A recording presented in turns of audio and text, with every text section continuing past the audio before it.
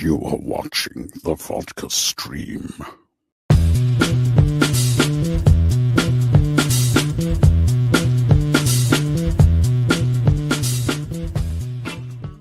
Hello, everybody. What's happening? Welcome to the Vodka stream. Turn on that. All right. Let me just tweet out something here that I wanted to tweet out. Just to get some more people maybe involved. Because you guys know I like to do a Q&A at the beginning of these when I don't have a guest. I was hoping to have a guest, but sadly, it didn't work out. Everybody's busy. What can you say? What can you do? But cheers, guys. Welcome.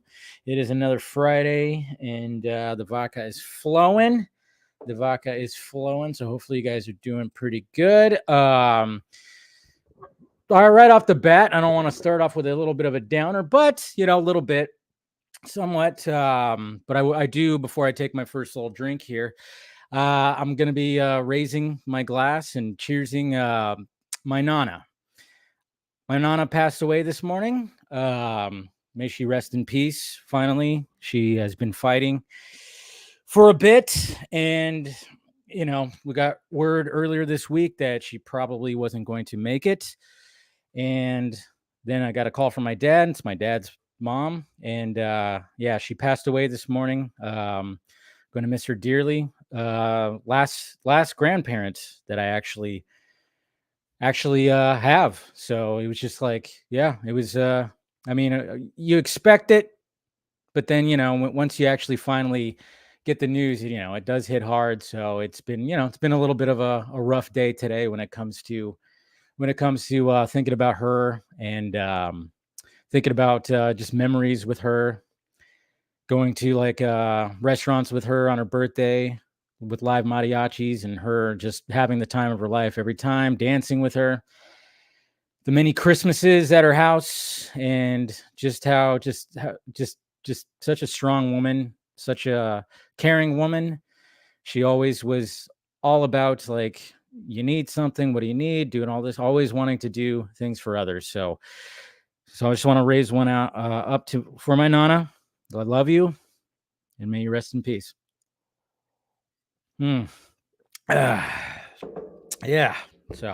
just wanted to start off with that, and I appreciate what you guys are saying. Appreciate the kind words, and it's just one of those rough things. But cheers to her. Cheers to her. But like I said, doing the Q&A thing, and I'm also going to do, before we bring the panel on, I'm going to do a little bit more on Madam Web. I know it's like, with the day like today, it's like, I'm going to go see Madam Web. Maybe that'll make me feel better. It's like one of those things where it's like, geez. I mean, obviously I didn't think that was going to make me feel better, but it was nice to get out of the house. Like I said, distraction, when it comes to that, but it's just great. It was great to go to the movie. I haven't been to the movie since Beekeeper, so it was just nice to go to the movies. So anyways, so let's see who's out there. But like I said, let the questions flow, man. Let it flow like the vodka. So we got Ryan right here. Happy Friday. We got Eleanor right here. Happy Madam Web. Really that bad? I'll get to it. I'll get to it. What's going on, Phil? Good to see you. We got Alex right here. Max, I just saw the Madam Web movie. It was a pretty bad movie, and I didn't know that Hal Jordan was going to be in Zack. Yeah. We'll talk about that too at the panel, but it is kind of funny, like when that's the thing. It's like anytime that this just shows you, I mean, obviously like the way things are now, and I'm glad that Zack is done with DC at the moment, doing his own thing. I know there's still the people out there that keep on wanting him to come back, or they sell the Netflix thing. That's still kind of a thing, but I'll see it every now and again. But it's just but I mean, to the point of, even though I don't think any of that's gonna end up happening, stuff like that. But anytime there's something that's Snyderverse that gets released, it always ends up on all the sites. We all talk about it, and everybody's like, "Oh, because there's just something special about that Snyderverse, man." And it's just kind of funny because I think even on the Vodka stream, he Did he talk about Green Lantern? I don't know. He's been on like a few times, so maybe he has. But I remember, like, I mean, if you watched my video on that whole thing, was like when, because I got the information of like from when I had, like, before I was actually like got connected fully to Zach before he came on the Vodka stream. I was talking to somebody in his circle because, you know, I've always said this is how smart Zach was on getting the Snyder Cut released. Is, you know, he had like a little inner circle that he worked with, you know, that he worked with, and, you know, he was just going to be like, I'm going to start posting things about the Snyder Cut, but I want you guys to like go out and contact people to maybe help spread the word. And one of those people contacted me, you know, back in like what, 2018.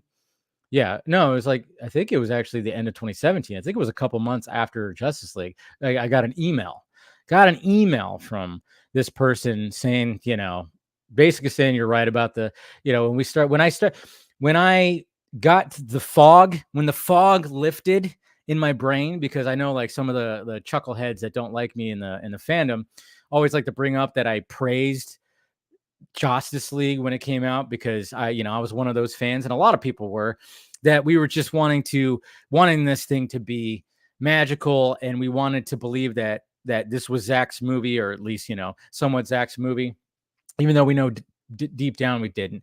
I still remember my second time I saw it, and I talked about Justice as, hey, if you go into this movie and just thinking that it's a DCAU movie wrapped in flesh, just going it like that.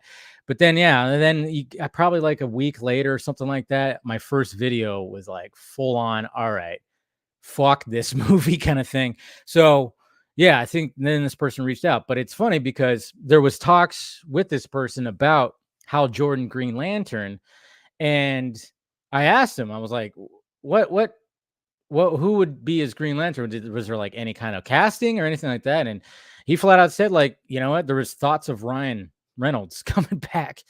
There was not conversations with them, but apparently like Ryan Reynolds was always still kind of interested to play the character. And then, you know, they never had direct contact, but there was always like little whispers of like doing that. And then of course, when Zach was talking about all the, you know, when he was talking about the Snyder Cut and stuff like that, he revealed that, yeah, he had the idea for Jon Stewart being the main one, but then if he were to have an Hal Jordan, he would go with Ryan. So what's going on, Manolo? There you go. Good to see you. Hola.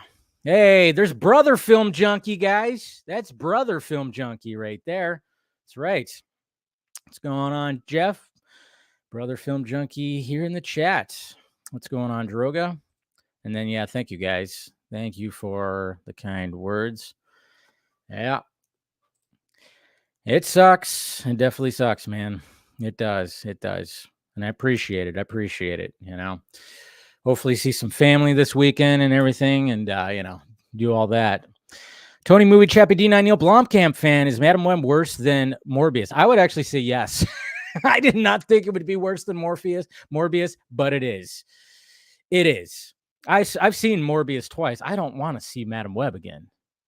So, because Morbius was bad, but at least fun to watch as a mess of a movie. Plus, yeah, exactly. No, and I'm gonna get to it, I'll get to it after I go through all this, and I'm gonna like do like a more of a review / rant, because there's something that I was thinking about, especially when I got home.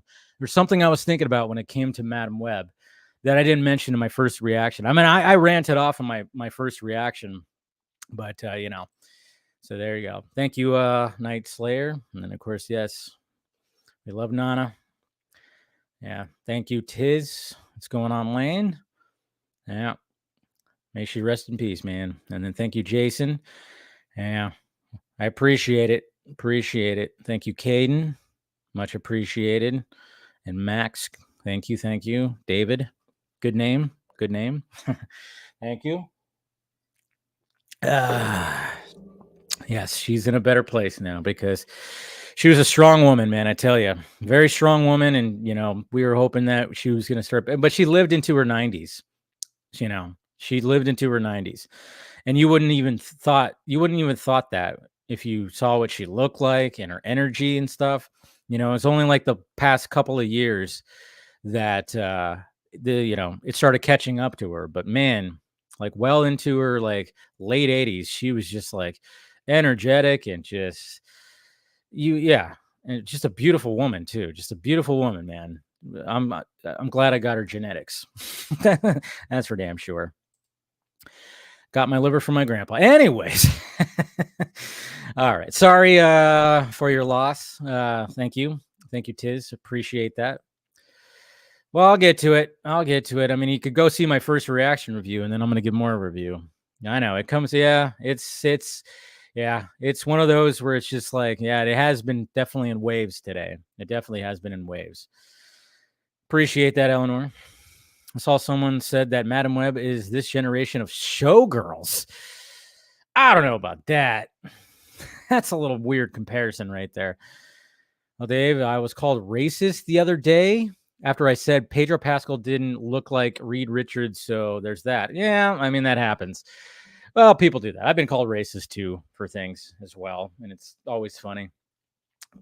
When people want to use that, I'm not a fan of the Pedro Pascal Reed Richards thing either.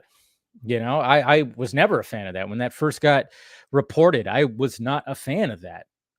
I love Pedro Pascal, don't get me wrong.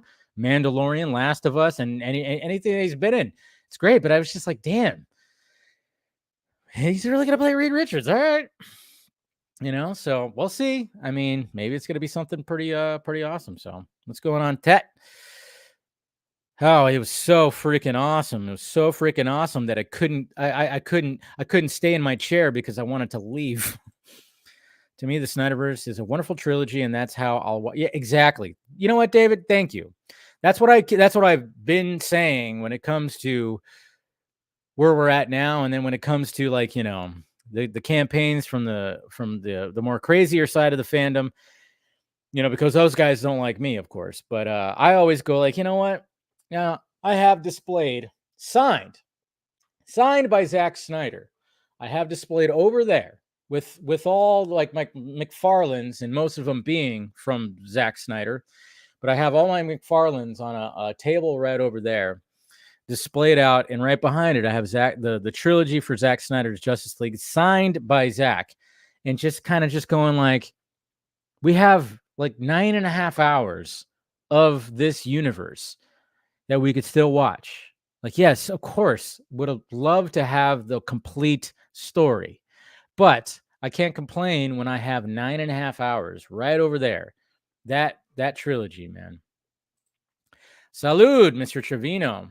I'm at work for an extra hour tonight, then an hour drive home. Ooh, hour drive, huh?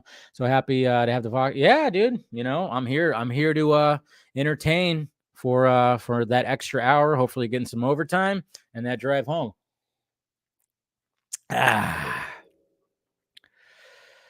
Oh man. Let's see. Oh man, come on, man, Jason, you were just freaking awesome. I tell you what, you're like you're when it comes to the pirate ship, you're my I don't know what they call that, like the second in command or whatever the hell. But thanks, brother, appreciate that, and thank you for the condolences, man. Appreciate that. You are too kind, sir, helping out that pirate ship. Really appreciate that. 2024 has been it's been a little rough, but I still enjoy doing YouTube and doing the streams and talking to people. That's really what's been the best. It's just, especially lately, just really diving more into it and trying to perfect it and get a little bit better at it. And sometimes you get that burnout. And I get that burnout. You get that burnout no matter what you do, even if you love it, you get that burnout. And then all of a sudden you have to like kind of change up a little bit and try to like, get that fire going again, and, with things that have happened this year already, only in a month and a half in, sometimes it's just like you could just like fall into like whatever. But I've actually like, it always happens at the end of the year where I start getting that burnout, and then I try to like get that fire burning in the beginning in the beginning of the year again, and it was hard to get that fire burning yet again. And then it just seems like, with a lot of things that have happened, it was just like, oh yeah, but now I'm just going to dive into this and just learn more things, and take the opportunity, if I have some more free time now, that I could just kind of, dive into it all. So, and it's been fun. I've been posting more clips and trying to like make those better and everything. And just, it's just been fun. It's been fun. Like I love editing. So Patrick, I rewatched Skins UK and 10 Things I Hate About You, like FF Pedro, Mr. F, Hard C Not Comic per set. I see Kristen Stewart film next month. Okay. That was an interesting one right there. You're talking about, yeah, I want to see that Kristen Stewart movie too. Looks good. I'll check it out, but yeah, it's Mr. F. That's funny. The concept of the parallel universe. Reynolds could have been Hal Jordan, and none of what transpired in yeah, exactly. In Green Lantern, yeah, exactly. I mean, it's just, and it could have been a redemption story for, especially for Reynolds. It could have been a nice little redemption story when it came to that too. And I think, to me, like when I was hearing that Ryan was always still kind of interested in trying the role again, it's because he probably looks at that as like, that was a failure. That was a failure. I would actually like to make it a success. I mean, obviously Deadpool has been a great success. So, just to try to come back and do that. I mean, cause he's you could tell he's Ryan Reynolds. It's just so crazy when it comes to Ryan Reynolds. He's got that drive. He's got that fire. I mean, and it's crazy that the first time I saw him was on the show, Two Guys, a Girl, and a Pizza Place. I used to watch that show, and I always thought, this guy's funny. I like how he delivers his lines and sarcasm and all this stuff. I was like, I really dug that. And then he turned it into a whole thing, and look where he is at now. The dude's like fucking, I mean, God, what's his net worth now, for God's sakes? Because not only is he a successful actor and an A-list actor, but he's also like a crazy businessman. You might have covered this, but I heard Madam Web had zero connection to anything. Yeah. Well, like I said, I'll get to that in just a little bit here. I'll get to that. Yeah, I know. Pretty much if you watch Blade Trinity, that was basically his audition right here. All right. Thank you, Mr. Trevino. Appreciate that. And thank you, Tony. Thank you, Patrick. The Sad Service. Imagine a Batman Beyond film shot in Blade Runner 2049. Imagine a I can't even say that right now. Genetically engineered suit that combines the best of every apex predator to create the apex predator as a high-tech suit. Yeah, I know. I don't know why they haven't even tried. I mean, they were thinking about doing a Batman Beyond movie with Michael Keaton, and they should have. I mean, as much as I enjoyed The Flash and that, if I had to choose between what they did with The Flash last year or a Batman Beyond movie with Michael Keaton, I would have chose a Batman Beyond movie. Okay. That's just simply it. What's going on, Hank? Dakota Johnson said the original version of the script that she signed on for was a Terminator-inspired story with her and the three Spider Women had to protect pregnant Mary Parker from. Okay, that's right. Yeah, yeah, that's right. There was something about that, right? When it came to Mary in there, yeah, because she's not in there that much, and they got what's her name, Emma Roberts, to play her. I found that a little weird. You get somebody like Emma Roberts who's known to play this role, and she's only in a couple of scenes as not really a main. Damn, I know. Yeah, that's right. I think I remember hearing that too. Yeah, they fucked this movie. Again, I'm gonna go off because I was really hoping for it's so bad it's good kind of thing. Like Morbius is kind of like that. Like if Morbius is on, I will leave it on. Like if it's on TV, I will put it on and leave it on and look over and just be like, this movie's ridiculous.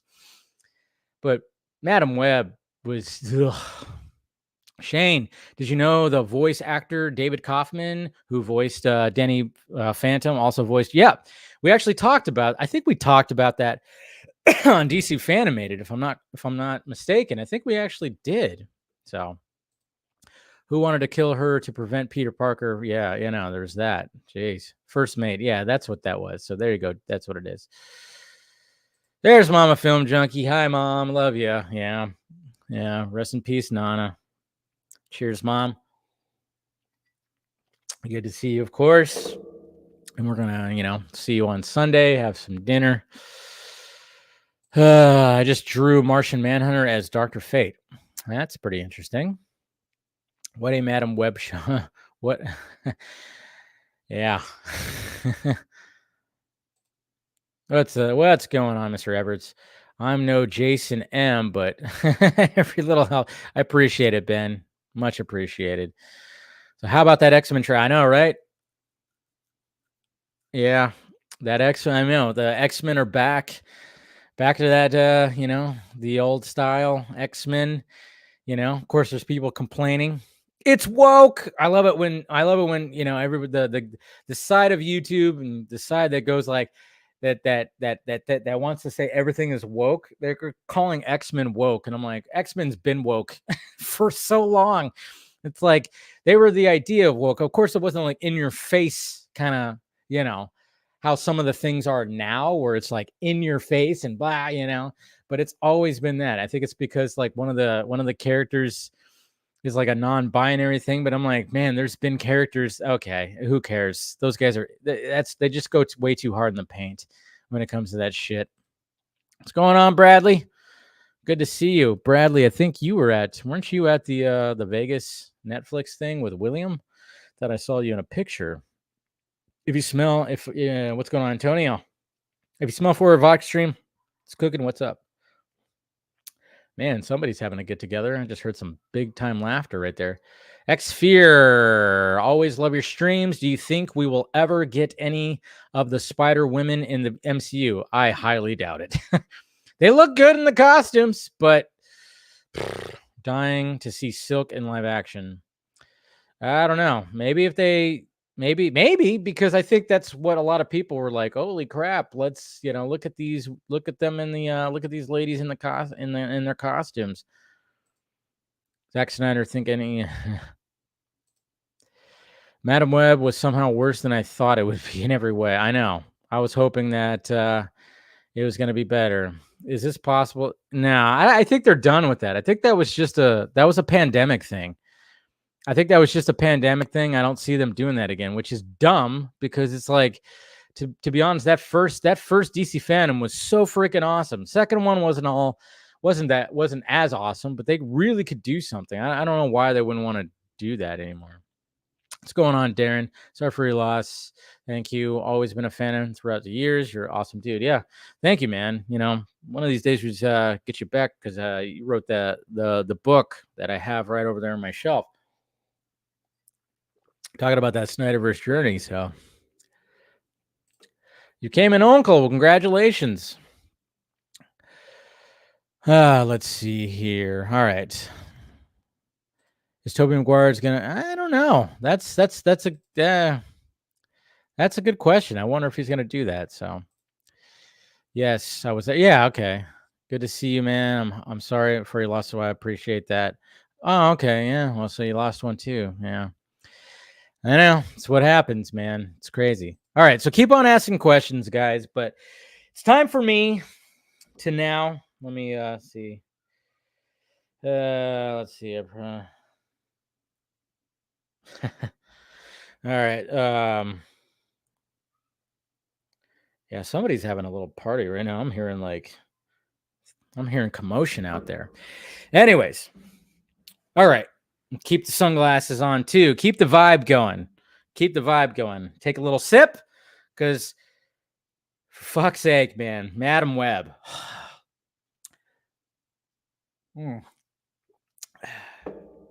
This movie, there's a reason. I mean, I never thought that I would actually call a movie, and I said this in my first reaction.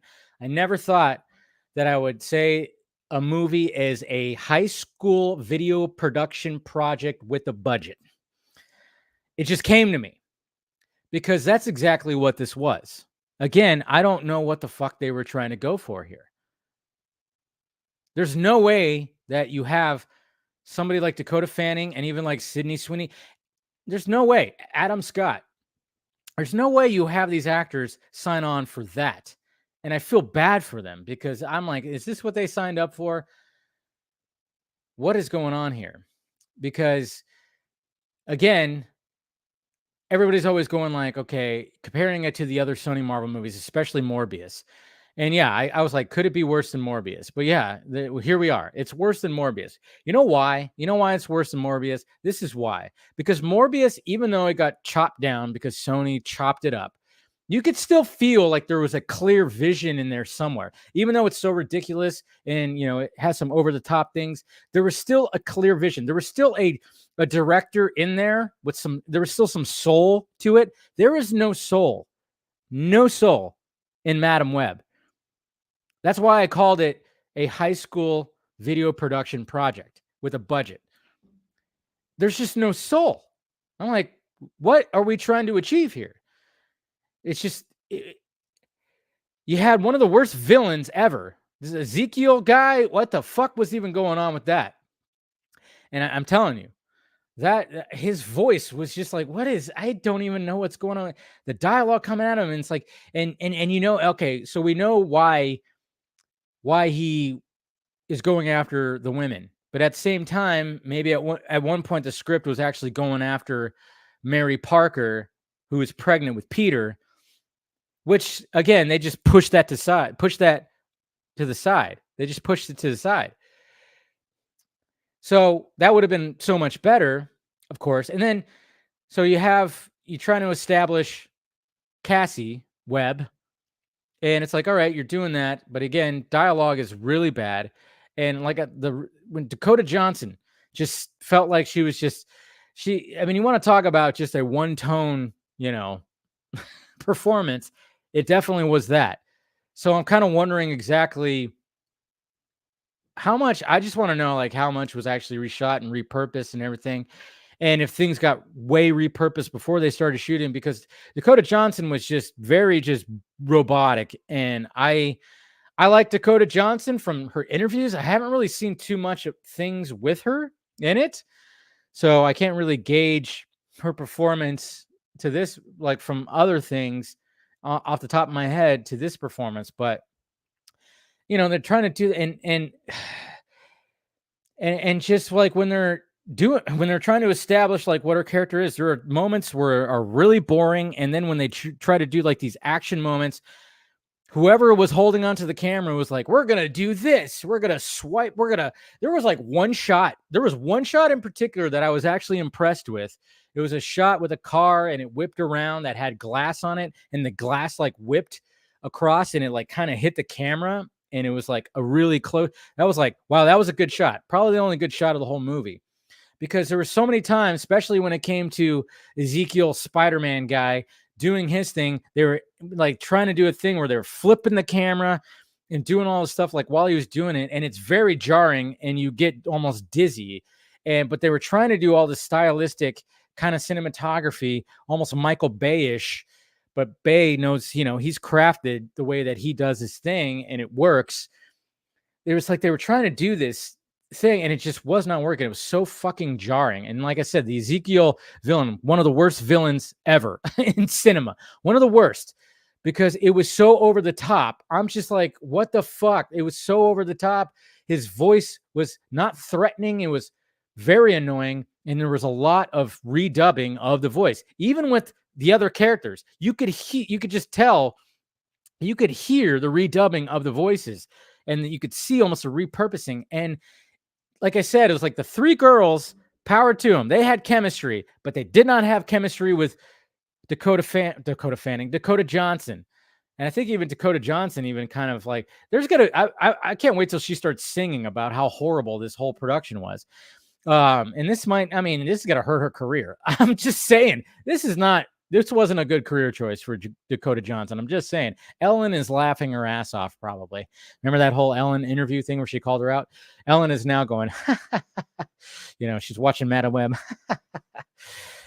But yeah, there's just, you don't feel any, it just feels like it was put together by the studio. Like there was no actual clear-cut vision of this movie, which is funny because this movie is about visions.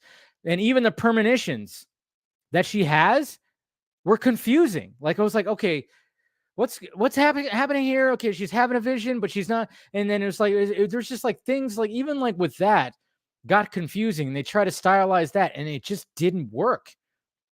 The humor was awful. There's no laughing moments in it, for me at least.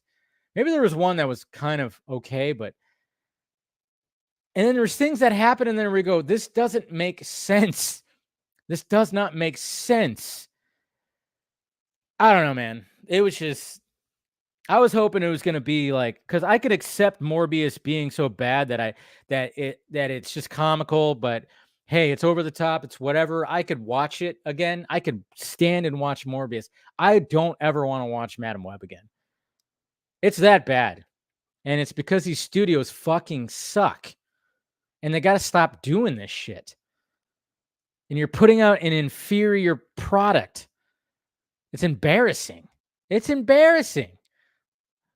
So embarrassing. But yes, power to the people involved. I don't think they signed up for this. I like Adam Scott a lot. I like Isabella Merced. I forgot who the other girl was. Forgot her name. But I mean, they all did their characters the best they could. Dakota Fanning phoned it in big time. Fanning, I always say Fanning. Dakota Johnson phoned it in big time. And yeah, I mean that final act was so bad too. That final act was so bad. I was like, what is happening in this last little action sequence? This is horrible. This is horrible. Anyways, that's it right there. Yes. Thank God for Dune Part 2. Oh my God. Thank God. And everybody's praising the absolute shit out of it. So I'm like, please give me that. There's a rumor that they might move. Yeah, I wouldn't doubt it. Those release dates were just for the investors. There's no way that Fantastic Four is getting released in July. That's so sorry again. Just like Jurassic World's not going to get released in July. So sorry again to the people that hate that Superman Legacy exists because they hate James Gunn so much, and they are like, oh man, all of a sudden they're like a Fantastic Four fan or a Jurassic World fan because they want James Gunn to fail so much. And speaking of that, and there's that fucking weird controversy that came out today. We'll talk a little bit more of that with the panel, but that was so stupid too. It's like, Jesus Christ. It's like, how did like people that were, that are in the Snyder fandom that pushed against all the people that pushed against Zack Snyder or dicks, how did they turn into those people? Again, you just go back to the Harvey Dent line. You either die a hero or you live long enough to become the villain. And some of those guys fucking took that to heart. Hey, Dave, forgot to tell you that there was a rumor of Madam Web's sequel. Please, Sony. No, there's not going to be a fucking sequel. This movie's going to get crushed. No, the only thing that I saw was like the actors were open for a sequel. There's not going to be a sequel. They set it up. They set it up for the sequel, but it's not going to be a sequel. There's no way. Is this possible? James Gunn promote the rest of Slet in you're talking about the slate? Yeah, he might. After everything I've heard from people I trust, Madam Web might be a stream. Yeah, just do that. I think we need to surprise Wayne car appearance tonight. Right? That would be sweet. What's going on, Jonathan? Is that Jack Nicholson? Oh. At this point, what does Sony do with Spider-Man at this point?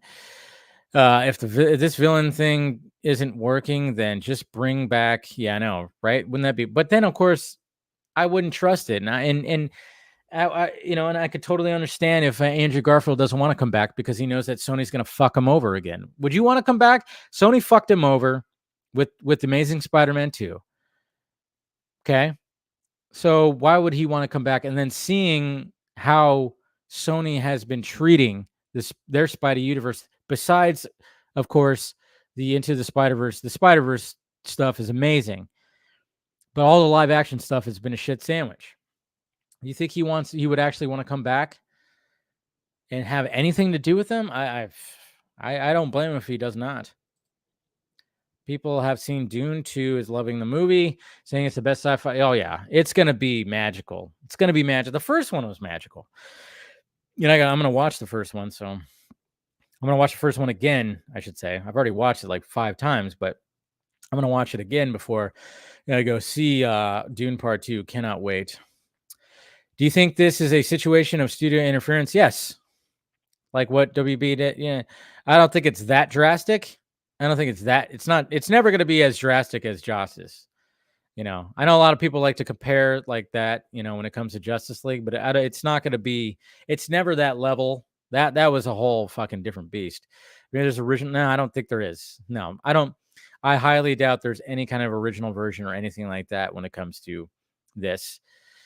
It's definitely, there's similar aspects, but it's definitely not super similar. Apparently it has really bad ADR. I feel like almost every line read by Ezekiel was read by somebody else. I'm like, is that even the actor's voice? Is that even his voice? God, it was so bad. He's just one of the worst villains. One of the worst villains ever. You have a villain that is trying to kill 3 ladies, and they're in, it's not really spoiler, but yeah, it's just a scene. They're in a subway. You have a villain that is trying to kill these 3 ladies, and instead it's just killing all the cops while they're just running out. Like, we got to go, girls. We got to go. They're just running and getting out of the subway station very easily while he's taking out all the cops. It's like, why are you taking out all the cops? You have these abilities. Just take out the 3 that you need to take out, and then take out the cops if they try to attack you. It was so fucking stupid. It's like, oh, you get this scene where like all these cops are getting taken out while the girls are just running, like jogging through the subway, and trying to escape. It's like, it was so bad. It was so bad. It's exactly what Double Toasted said. Okay. Oh yeah, man. Fucking, I need that yesterday. I want a Christopher Nolan horror movie for sure. Cinematography reminded me of nice. I saw an interview with Dakota Johnson where she said she likes driving and trained in stunt driving. Yeah, that's cool. Yeah, the cab and the ambulance. If Suspiria didn't hurt her career, nothing will. I think I fell asleep to the remake of Suspiria. I love the original Suspiria, Dario, right? Argento. I love the original. I have it on DVD. I had it on DVD. I still have it in a box. But I think I put on the remake and I fell asleep to it, and I just didn't like it. Camera hates, yeah. What a shame. Oh, is that? Oh, wow. Jessica Jones. Seeing, oh man, I wonder if she's gonna come out and be like, "That wasn't my movie." It was just so over the top with the cinematography. Sony should just stick with Spider-Verse. Yeah, I know. That's what's working. Ezekiel Sims Spider-Man from Madam Web looks similar to Miles Morales Spider-Man suit from the, yeah. His costume looked weird, and then the spider people that are in there too. It's like, it's all crazy, man. I just like, I don't know. It's just so, like I said, like, even like a bad movie, you could tell like, okay, the director tried. But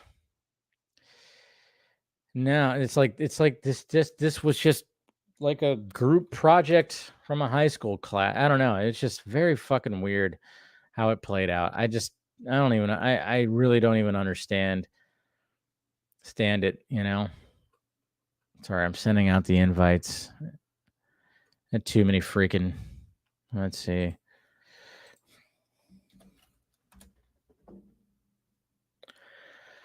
All right, sending out the invites. Where's the just I don't like anybody does that.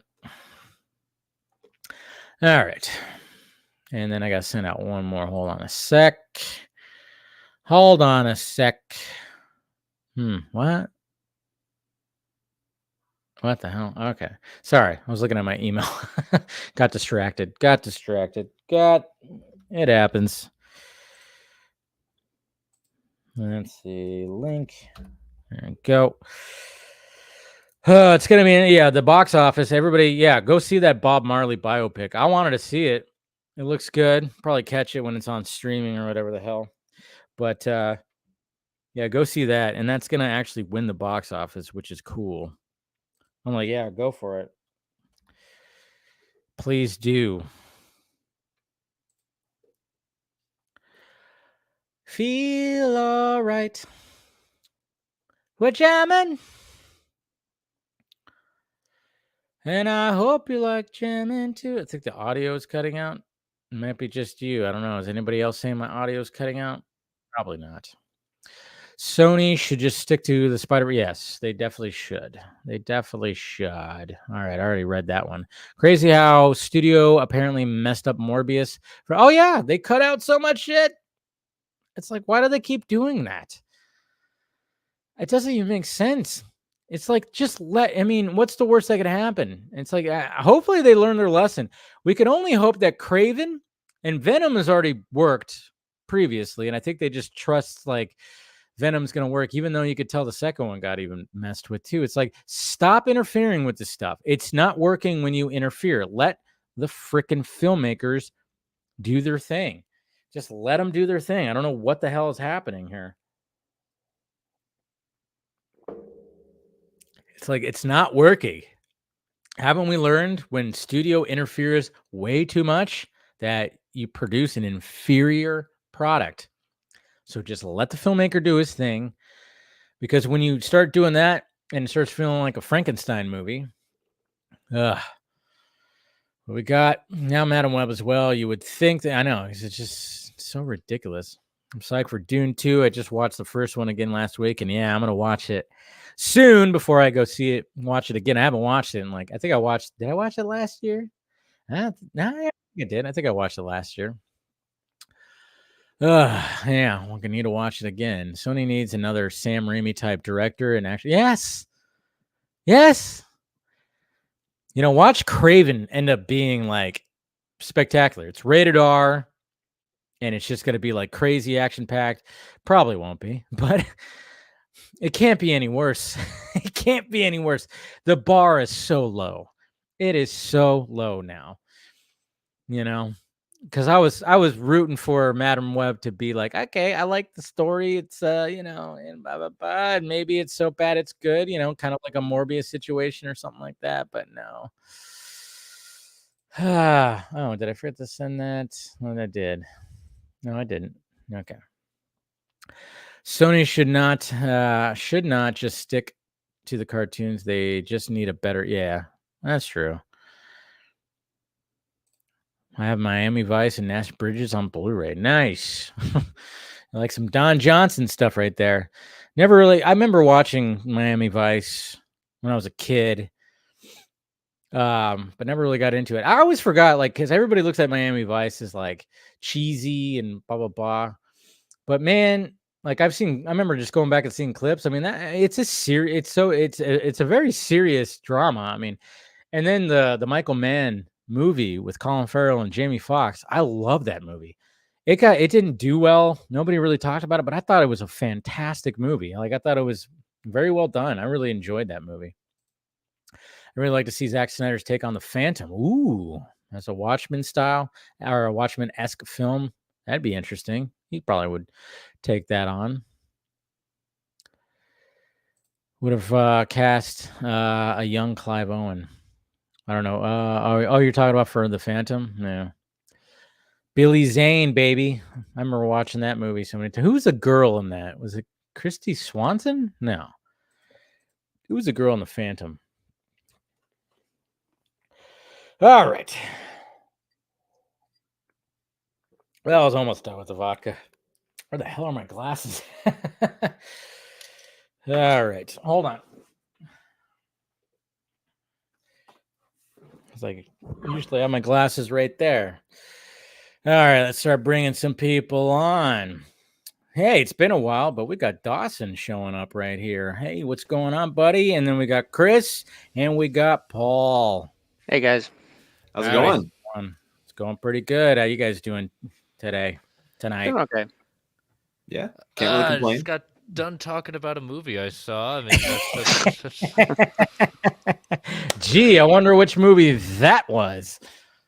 It's what we on Marvel Alliance have been saying over a year now, jokingly, saying hashtag Madam Web is the blueprint. And my co-host Brent and I said tonight we reveal what it's a blueprint for, and it's a blueprint for how you shouldn't make a movie. Yes. Let alone a Spider-Man movie that we can't really talk about a Spider-Man movie, but we're going to do everything but and botch the line of all lines on that. Now, see, I haven't seen Madam Web yet, but I have a theory in regards to that movie.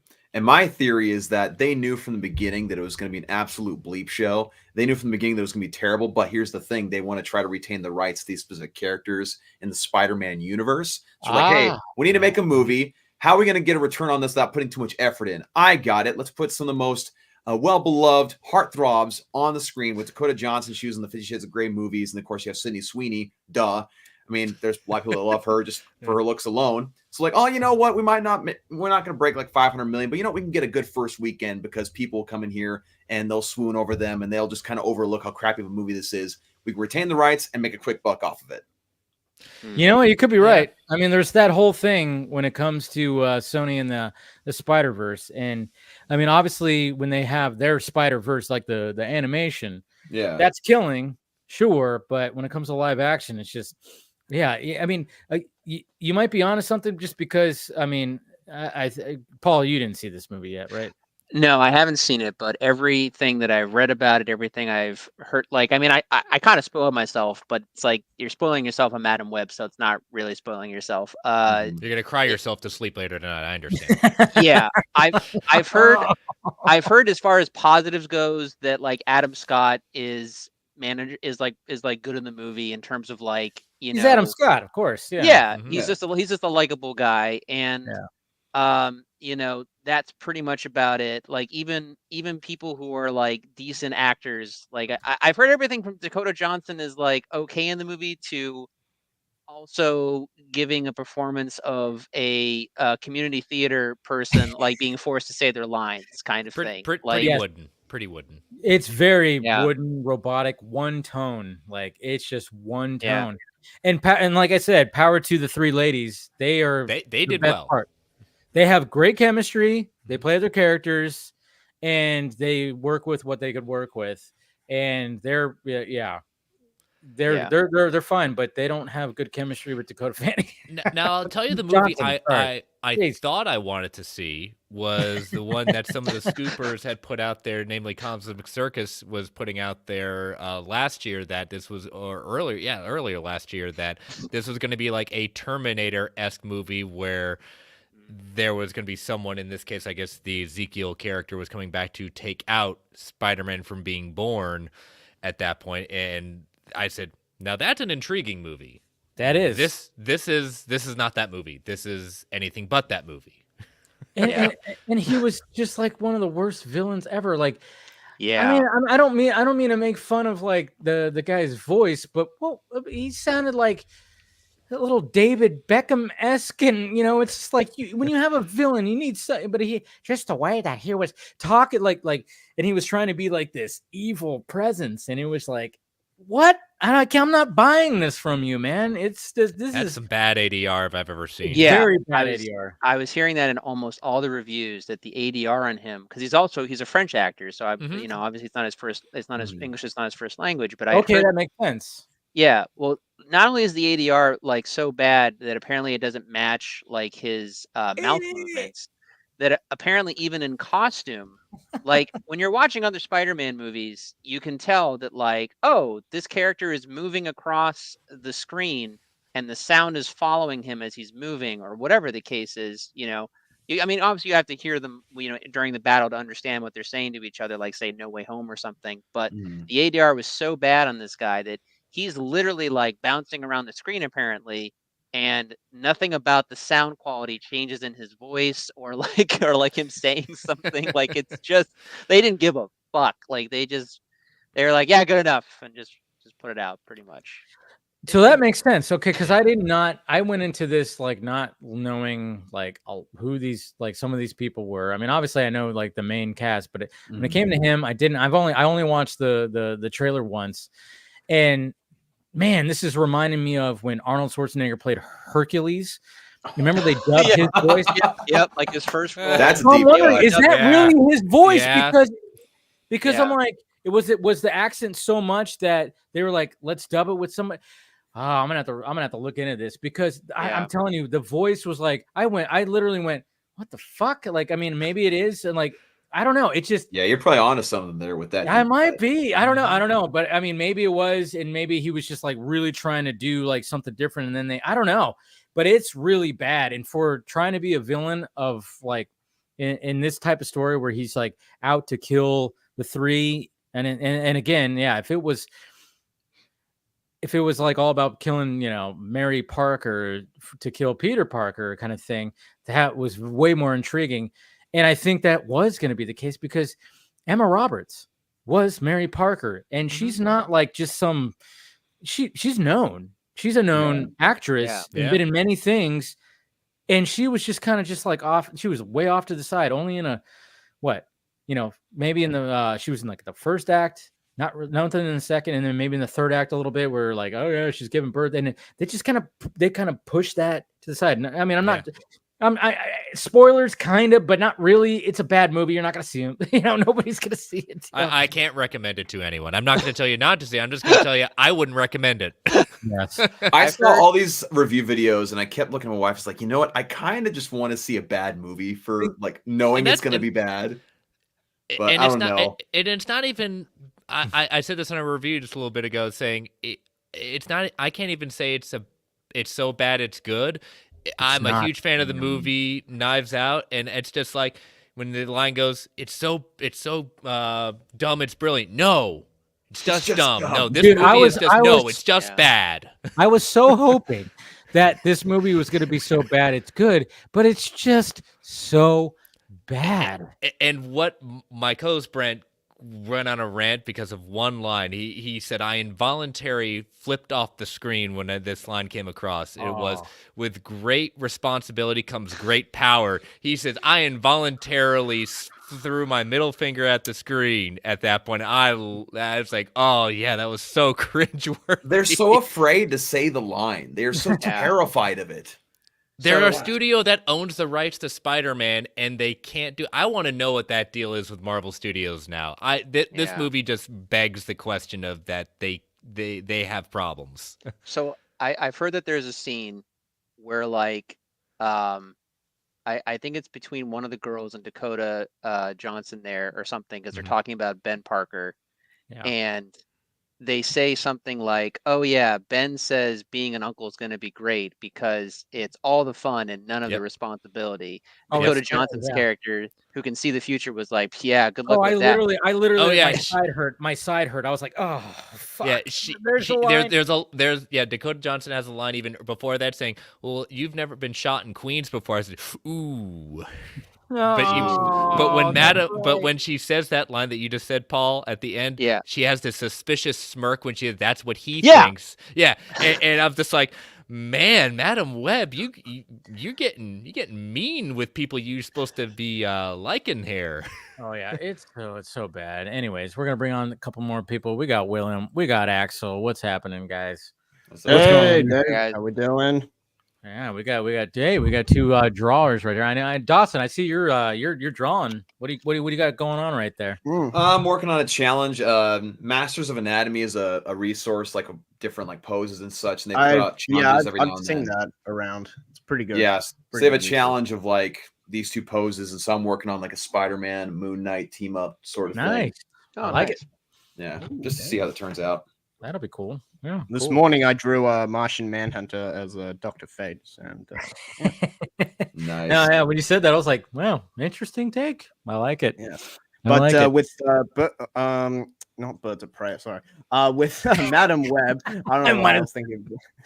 Might as well be the same. If anything, With Birds of Madam Prey Web, is I've better. not gotten a chance to see it. I only saw the trailer twice, and I don't know. It looks like it's there. Like that Spider-Man looking guy just looks like it's something from The Boys, like a parody. Like if they did a parody of Spider-Man, it looks like it's. No, Madam Web. Madam Web is a movie that exists in the Boys universe. That is so like it's so ridiculously over the top. It's made by so, Watt. Yeah. Well, here's my question in regards to Madam Web. Is anyone at all surprised that this was a bad movie? Because I'm not. Because like I saw the trailers, I saw the build to it, and it's just like it was like there's no way this is going to be actually any good. There's no way. The trailers were dull. And like yeah.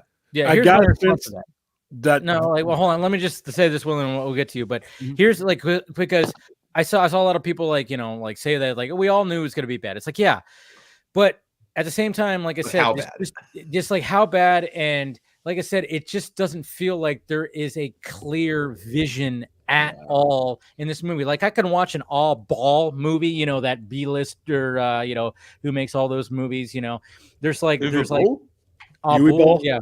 U-Ball, whatever the hell his name is. He did like Alone in the Dark and all that shit. He did those, like those B-roll movies. And they're terrible. But you can respect it because it's his voice. It's him doing that. And even Morbius, you can like, okay, there's a clear vision right here. There's something here, even though it got chopped up. Absolutely. Sure. It just does not feel like there is a clear vision of like what the fuck this movie wanted to be.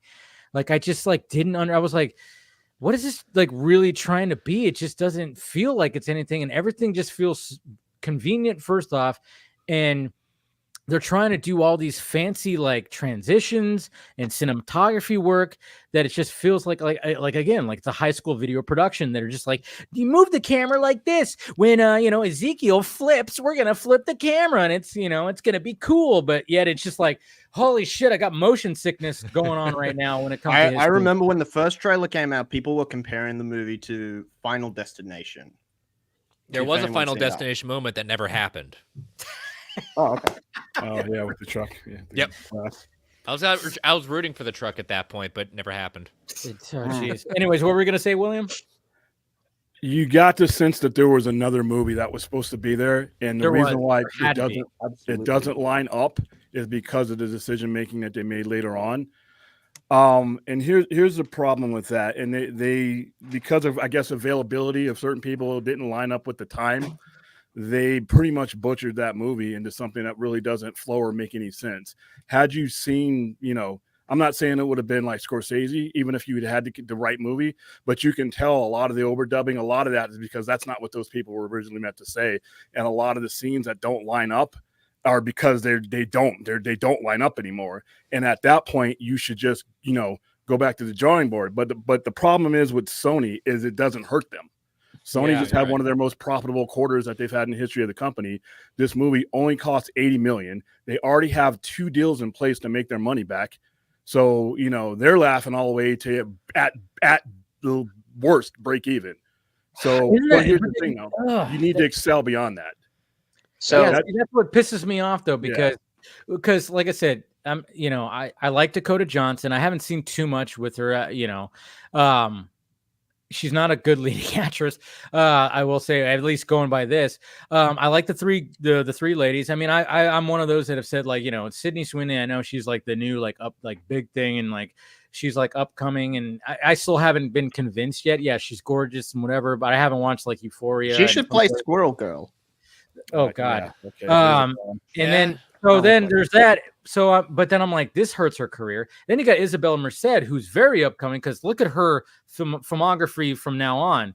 It's Superman Legacy, it's Last of Us, it's Alien Romulus. I mean, it's like her agent. And she was Dora the Explorer, apparently. She was. So. She's had some, and she was in Transformers last night also. So like, but the thing is like she has been pulled into like these big franchises, and then this one, it's like, but I enjoyed it. She was one, again, the three girls were fine, and I can't remember what the third girl is. I remember her name. I can't remember what her name is. Plays Maddie in the movie. Yeah, but what else has she been in? Sicario too. Yeah, Madam Web. Sicario. No. Isabella Merced was in Sicario too. That's with Ryan. Yeah. Here's the thing though. Yeah. Anyways, go ahead. All I'm going to hear is, like I said, I'm going to go over this tomorrow night in detail. The whole, Sony needs to give up on live action thing. No, that's a loser. No, they're never going to do that. Yeah, they're never going to do that, nor should they. That's a loser mentality that, like I said, us fanboys can take. But when you have a CEO or a title next to your name and hundreds of millions of dollars, you can't take that mentality. You can't give up. You just got to get better. There's things that they can do and people that they have at their disposal that are already taking Sony paychecks that could fix this. And there's people with credibility to their name that could take this and not only build on something new, take what they've done and make sense out of it, because what they've done is only bad when you look at it as it's been presented. But if you put it together in what their original intent was and get somebody in there and just let them do it, I don't think this is an unsolvable situation. But they just have to commit to doing it. But the problem with Sony is there's no consequences, because like I said, they're not going to lose at very least. With all the deals they have, the second streaming deals and everything that they have, the worst they're going to do is break even or just under.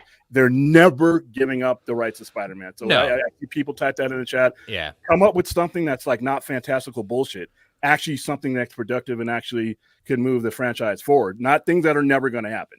Yeah, they're never giving up. Yeah, they're never giving up the Spider-Man franchise, and they should not stop just doing live action. The chat's got it. Phil's got it. Celeste O'Connor. Yeah, Ghostbusters Afterlife. That's who she is at that point. But no, you're right, William. And the thing is, that what makes it even more like kind of they can make Into the Spider-Verse, Across the Spider-Verse, outstanding Spider-Man movies. Sometimes even better. I know you've talked about like the animation issues at that point. So they can make good Spider-Man movies, but their live action Venom, regardless of what we think of it, is a success box office wise. Yeah, and Venom 2 didn't leave them clipping coupons either. So. Nope, they didn't know. So I mean, they've got Venom. The idea of Kraven, that's going to be another movie that's going to be probably I can only hope that it's going to be one of those R-rated, so gory, action-packed, and just ridiculous. They did a guy's nose off in the trailer. I'm in. Yeah. It's going to go for the shock value. It's going to get the weekend people just curious at that point. But you're right. Disney is not going to try to get back Spider-Man rights because they already have the deal they want with it at that point. Whatever backdoor deal they have that is controlling why Sony can't, is for some reason Sony won't do any type of live action Spider-Man within their own rights. There's something going on there. I don't think so, because here's the thing: if you look at what the original thing was supposed to be, they had a Spider-Man in there, and they own the IP. There's nothing legally. They own it. When you own something, if the other guy gets permission from you, and there's no deal in place, and from everything I know, that deal. But here's the thing: there's never been a live action Spider-Man movie that has Spider-Man in it that Sony's done that's made less than $700 million. You got to get to number 4 for me personally before I even get to a Sony Disney Spider-Man movie, because I got the two Spider-Verse movies in front of that. Spider-Man 2 is one of the great comic book sequels ever made. It is, and then I get to No Way Home. So this notion that Sony needs Disney is bullshit. They just need to do better. And the same people and they can do better. That's the thing. Like they have the ability. It's like you're saying, they just choose not to. I think that, and like I said, just last week, everybody was telling me that Marvel was so this and that Deadpool is going to save everything. So that same Marvel can do everything, and they've had some bad movies as well. But so I don't think them, and like I said, I had Iron Boy Jr. for 3 movies until I got an actual Spider-Man movie with No Way Home. Yeah. So no, they just there are people within Sony that take Sony paychecks right now that are there at their disposal that can tell a story, and they need to get one person, not a studio head, not Amy Pascal. No, she's not actually people that write the hair looks like wet popcorn. What is it? The Power Rangers movie and the 50 Shades of Grey. I like the Power Rangers movie. The 50 Shades of Grey, yeah. Yeah, you weren't going to that movie. I was about to say, Chris, I'm like, you want to get kicked out? Nope, I like the Power Rangers movie, but I was like, they had a good one with Power Rangers. Then they did the 50 Shades of Grey. I don't know. Yeah. If you look at Power Rangers, are you talking about that one from 2017? Yes. Yep. Yeah, that was an alright movie. Why did you bad? Yeah. I did hear one more. I did hear one more Madam Web theory that I wanted to throw at you guys. Yeah. Oh gosh, wait, hold on. Did it just escape my mind? Gosh dang it. Yeah, I'm too young for that. I know I am too young for this to be happening to me. But that's Dave territory right there, man. I want to say one theory just outside of Madam Well, Web. if it comes back to you. Sorry, go ahead, Paul. I was just going to say, I mean, now granted, the Super Bowl stuff aside, because I think that was obviously planned with Deadpool and everything, but I have to kind of think that and we'll get to discussing them more in depth later on in the chat, but the Fantastic Four announcement and the X-Men 97 trailer all coming out near Deadpool as well. Oh, I almost kind of feel like that was almost a coordinated effort by Feige and Marvel Studios to be like, hey, this is what Marvel Studios is working on. We don't know them. With like Madam Web coming out simultaneously. I feel like that was I feel like that was almost like deliberate to kind of remind fans. Mm-hmm. Yeah. Well, the Super Bowl is when the Super Bowl was. I think they were going to take care. They were going to take advantage of the Super Bowl. Oh yeah, no. I don't think Feige was giving 2 thoughts about that. Oh no. I'm saying like the Deadpool thing aside, like I think the Deadpool thing was obviously that was planned months in advance. But I almost kind of feel like the Fantastic Four and the X-Men 97. I mean, I'm glad that we got those announcements and we got to see those the cool drawings and the cool trailer. But I almost kind of feel like it was a coordinated effort at that point to kind of. Madam Web's coming out. Let's distract fans and remind them like what the main studio is doing. I mean, let's face it. When the whole time that Madam Web's been like a thing, and it's like everybody's been like, what the fuck? Like, what are they actually doing here? And the first trailer comes out, and people kind of go like, oh boy, what is going on here? So yeah, I mean, especially with the Fantastic Four announcement. I mean, because it is kind of weird. It's like. That drawing, they're having a Valentine's Day party. Who the fuck has one of those or something like that? In the 60s, and I'm like, okay, I think it'll be in the 60s for about 20 minutes. I'm digging the 60s aesthetic. I just really hope with this movie that they don't go all into the 60s aesthetic for the suits. Just like completely as 60s you could possibly get. Like make it slightly modernized, like make it still work as a suit. Just don't go all in on the 60s, or else you're just gonna end making a joke out of yourself. The sweaters they're wearing, like I hope those aren't their suits that they're gonna wear, but like I hope they're not wearing them at all, honestly, because they honestly to me look pretty dumb. But I think they're going to spend. I think it starts in the 60s. I don't think this movie is going to take place entirely in the 60s. I think they will originate from the 60s. Really? I don't think the movie's going to take because part of what and this is the Fantastic Four movie is like 3 years too late as far as I'm glad I'm getting it, but this should have been out. This should have been in production and ready a long time ago, right after they got the rights to it, and they knew what they were going to do with No Way Home. They knew what they were going to do with Multiverse of Mess, so they knew that. These aren't people that don't. Call Multiverse of Mess. All right, so you have the one guy who could probably help you figure out all this consolidated is the world's smartest man. So I really think they're behind the game as far as putting that out, and a lot of their problems in the last couple of years of the mediocrity everybody always screams out is because you're dealing with C-listers and D-listers that aren't what drew you to the party. The Fantastic Four is a much higher. They would have been doing FF and X-Men movies had they not bankrupted themselves out of the rights in the early 2000s. Yeah, they are Marvel's first family for a reason. Exactly. So right. I think they're going to be the ones that their universe gets consolidated into whatever is going to be after Secret Wars. They will after that always have existed, but right now they're coming from a place because right now nobody knows who they are. Yeah, and like I'm just wondering in the 60s, like why haven't they been brought up? Like, exactly, it's not like an eternal thing, but like I feel like they should just be like from like another Earth. I know they're probably not going to do that, but like probably what's going to happen. But that's what they're going to do. Exactly what they're going to do. They're in another reality. Okay, good. They're in another reality, and I think what you're going to find out. I think what you're going to find out is there's all these things that we've been watching and taking for granted that they're all one continuity. They're not. I think there's going to be some things that you realize that are happening parallel, like some of the stuff that happened in Eternals. I think that's happening different, and I think that's what Reed Richards and all these guys are going to realize. And that now that you have the sacred timeline broken up, these things are going to be allowed, because prior to that, you wouldn't have had Fantastic, you wouldn't have had anything because they didn't exist. Circumstances didn't allow for them to exist. So I think they are in a different reality. The fact that they've been around since the 60s and nobody knows who the hell they are, that's your big clue that they're not in. They're not part of the timeline, the main MCU timeline yet. They only charted in the 60s on their Earth, so that was Doctor Strange. Yeah, and the multiverse was mess. Oh, shut up and Phil. Yeah, see, Phil is like shaking his head. Is Marvel because, multiverse of mess? Because you know what? Like I said, when it comes to what the MCU's been, Multiverse of Madness has been up there, at least with me, and I think Phil agrees. Multiverse of Madness is a top tier Marvel movie. I'm sorry. What the fuck? I did not stutter. I did not stutter. Holy, that it is. I would rather see the movie that Sam Raimi could have meant to put out, but I believe that was the movie he intended to put out. Nah, man. I thought, dude, I'm all about the Raimi-isms, man. Yeah, I would agree that's one of the better ones they've done in a while, but I would not say that's top tier.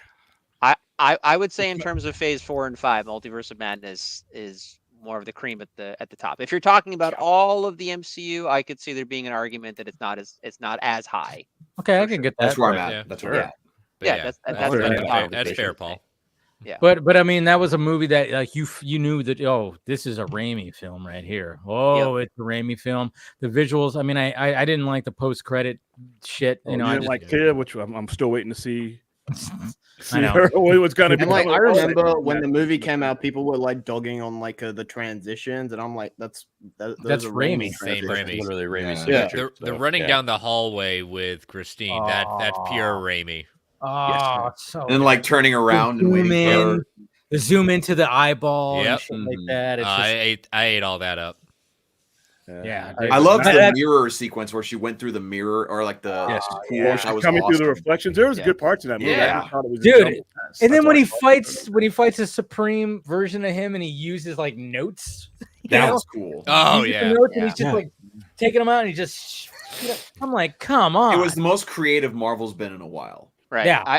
I've said to Phil many times too, and we've talked about this multiple times on the stream. I think if the title had been different and had been Journey into the Multiverse or something, I think expectations would have been a lot less. I never liked the title because it sounded like a theme park ride. Well, Marvel. Well, it sounded like a John Carpenter movie from the 80s. But the thing I've always wanted to know, and we'll never hear the story just because they're too polite about it. Like Scott Derrickson left that project because supposedly of creative differences, he wanted to go darker than they allowed Sam Raimi to do. I was like, I want to know how dark he was going to go. Yeah, because Sam Raimi went went a little dark. Let's face it. Yeah, it's Sam Raimi. But yeah, I know. I'm kind of wondering about that too. Is like, what did Derrickson have, in there? I wonder if he'll ever left. Well, obviously there's NDAs. Not he wants another job again. Yeah. And the next MCU book. How he's gonna come out and say. I just thought the pacing of that movie, like I said, not a horrible movie at all. I mean, we screened it, we did all right. I hated the pacing of that movie versus other Sam Raimi movies. It was so quick. Fair, yeah. The cameos. And this is my opinion, everybody's subjective, were fucking meaningless at most point.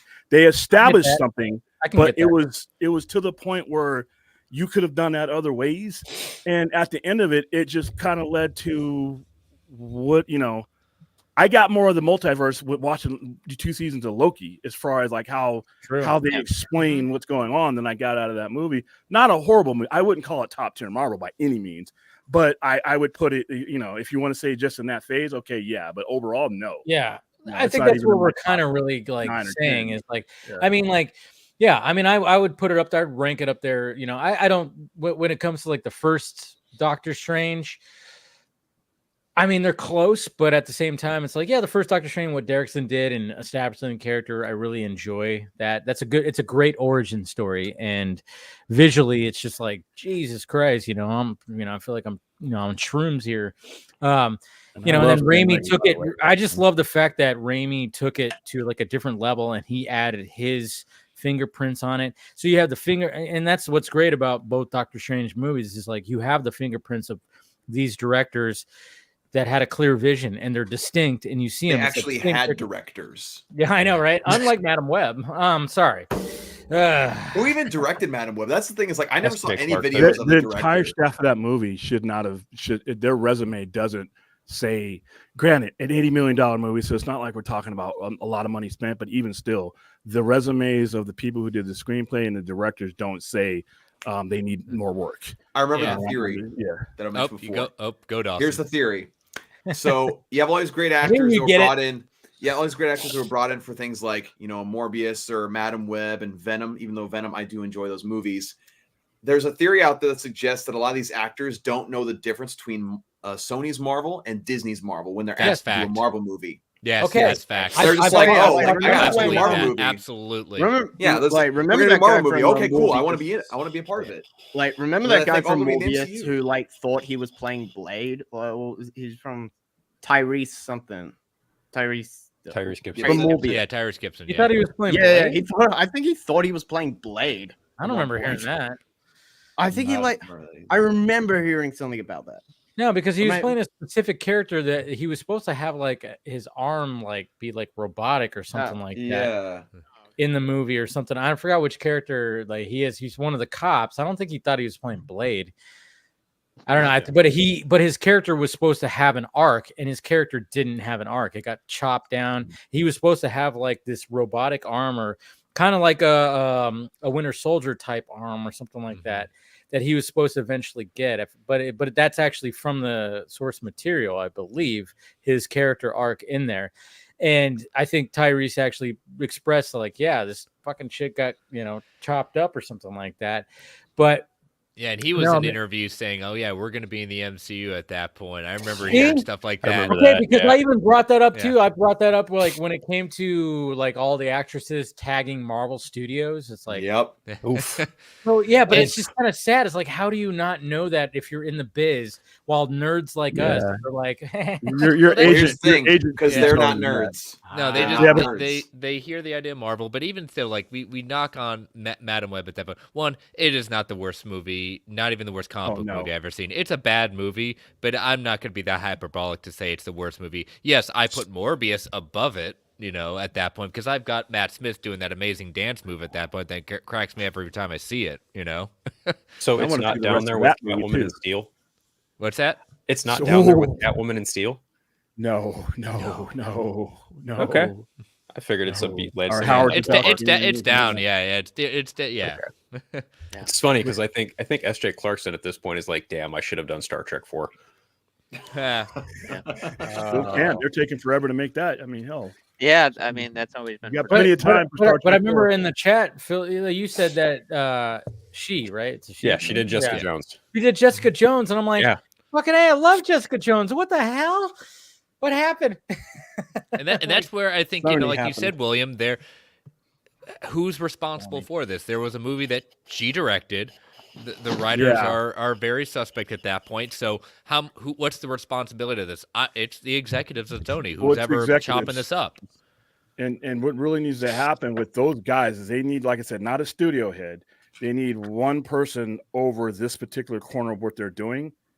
And that person needs to be able to go forward, but also take a look at what you've already done and intertwine it with what you can. Get screenwriters, get the people, spend a little bit of the money, because like I said, the problem with Sony is they're not going to hurt. They don't give a fuck about what we're talking about. The problem with Sony is they still employ the likes of Avi Arad and Matt Tolmach to oversee this section of the Spider-Man. That 100%. 100%. Who's the other guy? Matt Tolmach. Who's that?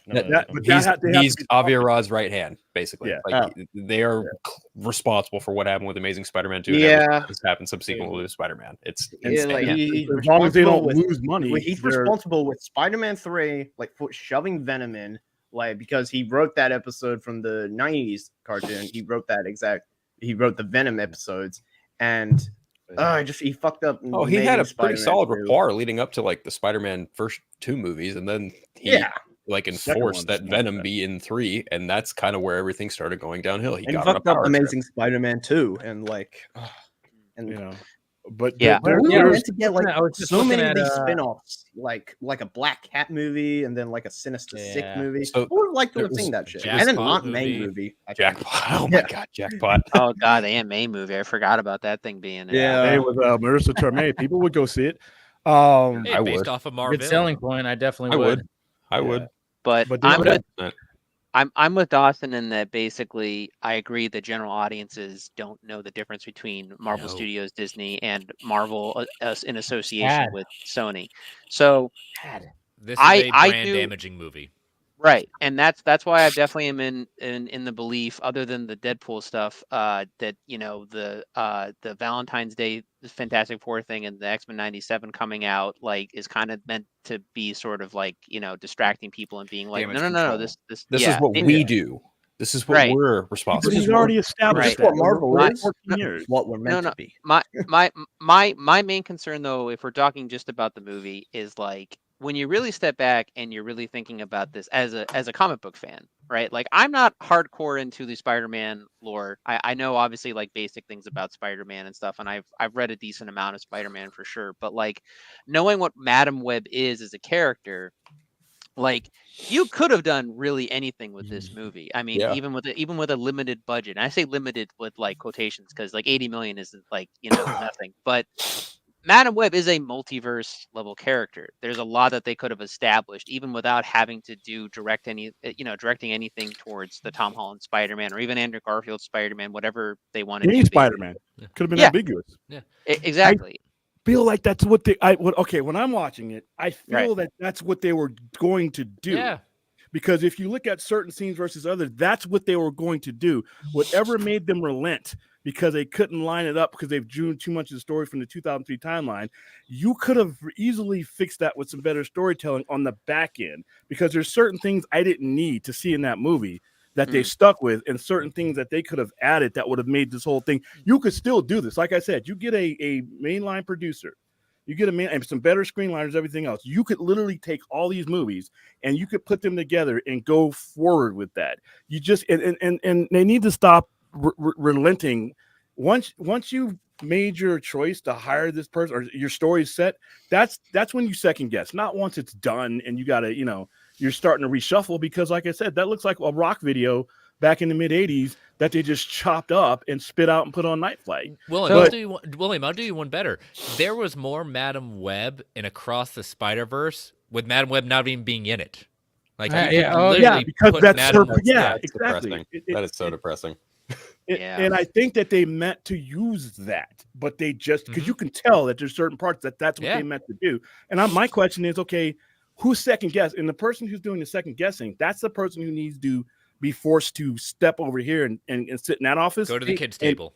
And get the person that's not going to second guess, because that's what this movie was, just a 2 hour second guess fest. And like I said, we dealt with that for 10 years. But see, this is what they could have done, is like, instead of just doing the traditional and just safe way of like, let's just have this origin tale of like, first act, we established the main character and her world and blah, blah, blah. And then all of a sudden we started getting into the whole thing. It's like, already have Madam Web as a thing. Show her as she is, blind with all the everything. And she has, all three ladies. All three ladies all in, doing their thing and stuff like that. And then maybe she tells the story of like how this came to be. And it parallels to the story of how this all came to be when it came to Ezekiel or something like that. And they can go back and forth or something like that. And it has to do with like, it parallels them because of her power of trying to but they just went web of life. Yes, something like that. It was like, okay, so the story that's present reminds me of the story of how this all began, and they could do something with that. as opposed to just like doing the safe way, which was just I mean, seriously, this movie could have been made in 1999. You know, they pussied out. And what should have happened given the nature of her powers? They need to commit to a Spider-Man. Period. Yeah. It sounds but they can't mention the Spider. They can't mention Spider-Man. But see, they can. They own the IP. And so I don't know. I'm kind of with Chris to do it. I don't get it. I'm with Chris in that I really want to know what that deal between Sony and Marvel entails, because evidently Sony proper is not in any position to actually mention Spider-Man at all. Given Venom, I will Morbius, put money on that. Or any. Okay, well, if that was the case, they would have mentioned it by now. No, incompetence is not contracted. Somebody not being competent enough to do something and having the balls to do something because they don't want to be compared to something else is not contracted. They own the IP. They can that aesthetic of the IP, the cinematic version of the IP, the motion bit. They own that. There is no one that can tell them to do that. And remember when they renegotiated that deal, that was going to be one of the big sticking points because Sony can do whatever they want with that version of IP. Now, them not doing so is not a contract issue.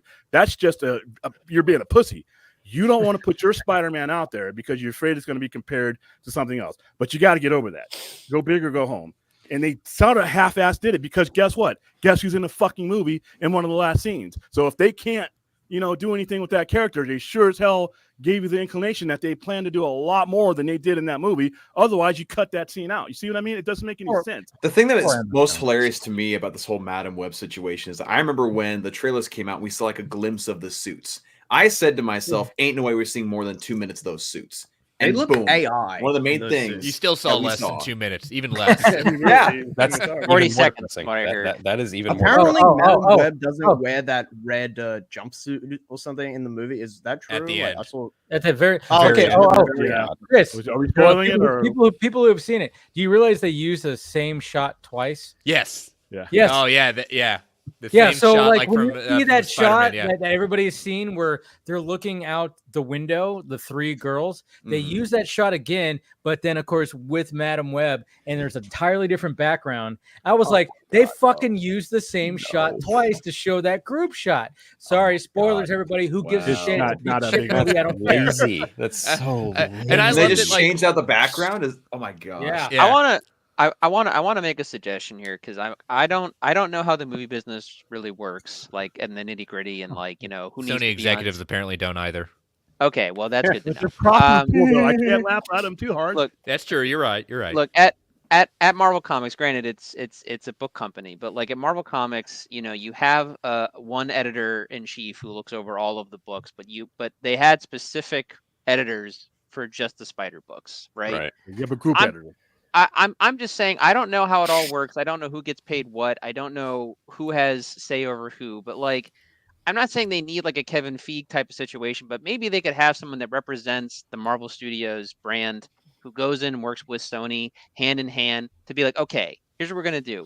Marvel Studios handles most of main Spider-Man stuff, but Spider-Man has been around for 50, 60 plus years at this point, like going on. There's a lot of other stuff that we can do. We can do Ben Reilly. We can do Madam Web. We can do, the Spider-Man villains. And that person works hand in hand with Sony to flesh out those things and make those things like a viable, Do you mean Marvel Studios or Marvel Comics to Sony?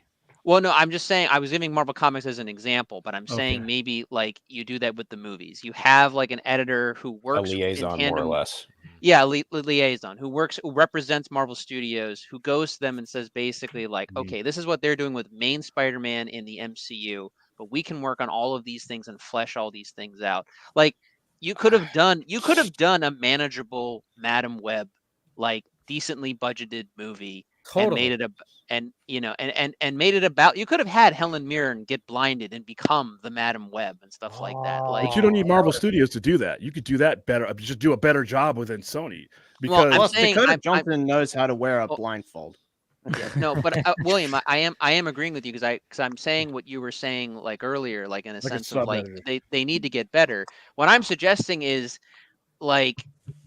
Marvel understands, and I'm saying Marvel as in Marvel Studios understands that what we're all saying is that Madam Web, when it sucks, Sony doesn't really get hurt by it, but it hurts the IP and it hurts the brand really than anything else. So I'm saying Marvel Studios maybe needs to do something. Maybe they need to go to Sony and be like, you guys kind of suck at this. Like, can we collaborate more so that we can try to make at least these spinoff movies to be not terrible? Like, I don't know. I'm saying, like, maybe they should try to fast track this in a sense of, like, not waiting around for Sony to get better, because they clearly don't seem to want to get better. I'm saying at least between Morbius and Madam Web. And I mean, I saw Venom versus Carnage, and I never want to see it again. I know that. At least that's my opinion. And I don't know if that goes for everybody, but I'm just saying, like, the movies are not doing well there. So maybe, like, we can get something.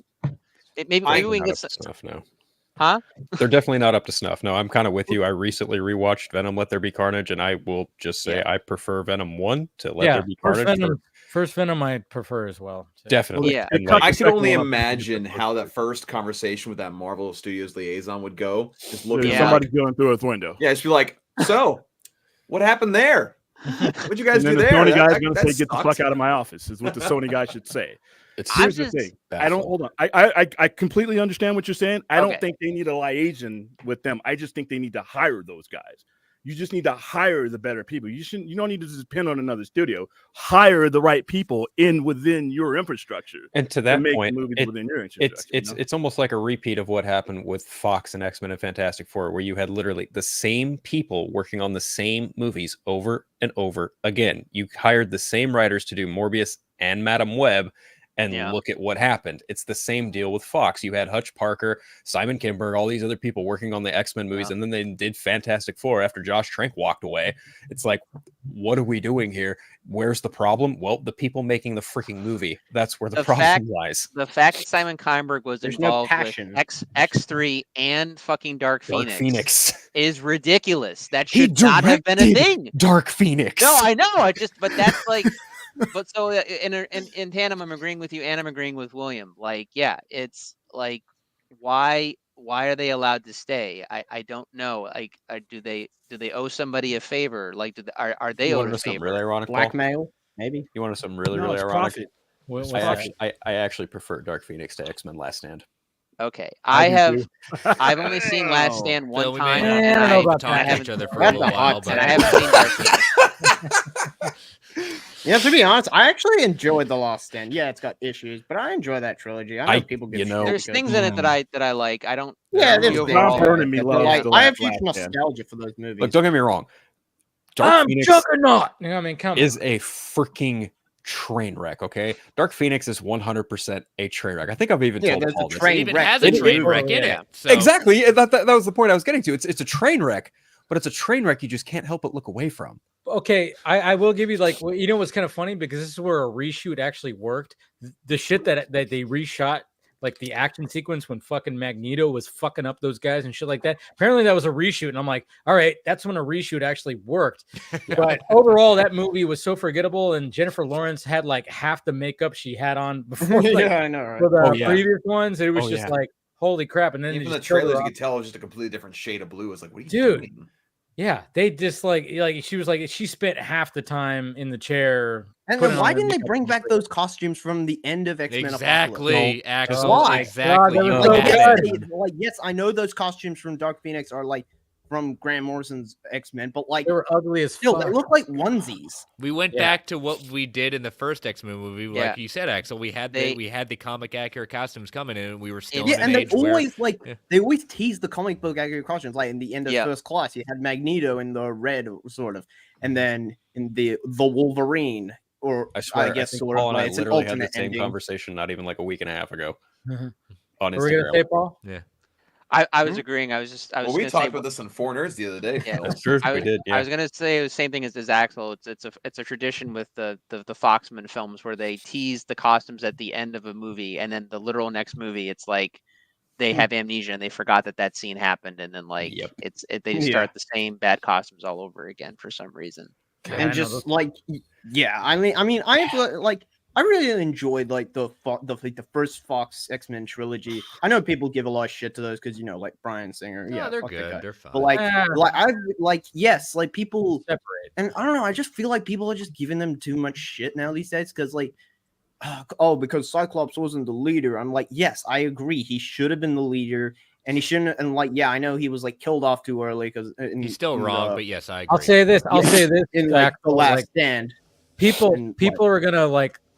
Once the X-Men fully get recast, people are going to be like, "Look what we once had." That's what they already have been recast. But I know. Well, kind of, in a sense, but just like how with the Fantastic Four announcement of the cat, all of a sudden I'm seeing like people going like, "Man, we had who played Reed Richards? Ian Grufford. Grufford. Yeah. Everywhere I've been seeing like we had the best right here. I'm like, now all of a sudden we just like. I mean, I'm not saying that those movies are like they were, it was the mid 2000s. They worked for that, and both of them I can enjoy. They're enjoyable, especially the first one. I thought the first one did a great job. Second one, they took some leaps, but Silver Surfer was fucking awesome, voiced by Lawrence Fishburne. The only thing that people don't like about the second one and always bring up is just Galactus, and I'm like, okay, Cloud Galactus monster. But I enjoyed the movie. No one wants to see a real Galactus, and right? They Smallville Galactus like they did. Yeah. But that's the thing. Like we see those movies. We that's what we had. That's all we had at that point. So there wasn't anything. Yeah, looking back at it when we compare to what we have now. Okay, technology, script writing, directing, it all changes. Yeah. It's still enjoyable. I still enjoy those movies. Some varying degrees, but. Yeah, the X-Men, Spider-Man movies, they were good movies for the time. They're still good movies now. I'll tell you one thing that does drive me nuts. I actually enjoy X-Men Origins Wolverine. I enjoy that movie. I do too. That's guilty pleasure. The only thing people always bring up is Deadpool. It's like something about it.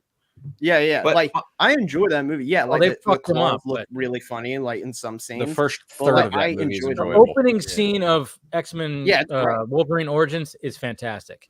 Yeah, Ryan Reynolds is actually funny in that movie. He's funny, and the first third of X-Men Origins Wolverine is enjoyable. Everything after he gets to the farm with the old couple is just that's where it kind of straight up fucking downhill. Yeah, well, one thing when it comes to the Fantastic Four that drives me nuts is like in multiverse. For instance, there was like 5 years where all these Marvel fanboys were like, "We want John Krasinski as Reed Richards," which I was all for because I love The Office. I love John Krasinski. They finally get him right. They get their dream fan cast. And then they complain and moan about it was a terrible cast. Like, you wanted this. You got exactly what you asked for. Dawson, it's nerds at that point. Well, I'm aware. I'm very much part of it. I know how insatiable they can be. It just drives me nuts. This is why we can't have nice things. Okay, I actually asked my friends in my group chat for my podcast. They were like, I'm not really feeling the Pedro Pascal casting, and I was like, okay, well, who would you prefer? I shit you not. My friend Terrence goes, "Oh, Penn Badgley or Adam Driver." I'm like, wow. Really? The internet rumor bullshit? Are you fucking kidding me? Really? And he was like, I wouldn't have mind Adam Driver. I was like, really? Penn Badgley? I was like, look, I'll take Penn Badgley as like crazy ultimate fucking evil Reed Richards, but Adam Driver? No, I love Adam Driver. I was on the Dev Patel train on that one. I was on that train. That would have been inspired. A few years ago, I would have Billy Crudup would have been a good Mr. Fantastic. He looked exactly like I totally see that. Yeah. I can see that. He may be too old now, but I always actually like the idea of George Clooney because a lot of the newer Alex Ross artwork has been kind of looking more like George Clooney. Kind of immortal. Like, I can get George Clooney be there, be like, "Hey, I mean, he is the best Batman, so I mean, why not? All right, Axel, that's enough. It's enough. Then it's enough. Like, I'm Mr. Fantastic. When it comes to the it's like Superman. It's whoever they pick is the right answer. To be honest with you, whoever the director. Well, that's one of those things. It's like, and that's why, like, I don't like. I love Pedro Pascal, but I was like, Reed Richards. I don't know about this. But then at the same time, I'm like, how many times have we gone through this where we go, this person gets cast, and everybody, people go, what? That's not right. And then all of a sudden you watch it, you go, oh wow. Now he's perfect. We don't know the story. We don't know the script. We don't know the screenplay. We don't know the vision. We're on the outside of the glass. Chemistry, all the stuff. Right. I mean, and hopefully they do that. And again, a bit of an age gap between like Pedro and Vanessa Kirby. You're supposed to be. He's much older than her. It is. Yeah, I know. Like older than her. And the comics be like very obvious. Okay. Who here has seen the Namor memes running around since Vanessa Kirby's been cast? Oh, yeah. You talk about when I saw one. when they hook I up. wish I hadn't seen them. Oh, they're so funny. They're so Yeah, I've funny. seen some of those too. Yeah. Oh yeah. They make me But laugh. yeah, they're supposed to be Especially with Valentine's Day, it was like, oh yeah. Huh? Yep. But with Pedro Pascal at that point, just seeing the roles he's done at that point, Reed again is supposed to be the smartest man in the world, which I can see Pedro portraying at that point. Yep. He's supposed to be, also with that, he's also eccentric. He will also, in some universes, Reed is one of the most dangerous people in the universe at that point. I'm really glad you brought and that he up. can turn very quickly at that point. I would love to see him in a room like we've seen in the comics with him and Tony sparring it out. Okay, I'm really glad you brought that up because I wholeheartedly believe that we might see the Council of Reeds in Fantastic Four. Think so? I mean, if we've seen the Council of Kangs, Council of Reeds you have be to far have the behind. Council of Reeds. What Paul said. 100% what Paul just said. Because you get in that Reed, that in looking at what Jonathan Hickman did in that, the idea of the Council of Reeds, you have a whole bunch of Reeds that abandon their families in order to be the most powerful people in the universe. And our Reed decides, no, I'm going to keep my family and be the family man and still be the smartest man in the world. Right. Yeah. I think the best thing to do if they do the Council of Reeds is do it like the comic where because we're meant to assume, because again, I'm talking general audience, not comic book fans. General audience would assume, well, look, I'm just saying those guys that Dawson was talking about earlier. Those guys. I'm saying for the display of a movie in terms of like, oh yeah, Reed Richards, Fantastic Four, he's a good guy. So people just naturally assume, they think of him as just the nerdy good at tissues, or not good at tissues. Well, but you know what I mean. Yeah, and especially because they're from the 60s and so on and so forth. But the idea is like, so he's the council of good guys. They're all doing good work. And then just like in the comic, the twist is like, oh, yeah, we abandon all of our families in the pursuit of good. And Reed is going to be like, what? And like that itself would be that if that's part of a movie or part of an arc for Reed, like within the movies, like that's the good turning point. Go ahead, Phil. Oh, no, I just wanted to clarify last thing to say about Pedro. Pedro's not who I would have picked, but I believe in him enough as an actor. I think he's a good enough actor that I think he can pull Reed off. I don't hate it.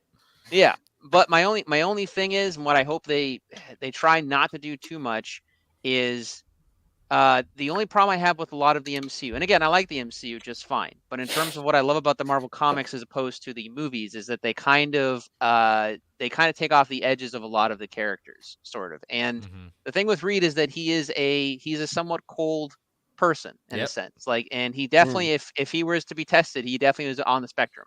And with Pedro being how he is and being how he's a very eccentric actor and a very lovable actor, I almost feel like they kind of want to do kind of what they did to Tony Stark a little bit. Like Robert Downey Jr. was perfect for the character. I don't deny that at all. But Tony in the books is much more of an asshole and an alcoholic, and they don't tap into that in the movies. And I get why. Iron Man 2, Iron Man 2, they kind of did, but then they were going to, but we never were going to get Demon in a Bottle with Robert Downey. Yeah, or at Iron least, Man 2. No. Iron Man 2 is a crash course in Demon in the Bottle, but you're right. We're never going to get that fully fledged out. You're right. Yeah, I'm not saying that we get like the darkest Reed Richards stories ever, but I'm hoping that they keep that personality trait of him being kind of cold and distant, and not necessarily meaning to. It's because the way Reed is and how he works, he's thinking of 20 different things at one time, which is why it's so much important for like the Council of Reeds and that arc and stuff like that, because to him, really, though, as much as he's thinking about the future and about creating all of these things, his first and foremost is he loves his family, whether that be, his children, Sue, or, Ben and Johnny, and that's the heart of what the Fantastic Four is, because as it's family.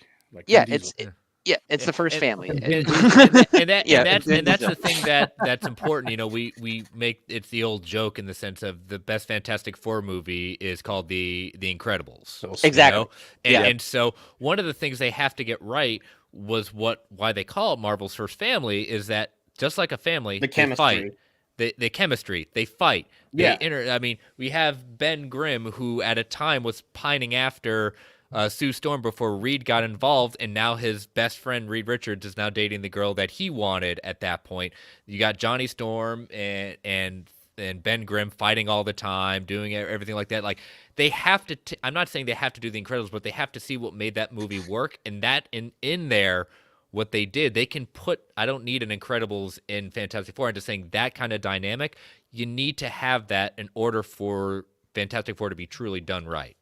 And also, like, you gotta have, like, in the 2000s movies, like, have Johnny and Ben have good chemistry, because Chris Evans and Michael Chiklis had great chemistry. Like, you could tell they like loved, but also hate. Sort of, it was a love-hate relationship. Yeah, like brothers, and like it was a lot of banter, and like that's something they need to do in this Fantastic Four movie that they're going to do. Probably the best moment of chemistry between Chris Evans and I can't remember the actor's name for the Thing in the first movie. Michael Chiklis. Yeah, Michael Chiklis. Is at the end where it's like, hey, no more jokes about the way I look. It's like, all right, everybody, wide load, everybody. He's huge. It's so good. Just stuff like that. It's just great. Has anyone here seen the Robot Chicken sketch where Michael Chiklis from The Shield and Michael Chiklis from Fantastic Four switch places through dimensions?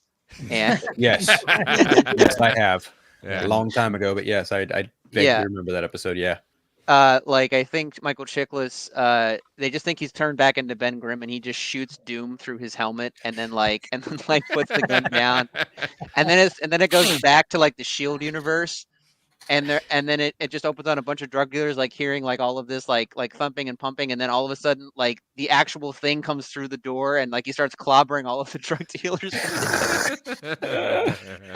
Class, absolute master class. No, that's great. No, but okay, so like and I remember you guys like saying like the chemistry between Chris Evans and Michael Chiklis. Yeah, no, it was great. I mean, I still remember like, was it the second one or the first one? No, it was the first one when they were all like they had to like just stay with each other and then quarantine. Yeah. They're fucking with each other, and he does like I think he did the shaving cream thing to him too. I mean, there was like the chemistry was great, and that's what's so funny. It's like, you know, Chris Evans, he started right there. He was a great Johnny, and you know, then all of a sudden he becomes Captain America, which is like, I wonder if they're ever gonna be doing something like that when it comes to definitely gonna do something. They have to, right? Secret Wars is that time. Like that, yeah. I don't see how they couldn't at least make one joke about that. So, and you get the idea of the Thing. Like at the time when Jack Kirby, who's was Stan Lee writing the Thing, but Jack Kirby making these images at that point. He was a self-insert, right? What's that? Oh, like were you about to say like the Thing was a self-insert of Jack Kirby? Didn't mean to cut you. No. It was. I was more bringing up the idea that where in a time where monsters were in comics were always the villain, he brings forth a quote unquote, the famous comic, this monster that's actually a hero. Yep. And having to deal with that idea that we've dealt with a MCU that you have for the most part. Everyone looks like everyone else. They no one's really totally scared of them outside of the Hulk. Yeah. So now we're bringing in another one that, you're kind of like the Hulk. Oh, what's that going to be? And one of the things like when it comes to the Fantastic Four, and the design, I mean, obviously the design, they're going to be like, we're going to go heavy on the original design, but at the same time, it's like when it comes to origin story, I mean, obviously they don't need to do an origin story. Again, it's like, we're all kind of just sick of the origin story template. And that's why like just watching Madam Web, it's like, man, they could have already had her established and did some kind of story that played into the origin. So you get a sense, because now I think like moving forward when it comes to CBMs is like they stop it with the origin stories, but you can do things where you reference it and blah, blah, blah. I mean, obviously when it came to the Batman, which was great. It was like, it wasn't an origin story, but because everybody knows it, but you still have to reference it. Same thing when it came to Tom Holland's Spider-Man. You didn't need an origin story, but there was like a reference. You hear about spider bite and blah, blah, blah, but everybody knows it. But even when it comes to characters that maybe not people are familiar with, don't do it. Just kind of reference it. It's just like, it just seems like the origin story template is just fucked out now. It's like and I really hope, I mean, I'm pretty sure they're going to do that because we've had the previous Fantastic Four movies and we saw like something like that, and maybe they're not going to exactly do it. So they're already going to be around, but there's going to be, references. And, if you could do that storytelling well, please do that, inject that. But even like I said, even with characters that people don't know, it's like, don't stop doing the origin story template. It's just played out. It's been played out for 20 years. I'm okay if like the first 20 to 30 minutes of Fantastic Four is all about them, like a montage or something. Well, yeah, like the Incredible Hulk movie. Like it just showed there was just a montage of it. Yeah, I mean, but you could even just like you could even have all the panels everywhere. you could even have it be like a shortened version of like the beginning of Armageddon, because they're all astronauts and they're all going on this space mission, and you're learning while about the credits are rolling.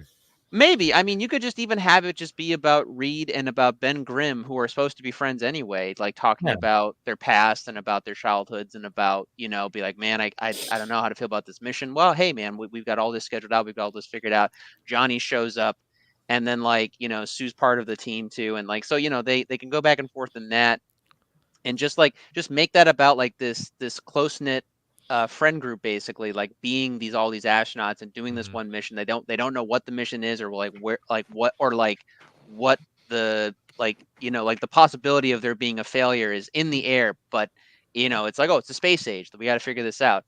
And then the accident happens and like all this crazy shit, and then it's about discovery and about that kind of thing, and about I mean, yeah, you can take it through the paces, but then I don't know, like this movie feels like it could be multiple different things at once, because I'm with Axel. It could very well be a different dimension, or because like, I mean, Fantastic Four would have to come up at some point, I feel like, of them having to mention it, unless this is the situation where it was like one lone group that went up into space and was never seen again, and then that's what transported them to like another time or another place or whatever, depending on like Stop what being they in the wanted. writer's room there, Paul. You're spoiling the movie. I'm sorry, but I'm just saying, like, I think there's unique ways that they could play with the origin without making it be the whole movie, which I think would be good.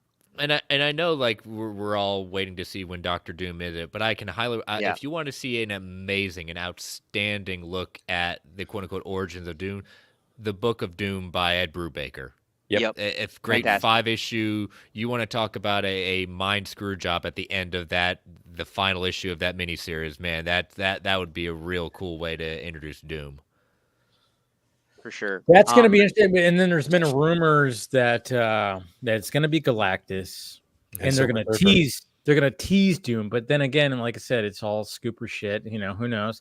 But of course, they have to start kind of doing that. But Galactus, the thing about Galactus is like, now that after watching Eternals, and like I said, I know Eternals gets a lot of heat, but man, there's some things in there where I'm like, well, we can pull off. It was the trial run for Galactus. Yeah. That ending couple minutes where she gets like sucked into space by a celestial. That was great. So good. Who talks, by the way? Ugh. He what? Well, does he? I haven't seen Eternals since I was in theaters. Is there speech from the celestial? Generally, no. I mean, unless I'm missing. I mean, yeah, generally no. It would be like you and me talking to ants. There's no reason for it. They're on such a high level. I talk to ants all the time, William. Yeah. Okay. I am king. You speak to ants. But I think that what I would like to see is that the Celestials play a huge part in all of this, even in the consolidation after Secret Wars. And I think this is where the very first mutant that you should see, other than the ones that are already out there, is Insabanur. It needs to be Apocalypse, because that lines up with Ramatut, King. All the pieces are there. Coming back. Yep. Right. All the pieces are there to bring him in and bring him along with it. But I think that Galactus would be a sort of maybe a second movie. But I mean, if they used him, I don't want to see Doom again. I don't think that's a necessary one. I think there's not the first one. No. My only concern with Doom, I don't think Doom will be the main focus in the Fantastic Four. I think they're going to play it smart. They're not going to show Doom right away. They want to build the Doom. But my only concern with Doom is, because look, both the Hickman run of Secret Wars and the original 1980 Secret Wars, Doom is the main factor in those books. Yes, and he is. Yeah, so what I'm worried about is them trying to make Doom the main focus of Secret Wars, I don't know how much time is between from the Fantastic Four movie and the Secret Wars movie. Does anyone know off the top of their head? No, well, Secret Wars is later on. Rearranged. Yeah, at least Secret Wars is later The on. dates are going to be rearranged. I could easily see them easily replacing Doom with the Beyonder. You know, when they do easily. that. Yeah. I just hope that I'm just saying it's Yeah. it's a well. I agree with you, William, but I'm just saying absolute worst, laziest fucking enemy ever created. Absolute. I agree. Oh, I go, agree. William. Do you like any villain? You don't like Lobo. You're gonna give William a heart attack. I don't like Lobo too, but like Lobo is not. In Chris's Deadpool. defense. In Chris's defense, though, like Doomsday. as much as I would love to see Doom the focus in Secret Wars, I'm having a harder time with Doom being God Doom, and then we have to go back to regular Doom and like a sequel to Fantastic Four. We haven't I think done it would be I don't think they should just introduce him for Secret Wars because like you'd have to like reference the point that Doom and Reed Richards knew each other at one point. And William, when I say the Beyonder, it's going to be a King variant. That's the Beyonder. Okay. It just because I bought Secret Wars off the shelf when it came out, and then the entire basically what it was is when we can't write our way out of a situation, here we have this character, here we have the Beyonder, and it was like, man, I mean, it's like, and it got worse with Secret Wars 2, and then the whole William, to be fair, I'm not saying it's a good practice by comic books, but that happens like way more than we want to admit as comic book fans. It does, and that's why I'm saying here we have a chance not to be that, but I'm like, because the Beyonder is literally in actual, you can't compare the Beyonders in futility to characters like Venom and all these other characters, because the problem I have with most of those characters is if comics have been around 80 years, but yet if you do Superman, you got to pull Doomsday out of your asshole every fucking time, and that gets old. Yeah, true. And that's, I don't Venom, like the same thing. Spider-Man has a Doomsday rogues with gallery. Lex Luthor, and I agree with you. Yeah, Spider-Man has the most colorful rogues gallery of any comic character, but yet as soon as we get to the web singer, we got to pull Venom out of our ass, and it's just when are we doing Venom first movie? Yes, let's do it. I mean, it's like or they just got to get to that. I'm like, there's so much rich That's what history Madam Web was characters. missing. William needed Venom. Yeah, I needed Spider-Man, but that's a whole other dream. Tom Hardy needed a writer and a director and a cohesive team. A cohesive team, like you were saying before, when you do comics, basically what they have is like, you'd have an editor in chief, but each subgroup would have their own editor. Chris Claremont and all those guys, he was in charge of the X-Men books. John Byrne would be in charge. There would be that high tier guy that was in charge of the creative direction under that umbrella, and that person knew the IP and everything else, and you let those people go. Chris Claremont, nobody said no to Chris Claremont. Nobody said no to Chris Claremont. Did whatever the hell he wanted to until he left the X-Men. And nobody said no to him. Well, one of the big reasons was that because at that point, X-Men was a failing title. It had already been canceled once, so they said give it to the young start. If it fails, well, oh well. It wasn't that big deal. So when he made number a success, one comic for 7 straight years. And the reason we think of X-Men as being looking at the bigotry and things like that is not Stan Lee and Jack Kirby. That's Chris Claremont. Yeah. Even though you're right, but the Stan Lee and Jack Kirby put the original diversity emphasis when they first created those characters. Yeah, they just could not put the characters that he wanted to. The Jewish immigrants could not put the civil rights struggle front and center in 1963. They would have never got it past the editorial. Correct. But it wasn't until the mid 60s in 1966 and whatever, when you got to start seeing Black Panther and then Luke Cage, you got to start seeing headline ones, but you couldn't get that through in the early 60s, unfortunately. But that's what they really wanted to do. Malcolm X being Magneto, Martin Luther King being Professor Xavier. That's what they were going to. So whenever I talk X-Men, I always tell everybody, like, when it comes to Stan and Jack, they made the foundation. Chris Claremont built the house. Yes, like that's the best way to look at it. Good house, but too. I'll tell you what, you read some of those. I'm a huge X-Men fan. I own a ton of them. But you try to read some of the original X-Men, Stan Lee, Jack Kirby. Oof. There's a reason why that book was canceled. I just got the original first printing of the omnibus of the first collection of Jack and Stan's X-Men with the Alex Ross variant cover. But it's the 60s dialogue more than anything. It's the there are good ideas, and I think Chris and those artists, they took what they knew and they really just no, you're exactly right. They put the foundation. Claremont put those. I love that. That's exactly right. And like I said, Chris Claremont's run on X-Men is like nothing short of legendary. I mean, he defines that book to where he's the only one at Marvel Comics that has a lifetime contract. Only one. Really? Yeah, he has a lifetime contract with Marvel Comics. Yep, that's awesome. There's two people that never got said no to doing what they wanted to do in Marvel, and Chris Claremont's the other one. Frank Miller. Frank Miller wrote the way he wanted to write, or he left. Daredevil stuff, yeah. Yep. Yeah. Anything he put his name on. If you hand over editorial control to me, or I leave. Yeah. That's what you have to do. I mean, something like somebody like Frank Miller. It's like, I'm going to sign this, and you want my name on this, which my name is now out there. Let me do what the fuck I want. And you know what? It's like that's some of these directors didn't do that. Honestly, yeah. But at the same that's time, what Matt Reeves did. Sometimes, yeah. But the fact of the matter is, they hire some of these, directors that don't have a name, and they're trying to establish their name. Like, I mean, going back to Madame Web with S.J. Clarkson, I mean, that was her first movie. Yeah. God damn it, that sucks. I can't wait to see the movie she actually directed, though. I won't hold that against her until I actually see like the movie that was actually supposed to. Because, like I said, you can see that movie was like a pizza with just them making it with whatever was left on the floor. Oh, dude, they put it in the microwave. It was not made in a. They put it in the dishwasher or some shit. I bet she's really wishing she took on Star Trek at this point. Dude, it's just that's what fucking sucks. And that it's hard being caught between a rock and a hard place, either doing Madame Web or Star Trek 4. My gosh. Well, Star Trek 4 is going to take forever for them to get together. Well, that's what I'm saying. Like, imagine being in that situation she might be able between to do those both. two. She might be able to do both. By the time they actually greenlight Star Trek 4, she might be able to do it anyway. Star Trek 4 is going to be Star Trek 1 by that point. It's going to be another reboot. Willem, do you have to take off still? No, I'm good. I left and took care of the customer. I came back. Oh, okay. Just making sure I saw it in the private chat. Yeah. But when it what?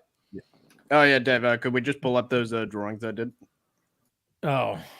No. Leaves. Jesus Christ, I know Axel has to we have to pull up his drawings. You don't have to. Okay, so here's Batman holding Lana Lang hostage. Oh, and creepy. Batman has. Wait a minute, why do you have Batman holding a gun? That's not what Batman does. How dare you, sir? No.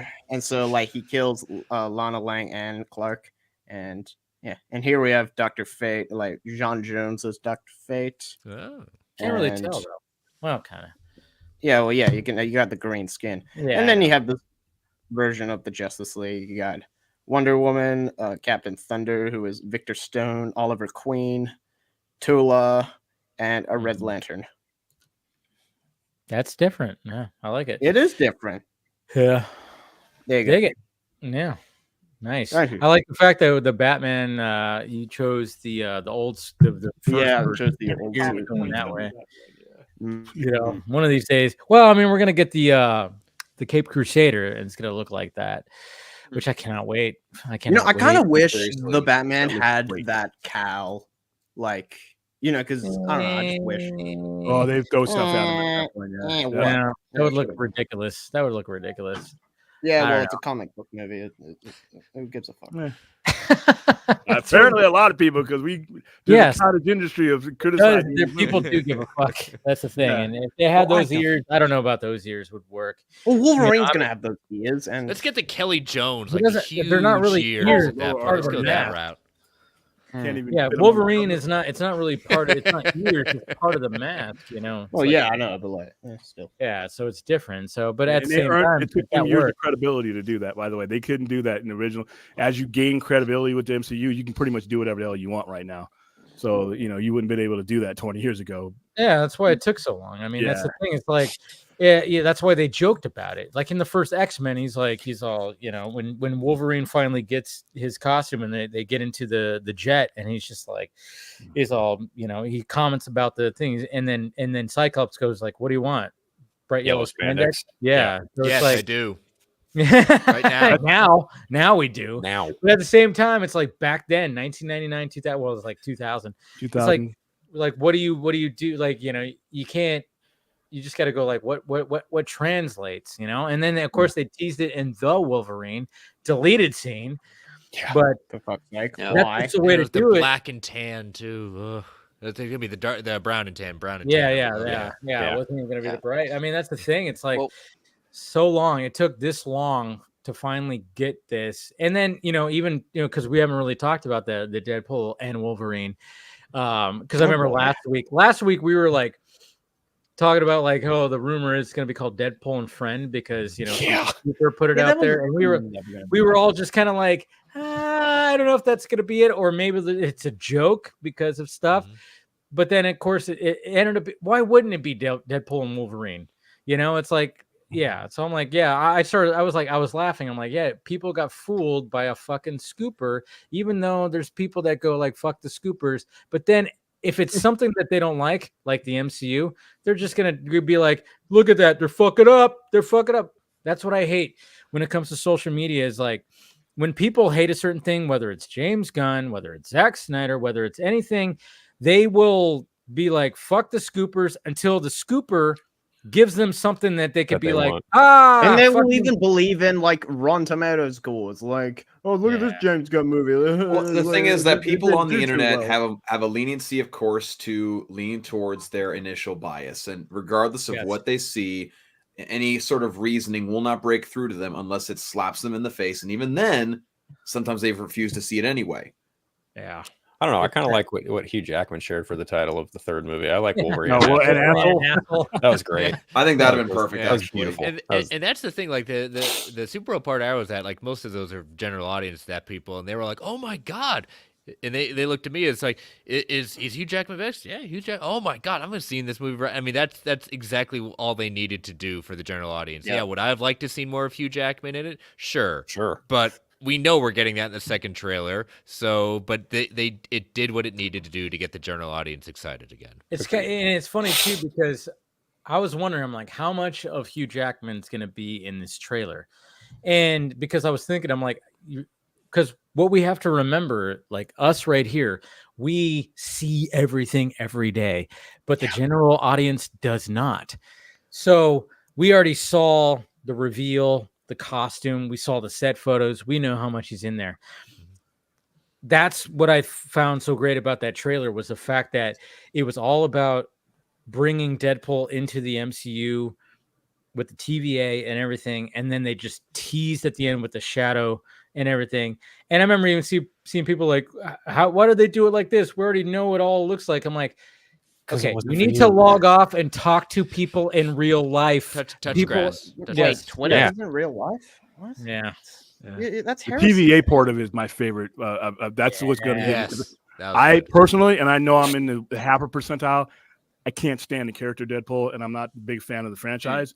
But I know I'm in the minority. That's not even a fight. I just have never had a use for the character.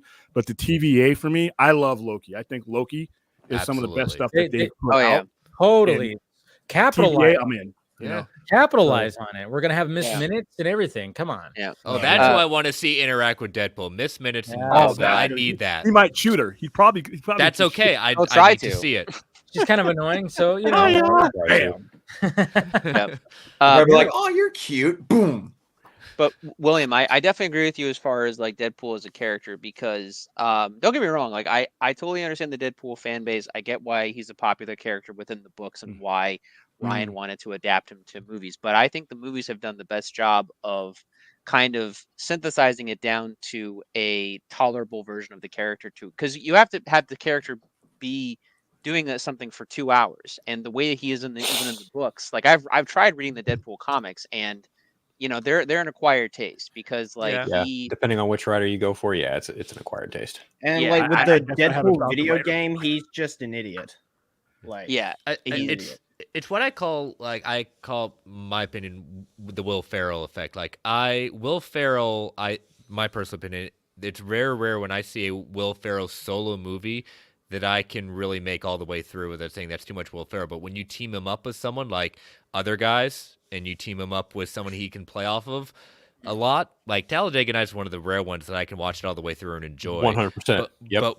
But with Deadpool, I think when you have the Deadpool and Cable, yeah, that dynamic is something you can play off and everything kind of evens out a bit. That comparison only falls apart when you think of Holmes and Watson. You're right. Yeah. Oh, God. That movie was awful. Yeah, that's true. Yeah, I mean, I'm not saying every Will Ferrell movie hits it out of the park. Right. That's what I was supposed to just be contrarian at that point. Yeah, you're exactly right. That's a movie that should have worked because it was still both like Will Ferrell and John C. Reilly, and we've already seen them. Like when I first saw the trailer, I was like, it was no Step Brothers.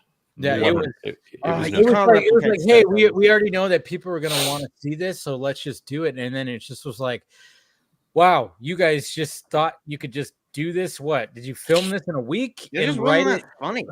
Like when I first saw the trailer, it was funny. Don't get me wrong. Fucking like, horrible. It was so freaking horrible. Yeah. So freaking horrible. But watch out, we got Travis right here. What? Hello. Your hair in a ponytail? Or absolutely. Yeah. I just haven't had time. Sure. I was like, oh, did you cut your hair? Or? No. He's copying me. When my hair's in a ponytail, that's what he's doing. He's copying. Oh, is it? Yeah. No, it's nice. It's the best thing not to get it. I was just doing some chores right before this, so it's great to do that. I'm not in the man bun stage yet, but I'm in the pony stage, so I'm excited. I will never do a man bun. I want to at least do it once in my life because I don't know if I will keep the hair. I don't think I will. I'm gonna try to grow it out till enough that I can like chop it and donate it because it has to be like a certain length and everything. So that's why I want a man bun at once, and then after that I'll probably be cut. And I don't think I'll ever do this length again. But we'll see. Who knows? But how's the weekend going? Well, I guess not the weekend yet, but I hope everyone's gonna have a good weekend. We're getting into the weekend. Okay, so Travis, did you see Madam Web? Oh yeah, I saw Madam Web. Yeah. But it's your reaction. I love. It's not like it's like that's why I joke before. It's like anything I said before. It's like I am like Madam Web and had a vision. It's not a good movie. It's the same old. But it's like at least we talked about this when we saw the trailers. It's like that's what I was kind of expecting and going. I had a good time with my theater because I think 75% of the theater, which it was crazy that because I know it's doing pretty poorly, which we kind of thought, but for my theater I had more people in it than Aquaman and the Marvels when I saw that opening night. And I guess it was Valentine's maybe, but still, but it felt like 70% of the theater was with me and knowing what type of movie they were seeing. So I agree with the sentiment that's a bad movie, but it's not like the lowest of the low. If there's like two tiers, if it's like the all-time top 10, it's like the one above that, but it's not your Howard the Duck or Catwoman or Steel. Like even Batman and Robin I put there. Batman and Robin I enjoy more now because I watch it and pretend it's like an adaptation of Batman 66. But exactly that is exactly. But if you're watching it as a way like this is a great movie, then no, then it's down there. But it depends. Yeah. So no, it just. Yeah, it was not great. Not great dialogue, not great stuff going on. The actresses tried. I don't think, and that's the other thing. I don't think anyone was like really bad in the movie except for the villain. But I don't know. God, he was so bad. I'm like, what the fuck? I don't know what's going on there with his dialogue as well, because over half his stuff is ADR, and it's very odd. Because I don't know, they shot one movie and then they did another movie and they gave the other movie. It's like those old karate movies where their mouth moves, then you hear them speak. Yeah. That to me is a top 10 like all time or worse is the villain. He's someone I would put in the bottom because not even just that. I think in that situation you can't act that well. The motivations make no sense. So no, it just continues to hurt my soul. But hopefully Beyond the Spider-Verse as soon as possible. Or we can have the motivation was changed too, because the motivation from what I could tell was to stop Peter from not being born, because at some point using her power she would have access to all those other universes, and she would realize the only one that didn't have a proper Spider-Man was hers, and that would have been her mission. So if they changed that, then at that point nothing they could have done at that point would have made any sense. You're basically trying to piece together, you're trying to stretch a 10-foot tent over a 20-foot space. You just can't do it. Yeah. So everybody in that movie everybody that worked on that movie got screwed by that decision. Yeah. So, it's just one bad decision cascaded into another bad decision. And like I didn't love Morbius. Like I think I gave Morbius that's like a 5 out of 10. Like I thought that was more fine than this, but we heard that like we saw the first trailer, right? How many scenes were in that movie or in the trailer that were in the movie? I'm sure the last Venom, like it feels like, and movies always get caught up and changed and everything, but it feels like they're very much in that 2017 to 2019 DC EU era where like everything was just going through the grinder. And I feel like Sony since Venom 2 to now the live action stuff, and that's the same thing with Craven. It's like, man, I just don't even like. I wonder if it's even gonna stay radar by the time we get there. You know, like is that gonna movie that's gonna go through? It better. It might, but like you're dismembering things. You gotta be. Yeah, I guess he did bite off the nose. It's just the fact of like what is that movie gonna be by the time it was in the can, and then by the time it gets to us. You know, how long has that movie been done? Right, that's what I mean, right? It's been like just sitting there. They could have put that up before Madam Web if they wanted. Oh yeah, it was supposed to be out last. We've already supposed to see Craven. Yeah. Yeah. When's the Gambit movie coming out? Seriously, I've been waiting for that. You're probably in your 30s. Yeah. Would anyone be shocked to see? Would anyone be shocked to see Channing Tatum as Gambit in Deadpool 3? Not at all. That's happening for sure. Not at all. Only for this movie, though. It would be the first one last time you saw him. Yeah. It would be like a reverse of what happened with Nick Cage in The Flash. Yep. Yeah, exactly. Except actually use his footage. Well, they did use his footage. They just repurposed it. Yeah. With Channing Tatum as Gambit, I think it would be a fun like throwaway gag, kind of like how Channing Tatum was used as a cameo in like this is the end or something like that. Or Free Guy, remember? He's in Or in same director, same Bullet Train. Yeah, same thing. They've done that, and Ryan Reynolds. Bullet Train the other day with Eli, and we were just laughing at how ridiculous this movie is, and like David Leitch just like he's like, I want a Bullet Train sequel. I don't know if it's going to be with Brad Pitt because Brad Pitt in that movie. I'm so glad he's not doing Jurassic World. I'm just saying. He's got so much. I did not want him him being the director of the Jurassic World. Yeah. Makes sense. But then Ryan Reynolds also has a cameo in Bullet Train. Remember? Yes. Yep. Yeah. That he does. I do. And Brad Pitt would. Deadpool 2. It was flipped because. Okay, I'm banking on the fact that the Invisible Guy is in the birthday scene. Oh, absolutely. That's a good. I didn't think of that, but that's a really good pull because you don't even have to show Pitt at all. You can literally just refer like, oh, he's one of my best friends. He's been here because that image of Deadpool with the hair was haunting when I saw that for the first time. The wig. I thought it was so funny that the Deadpool 3 trailer opens up like a traditional Disney movie, then it just jumps right into, oh no, we're bringing Deadpool in the MCU by way of TVA, and it's like, oh, okay, this is exactly where we're going. Craven comes out on August 24th. I'm not new to pegging, but Disney is. Yes. I do wish David Leitch. That line had me rolling. Just the way he looks at the screen after he says it, it's like, all right, we're in.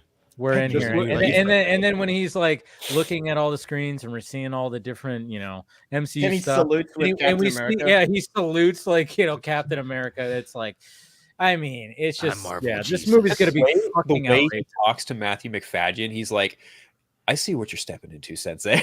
So on point for that version of the character. The dry humor that's going to come out of him as Paradox, I'm here for. Absolutely here for. Walk with me. Craven comes out in August. August, yeah. For when so how they release these movies, you can tell how much they care about them when they release them. If anything with like a March to September, that's a movie they think higher of than movies that they release in the interim of those movies. Yeah, you're right. So August used to be a dumping ground, and ever since, I don't know if Guardians was the first one, but eventually they put Guardians there, they put Suicide Squad, but in the 2000s, Turtles. in the 2000s, so it used to be like January where you would dump movies in August that you're like, oh, we don't trust this, but now it's March. It's with that one. It's just tough because with Madam Web to me is doing even lower than I thought it was going to be. Like when I saw it did 6 million and Bob Marley beat it, I was like, man, I didn't even have that. So with Craven, I've always said that I think the radar will hurt certain audiences because I think that like if they really lean on the gore aspect, I think there's a lot of people that they don't know Craven, they might not want to see another superhero movie, and the gore aspect might turn them off. I don't know if that, and I don't think Ayla Taylor-Johnson is like a I have to see him in theaters. So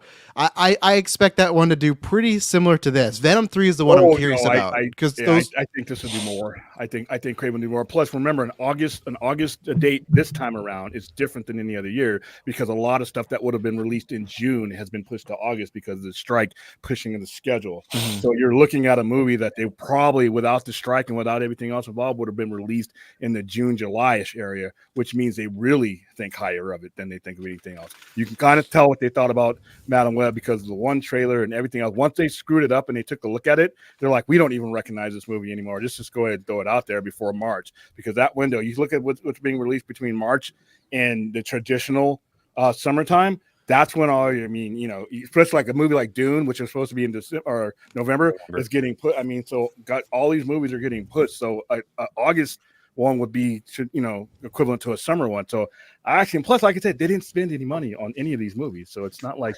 they're not going to lose. See, that's the thing.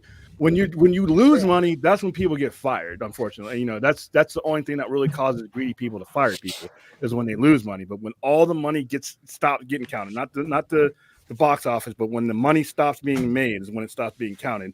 The worst they're going to do with any of these movies, the worst they're going to do is break even. Yeah, the movie will have second life when it goes to Netflix at that, but people just want to see. I want to see how bad this movie is. Well, Mad Web, I'm really curious. Just because the numbers are so low, I'm curious to see what the final box office. Well, look what's happening with the Marvels. Like on Disney Plus, it's like blown up. People are like, "Hey, I watched it," and the people actually are like, fun. It's enjoyable because you're watching it, as probably like a Disney show. I mean, but then again, like I would watch the Marvels over Madam Web. Every day of the week over Madam Web again. Yeah. Sony has an advantage because whereas with the Marvels, it went straight to their own platform. Sony sold this shit twice before it goes anywhere else. So they've already made money before. Whoever bought Madam Web, man, that's a broad deal you got there. No, I know, but just like the idea of like you're gonna advertising like, hey, this week coming is Madam Web. Maybe people have a good time watching Madam Web on it Disney Plus in 2 years. You know what's gonna happen. Don't be shocked when Madam Web hits VOD within the next month. That's the thing. Don't be shocked. No, that's what Sony wants. They want to get their chunk of the money sooner than later.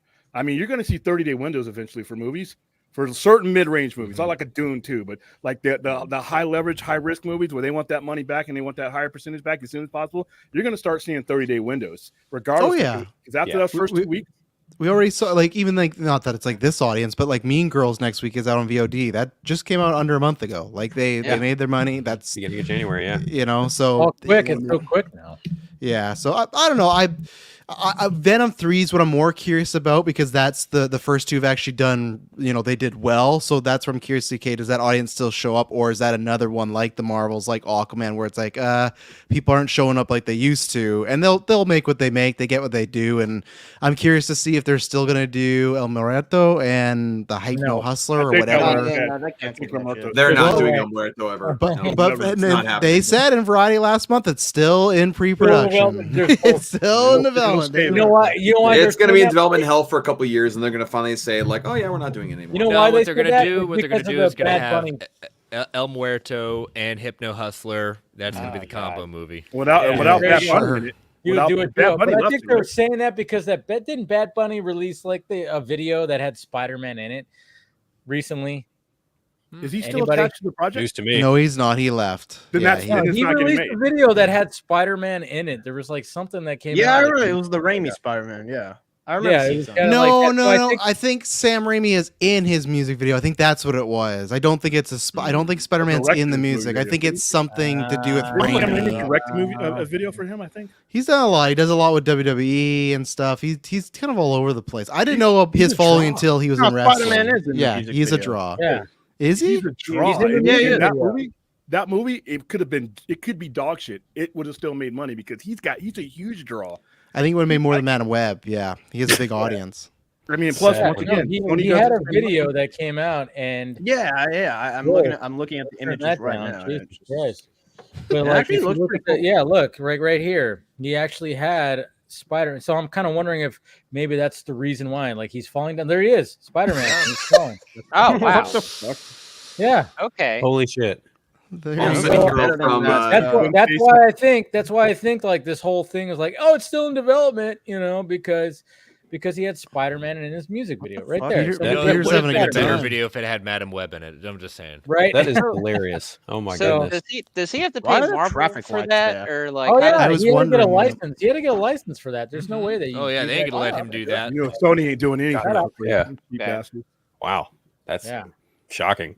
They gave him that to sign on El Muerto, and then he did the video, and he's like, "Actually, I'm not gonna do it anymore. Sorry, guys. Thanks he for pulled the Spider-Man." JJ Killing Abrams. that project. Killing But- that project. Look what we got right here, Dawson. Look at this. That's pretty Ah. cool. Oh, yeah. Posting that right there. That's pretty Yeah. sweet. Very nice. Finishing that Like up a couple minutes Yeah. ago. Put it in the portfolio binder and all that good stuff. Might ink it or Nice. something later. I don't know. We'll see. I dig it. Muchas gracias. Yeah, thought I'd show that.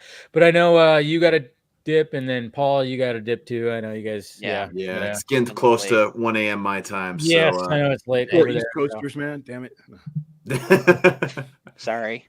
but But thank you guys for coming on, man. Yeah. Appreciate it. yeah, thanks for the invite. Good to see you all. Yeah, same. promote Thank promote whatever you Thank want to you, guys, promote. Who wants to go first? Or... You can Dawson. go first. All right, cool, sure. Just putting out a bunch of art on my website recently, djwart.com. That's yeah, there you go. But that piece that you just showed might be on there at some point. But I have some projects that I have some other colorists working on, including a Bilbo Baggins and Gollum print that I should have up pretty soon. And as well as a Magneto Wolverine print, which I'm really excited about. Nice. Other than that, just the regular show with my friends, 4 Nerds on Wednesdays. Yeah, appreciate the invite, man. No problem. All right, Paul. I don't really have anything to promote because I'm just a guy. But I will say a guy. I say it like every time. I will promote a tagline that I shared with Phil when we were talking about Madam Web before the podcast. I said that the tagline for the thing should have been, this Valentine's Day, show your friend or your lover that you secretly hate them. Take them to Madam Web. I'll say that much. And did more had more breakups at the result of that movie than any other before. Yes, a lot of comic books nerds like left at that point. But no, I got nothing really going on. But if you guys want to follow me, I'm at pmickey1988 at on Instagram and Paul Panhook on Vero. And Dave, thanks again so much for inviting me on. It's always a pleasure just talking to you guys and just riffing. So all right, yeah. Same here, cool, man. Take it easy, guys. Have a good weekend, guys. Take it easy, guys. Later. Yeah. Be well. Oh man, I think Phil actually he oh no, Phil's Allergies. good. Allergies. I was sneezing a bunch. Who clicked out? Droga. Axel. He's like, I'm leaving too. He's all whoops. Whoops. Sorry, I accidentally clicked out. I was like, Pushed the wrong X, didn't you? Yes, I did. Yeah, he spilled some food on his keyboard. That's Yeah, all. my rice. Are you eating ham with a fork again? No, I was eating a bunch of donuts. Wait. How else do you See, eat ham? Axel's still at that stage where he could stay very, very thin and eat a bunch of donuts. Yeah. You know? Oh, Wait, man. Dave, Yeah. I'm tagging you in the next post I do, like where I say no eating rice. Yes. Oh, Yeah. good. At least it's Don't worry, I tagging see him in the it. I see it already. When it comes to Axel tweeting, it's like it's either what he's eating or what he does not like. It's like, Oh, come on. What was the most recent tweet you saw from me, Dave? I think the Fantastic Four. You said it was the soulless casting ever. The soulless. Why is it the What? most Yeah. soulless I cast? don't know. I was in a Ever. bad mood that I time. So. heard a little bit what you guys were talking about. You didn't think I was gonna pull that one out. Yeah. I No, just didn't don't think you understand. We're in the age like once the Ledger Joker thing happened, everyone should just shut the fuck up about every casting that happens for the rest Thank of you. life. I'm with you on that too. And we had an era of Yeah. so many comic book movies where, not saying they're bad actors, but you got the best you could get, or not even A-tier actors. Like we have all these actors have accolades and have won awards or done great projects. And yeah, maybe someone might not be their first choice, but I just feel like wait until we get it and then see, just because we're so lucky that we have a cast of 4 that are just all really talented people. And that's all as long as it's a good actor, actress, whoever, I'm happy. Let's see. If it sucks after, then sure, talk about, see what happens. But like someone said before, we also don't know I think it was William. We don't know what the pitch is, right? Yeah. Like you could pitch whatever this, because that's been the biggest thing I don't understand. And I think it's just the internet thing, right? Where Joseph Quinn, he's in Stranger Things, he gets really popular, and now the new popular thing is just to fucking shit on the guy 24/7. Why? I don't know, because he's done nothing else in Stranger Things. The guy just blew up, and like God forbid he's getting gigs, like he's making a career. He's gonna be in a Quiet Place day one. He's gonna be Gladiator 2 as well. Like he's good. One, his agent doing very well, and two, like I think it's just because he got popular. It's like, oh well. I think actually what people are trying to say is like he's not hot enough. Like we had Chris Evans and Michael B. Jordan, and they're like, oh well, look at him compared. It's just like the dude's a good. Like if you've seen Stranger Things, and if you haven't, then Stranger Things is literally the template for him being Johnny Storm, right? Like he's so charismatic. I don't understand. So that's what I mean. I don't even like Stranger Things, so like it's a lot for me to say that. When he first got talking about playing Johnny, I was like, I could see it because of his character as Eddie in Stranger Things. I was like, yeah, I could see him being that character, and I want to see him in more stuff because I was just really impressed by how much he blew up and the fact that because I'm a Metallica fan and him playing Master of Puppets during that fighting off the demonic strings. Yeah, I know. It was so fucking cool. I was like, I remember working in the morning because I was like, I had to work. And I was watching at the same time but I was like, I have to watch the season finale. And when that fucking happened, I was like, oh, and I just turned around and I was just like fully watching the TV, like they fucking did this. Holy shit, I love this character. And blah, blah, blah. And then when I found out that he actually jammed with Metallica because he learned the actual song, I'm like, I love this dude. I want him in more shit. Get him more shit. I want him as Johnny. I even bought the Funko Pop with him doing that. I got to get that one. I got to get that one. I'll get with you. The thing about it is, I think when it comes to these castings, people can't get out of the vision of these characters that they have in their heads. That's what it is. We all have based the on what they've seen and what they know, and they don't realize that a job of an actor or an actress is to become something they are not. I had an issue with like the most obvious statement, like, and William has to make it, but it's true. It's like that's their job is make believe and lying, fictional characters. Exactly. There's some discourse I had with somebody that was like, oh, because prior to them casting the thing, well, they gotta cast a Jewish guy. Nothing at all against Jewish people, but once again, Sonny Corleone in The Godfather is a Sicilian.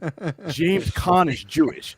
Al Pacino's Tony Montana is clearly Cuban. Yes, he's not. Not Cuban. Right. So I grew up thinking that, and then representation, like they just want that. And there's also a thing where like casting a Romani actor for Dr. Doom because that's what some people want. It's make believe. Listen, Chadwick Boseman is born in Brooklyn. He plays a guy straight from the continent. He's not from Wakanda. He's not from Wakanda. Wakanda doesn't exist, Dave. African descent, but not living on the continent like that cat was. Yeah, it's make believe. Yeah, if the Jewish actor or the black actor, whoever it is, obviously different when you're talking about physical characteristics. Patrick Stewart's not can't play me. It just can't happen, So, and I can't play him though. So there are limitations, but within being able to pass or something like that. I'm pretty sure Marlon Brando wasn't Sicilian. I mean, all it's acting. It's literally make believe. Yeah. So a guy can come in and play a Jewish guy just like a guy can play a Sicilian. You didn't, I mean, it's just, I mean, I don't know what the guy's name is, and I've only seen him, and like I see him, he's like one of those actors that pops up and shit. Evan Ross Baccarin or whatever, he's in Punisher. He's microchip in the Punisher. Yes. If he's qualified and can pass for it, but.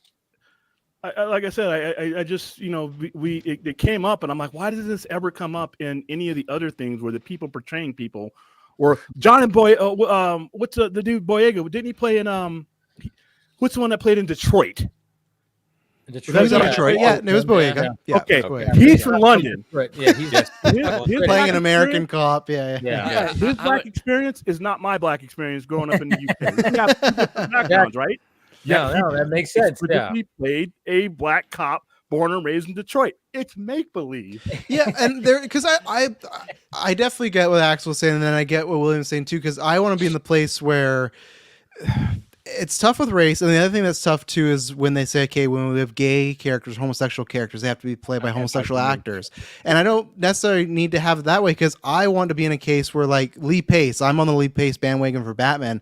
I'm in a situation where he's gay in real life, but I would absolutely want him to be Batman. I don't want to have to say, well, if it's straight guy, we got to make sure he's straight, and if he's gay, got to make sure he's gay. I think, like you said, well, of course there's limitations. You're not going to have T'Challa and have the Ryan Gosling meme, right? Like, I get, of course, like it's in the ballpark, but I think that's the tough thing where I want anybody to play anything within a general scope of the spectrum, right? Apply everything. And like, you you just want to said know who about else was Lee Pace?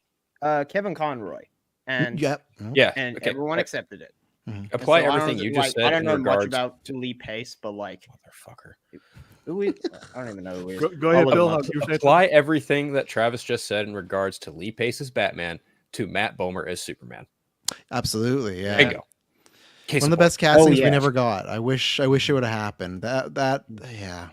I mean, he does voice the Flash in like these new animated movies, and in Crisis on Infinite Earths, he's the only one who's trying. In that movie, he's the only one. Everyone else, like Jensen Ackles, no, I'm sorry that I don't really agree with that. I Phil, feel like everyone. talking. Let the adults talk, Phil. Excuse the fuck out of you, child. Shut the fuck up. Like no. Oh, look at Axel with the feistiness. Getting a little snippy there, child. Hey, relax. And also to what Chris was saying with Pedro, that's why I don't. It is just so weird where I feel like for the past 2 years, everyone's been like, "Man, Pedro's one of the best actors in the world," and then he gets cast as Reed Richards, like, "Well, he can't do it. He's not right for the role." It's just like. I feel like we almost unanimously agreed this guy has the goods. Like he's a good looking guy, he has charisma, he can just do all these roles. But because he's Reed for some reason, it's like no. And I think he's gonna be perfect because what I've read from Reed Richards, I've been like, what I've seen Pedro can do, he can do all those things. I'm happy, great. You know? Okay, so he wasn't my first choice, but at the same time, I'm like, I love him. And then I totally forgot that because I had some channel on my TV. I forgot he was in Equalizer 2. I was like, yeah, I never saw it, so I forgot about that. He had a lot of bit roles there for a while. He's in Kingsman too, I'm pretty sure. Yeah. Which he was great. He played like a cowboy. The cowboy, people who gets shot in the head. Apparently, you can't die when you get shot in the head in those movies. Apparently, that's the thing. He's also phenomenal in The Unbearable Weight of Massive Talent. Oh, he's so good. Yeah. Oh my goodness. Yeah, he's really. He's good. great. But I think like I saw somebody actually post this. They said they were like, I'm getting Pedro Pascal fatigue, and I'm like, I get that because he does seem like he is everywhere, and now all of a sudden we're gonna get him in this. I get that, but at the same time, I'm not gonna sit there and go, fuck this movie. I'm not, it's like it's Pedro Pascal, not my first choice, but I think if and because when it came to him and Vanessa Kirby, I was like, all right, maybe not my choices. The other two, fine, because they're fairly unknown, and I'm like all about like that. These two are more known because they've been in like franchises and shit like that.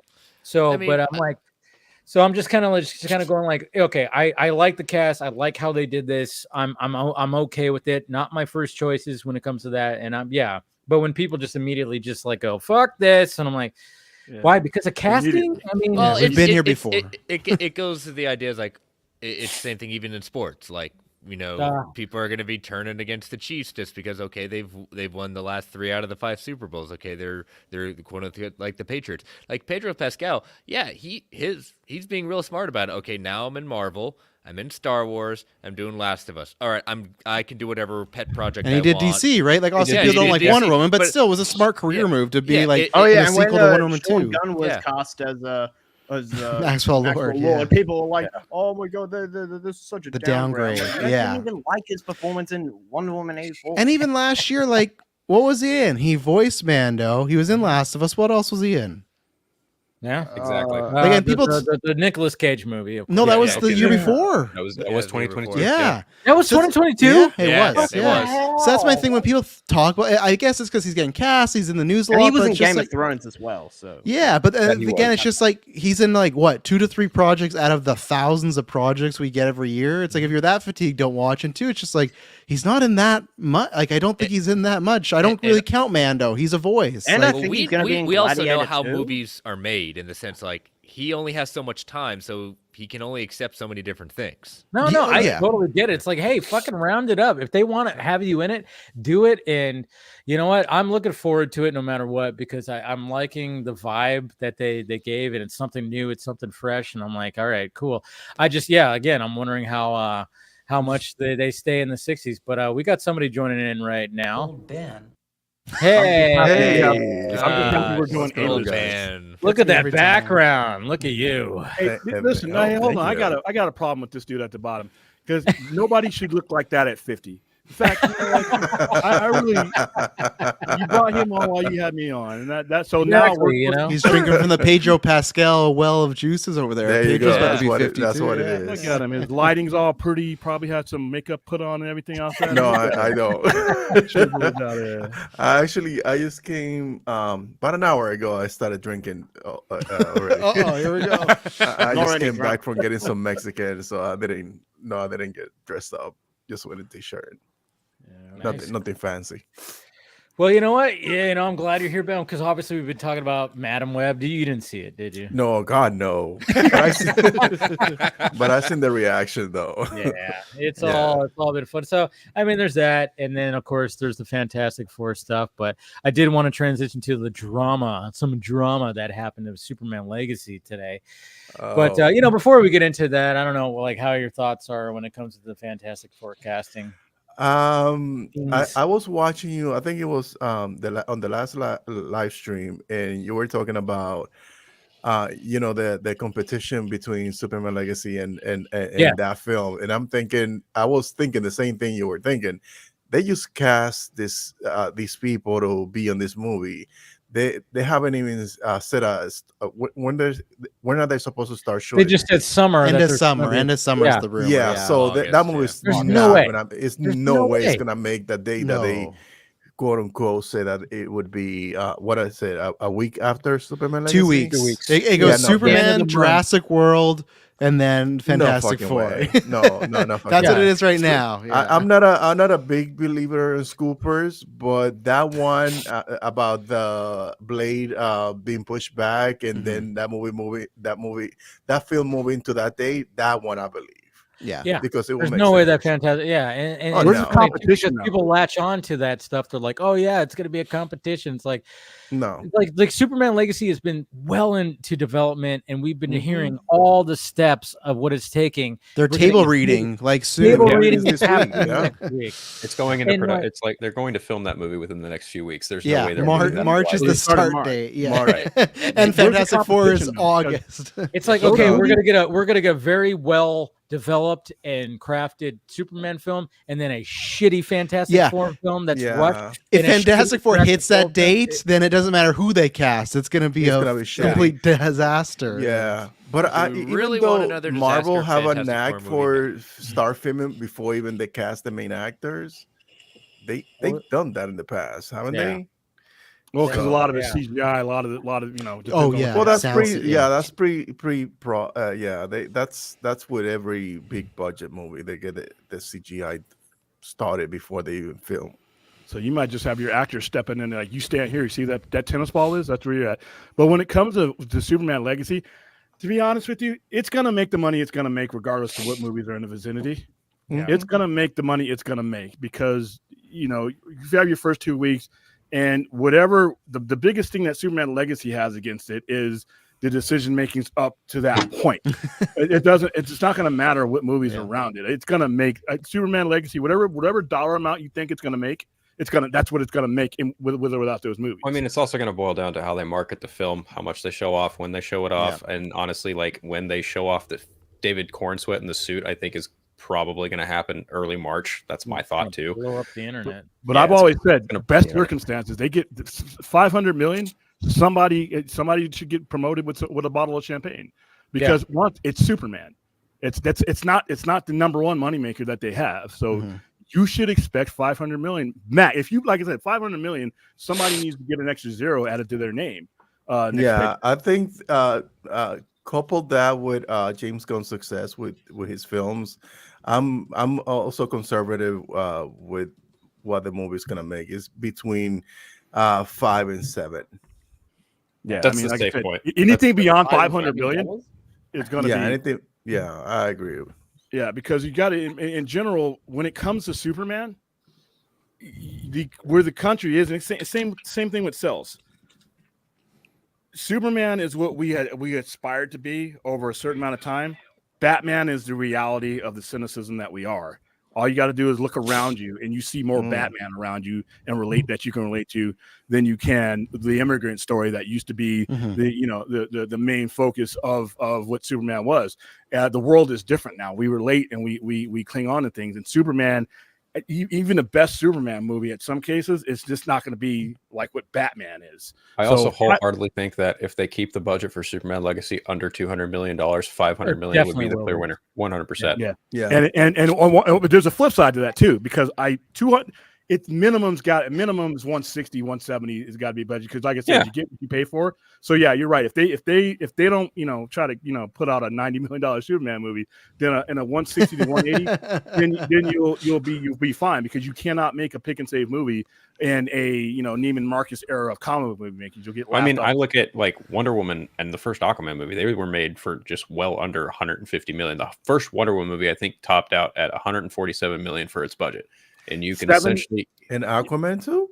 I believe Aquaman had under a $200 million budget. Okay, not far though, right? I mean, we're talking. No, it was close, but I'm sure the marketing may be like, But at the same time, it's still made over $1 billion. Yeah. Exactly. It just was reported as around 160, which I think is pretty good. Like and even then, like to William's point, if let's say Superman made like 500 million just flat, that would have been in the top 10, and that would have been in the top 10 last year. Like I'm looking at the movies now, like it's not like it was a couple years ago, right? Like if it made 500 million, it would have beat Elemental and been in the top 10 movies, which I feel like Warner Brothers will take that win all day, because as I'm looking, the only movie they have in the top 10 from last year is Wonka and Barbie, obviously, but then other than Barbie, just Wonka. So they just had, if it wasn't for Barbie blowing up, like the Chocolate Man saved them, and that's about it. Like, now that they know what a win is, back in the old days, like 7-8 years ago, they did not know what a win was. We still got the dumbasses with this should have made $1 billion, this should have made $1 billion. Now that you understand completely, because the standard was set by Marvel. Marvel was hitting $1 billion with everything. So that's cool. But you know what? The comic book store across from me, his money ain't paying for my rent, and mine ain't paying for his. I got to do what's right for my business. You should have told them that, William. You should have found them and. I'm not disagreeing with that, but that was the goal. Yeah, that was their mentality, right? It was the grass is greener thing of why don't we have $1 billion? We did Batman versus Superman. All the headlines are you didn't hit $1 billion, and Civil War. It like I think the worst of the worst is when Captain Marvel hit $1 billion, and I feel like that you guys got the rain of shit, because that was BVS can't hit $1 billion, but fucking Captain Marvel, who no one's heard of, made $1 billion, and that's where big way to Infinity Saga. But, and I think the same thing is gonna repeat itself if Deadpool hits $1 billion and Superman Legacy doesn't. I hope it shouldn't though, because that's like Hugh Jackman coming back versus the new Superman. You got to fire some people. I don't think in that way. I think as a CBM, the film itself, if it makes $1 billion, the CBM sphere is in a healthy place. It can be recouped. It depends on where the patient was at the beginning of the surgery too, because like I said, I think that everybody who thought BVS, every executive, and I'm not caring about fanboys, I'm talking about everybody whose job it was to do better. Everybody who set expectations for BVS to make $1 billion should be fired. Should have been fired. Every dumbass. Then again, when you think Superman and out of the box $1 billion IP like Batman, put them together, and also throw in Wonder Woman and potentially a Justice League. And the Dark Knight and Dark Knight Rises had just done $1 billion as well. It's really hard not to make that argument, though. If to be fair, no, it really is, because here's what you have to understand. First, you have to know what you're doing within your IP. Where you were at and the circumstances dictate everything. If a fucking fan can figure that out, then an executive should have been able to do better. You had basically a Superman movie. Your last Superman movie didn't make shit. All right, it did so bad you didn't even think about making a sequel for that one. That is so true. To that point, though, the budget of Superman Returns was also carried over from the defunct Superman movie that they tried to get off the ground. So getting black for that film was a lot harder for them. Okay, so now your next movie makes 678 million, something regardless you hadn't done before. It doubled it because Superman Returns was 390, so almost doubled it. So okay, so now your next movie makes 871 million. They had to be smart enough to judge their success within that structure, not just slapping a logo on it and saying, "Well, Batman is in this, and Superman is in this." You have a lot of man babies, and trust me, we all know who they are, who will clutch their pearls with a death grip of Christopher Reeve's Superman. It's taken them decades to get to let go of that. Now, eventually, they will. Have they though? Have they? They really haven't. It's better. Some won't ever. Yeah. It's better than it was in 13. But you have to understand when you're tackling these IPs, you cannot be a pussy. You have to understand that that's easy. It's the same conversation Zazoff said to James Gunn. Listen, you can't be a pussy. Yeah. You and Peter gotta fucking Don't put that underwear outside of it. Come on. No pussies in my office here, Gunn. Got that right? Yes, sir. It's actually more important when it is your money. Yeah. You have to.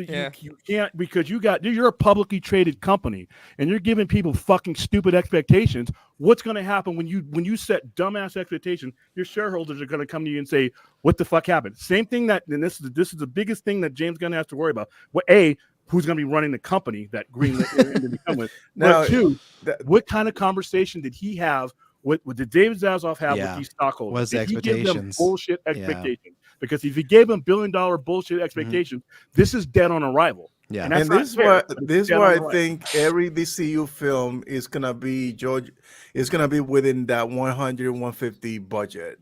Nothing's gonna go above that unless they do like a huge team up film, which is gonna be like too far in between. But I think everything is going to be within 100, 150, and nothing above that. 100, 150 is good. That you're literally you may as well shoot a hole in your ship before you even leave shore. Well, think about it. Let's say I'm not saying that it couldn't have been done or it could have been, but let's say that BVS would have been done for 150. Do you think that they would have scrapped the whole universe if that movie would have been made for? I mean, the Batman. Well, yeah, because it would have been some Cookie Monster shit that would have probably looked like $150 million movie amongst. Well, okay, let me rephrase that. What if they would have made the exact same fucking movie that we saw, and made it, which made 800 something plus, for $150 million? Do you think they would have scrapped the universe? Yes. No, because they were always going to drop 150 on marketing. So your problem is volume. See, that argument falls apart when you go with volume. I think he's just saying, like Ben's saying, regardless, like whatever the cost was, if it was 150, 100 million less. 250. Yeah, like if it was more profitable. I just think no, because I think the perception is reality for them. Exactly. They had so it was it's a combination of perception and box office. Correct. Yeah. Correct. I think unless that movie hit $1 billion, they were gonna always pivot. Because even $1 billion, they got the Batman from like it didn't make $1 billion. So like 700 something. Also inflated due to COVID. It made a profit. The Transformer movie also same thing happened. Yeah. Right. But you look at the last one. The $1 billion before they started decaying. Yeah, like I said, it was just a dumb standard that did a lot of damage across the board, and they can't fall into that trap. Make the best movie you can, spend what you need to spend, and then don't lie to people. Don't sit them geriatric, golf cart drivers in a room and say we're gonna slap an S and a bat on it, and we're gonna make $1 billion, because you're going to set yourself up for failure, no matter how good the movie is, and that's a mistake that I hope David Zaslav said, we're going to take this one right in the nads. This is going to hurt, guys, but this is where we're going. We're going to make this movie. This is where I think we're going to be. But the second wave of movies that we're making, once we establish our bedrock, that's when we can start reaping these benefits. If he had that kind of conversation, we're golden. If he had the BVS expectation, this thing's fucked before it even begins, unfortunately. Honestly, I think if any of the films purely, not even the TV projects, any of the films have at least a $200 million budget, it's probably going to be Batman Brave and the Bold, because they know for a fact that Batman is a money-making IP. That's about it. He should go first. I don't know about that. Okay, because here's the thing, though. You can't go pick and save on Superman, because, like I said, and you got to be careful, because the level of comic book movie making, you're putting that movie, if if you cheapify it, you're putting it on the same table as all these other comic book movies that are going to be high grade. So I don't know if that's a good idea. You get what you pay for. Well, like this is like with everything that's happening, and with James Gunn coming in, and we wanting like, hey, we need a fresh take. We need a fresh take. I'm seeing nothing but fresh takes, because when it comes to Superman, you have a Superman. It's not going to be an origin story. We're going to references, sure, and everything. There's already established heroes You in already there, have a random ones too. That's the thing. And then we're going to get this Supergirl movie that could very well be when you have this edgy, really edgy, like, story, they're gonna have to like water it down a little bit from the story, but they're gonna have this edgy Supergirl too, like Supergirl movie. It's like, all right, this is something pretty different. I think Gunn is just trying to take the approach of like, what haven't we seen, and how and where is the wind blowing? And it's like, all right, well, evil Superman, we've never seen that. Yeah, I know. That's a good idea. That's a good idea. No, don't do the evil Superman. Do an actual Superman and Lois. Yes. Make it more like what people like this. But you have a world that already has these other heroes. And don't make Clark Kent like a clumsy, idiot. Yeah, don't do that. Don't have him be a bumbling idiot. Have him be like the one from the anime series. Like that's what. Well, yes. Yeah. Well, we know he's going to be funny according to Rachel Brosnahan. Yeah, well, it'll have. I don't mind him having a sense of humor if he just comes out. And I don't mind him having a sense of humor. I want him to have the same complete comedy style as Drax. That's what I want them to do. Yeah.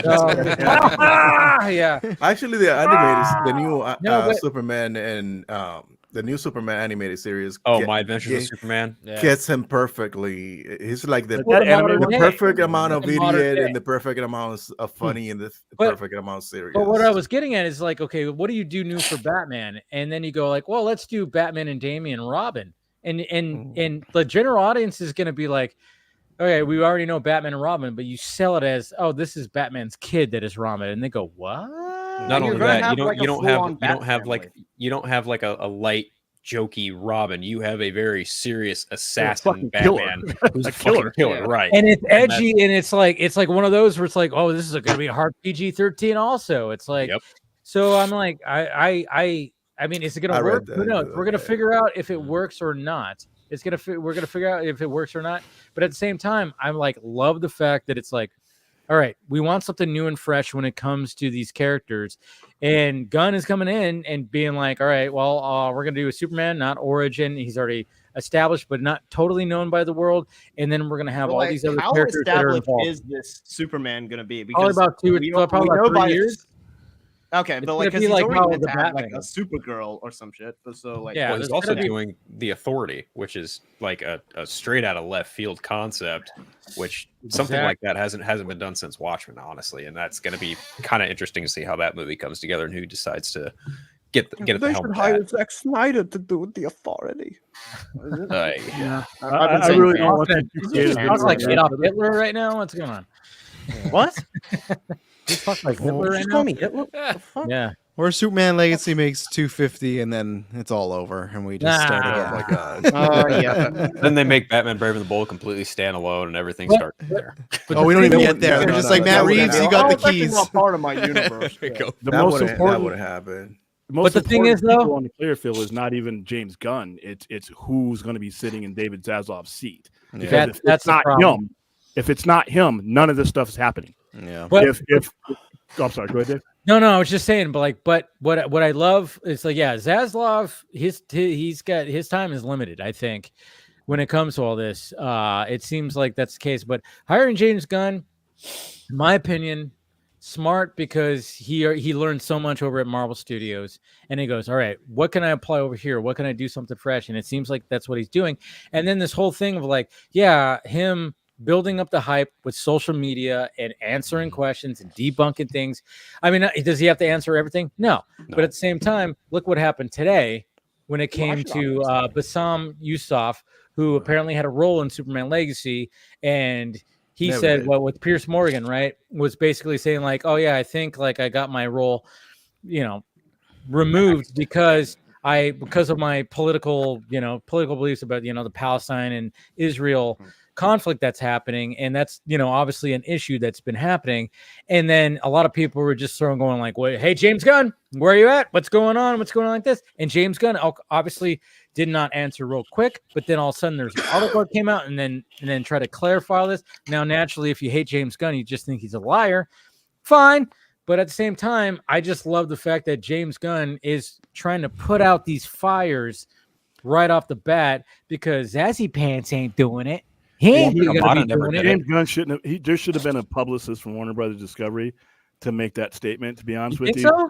Yeah, you need. Listen, he has to be able to have a lane to where he can do things without getting caught up in everything. That's what a no-name public service guy is. So, that like guy how the president has like their person, PAO or his press secretary. That is true if you're not dealing with facts, though. But he was dealing with facts. One thing is that everything that transpired happened before the facts. Oh, I'm sorry.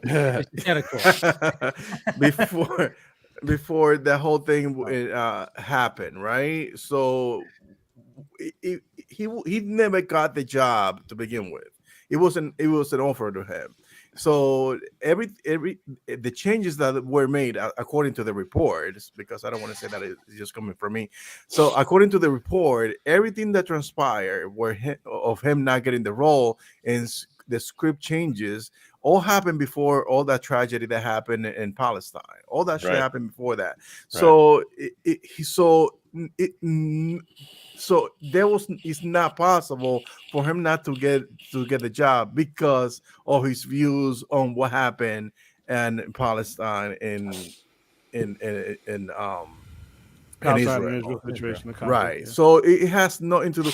The fact that this individual went and made that statement is just a little bit disingenuous because you knew that happened before you even had your strong stance on what was going on with Israel and Palestine. But I will give him credit for saying, like in that interview, saying that he said, like, you know, like I'm not saying that this is actually the case. He's I think that this whole thing, you know, got removed in good faith.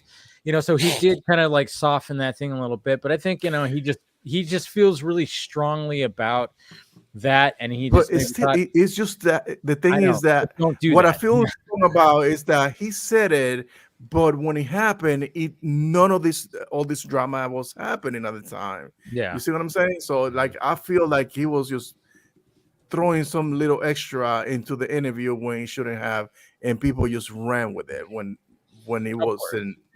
Yeah, because he actually said fanboys running with something like that. Huh? Yeah, they're predisposed to hate him. But like I said, I agree with what you're saying. But the person who should have said that should have been not the person that's involved with the creative level. It should have been an executive person coming out and saying that's bullshit. No, because then it would have been, he's hiding behind this individual. Well, that's that individual's job. Because it doesn't matter. It's perception. Okay, it's perception. He's already active on social media. It would have been, he can answer a random stupid question on Threads, but he can answer a real question. Different context with that Here's question. The thing, You're talking about a question that's go ahead. It's not Warner Brothers' position to step in when it comes to something DC related anymore because DC Studios is its own autonomous thing now. That's a good point. It's perfectly up to James Gunn, and he's well within his right as president to debunk this shit and shut shit down because that is part of his job. He's opening up a Pandora's box that he might regret. It doesn't matter if he's doing it or not. Bro. It's that's when your bosses. That's why there's a hard part of the job, dude. No, if like I said, if my employee doesn't always speak for me, I don't care what section of. But he's not even an employee anymore. He's not an employee. Doesn't he have a boss? If you have a boss, you're an employee. He's answering for Warner for DC Studios. To Warner Brothers Discovery. His check is signed by somebody. You're either an employee or you're the boss. Now he's head of DC Studios. DC Studios. I understand what you're saying. My point is that he's active on social media 24/7 for whatever reason. I guess this guy is on coke 24/7. Is that good though? But what I'm saying, he's answering like some random stupid fucking questions. What did you write today? Oh, I wrote episode 8 of fucking Peacemaker, right? So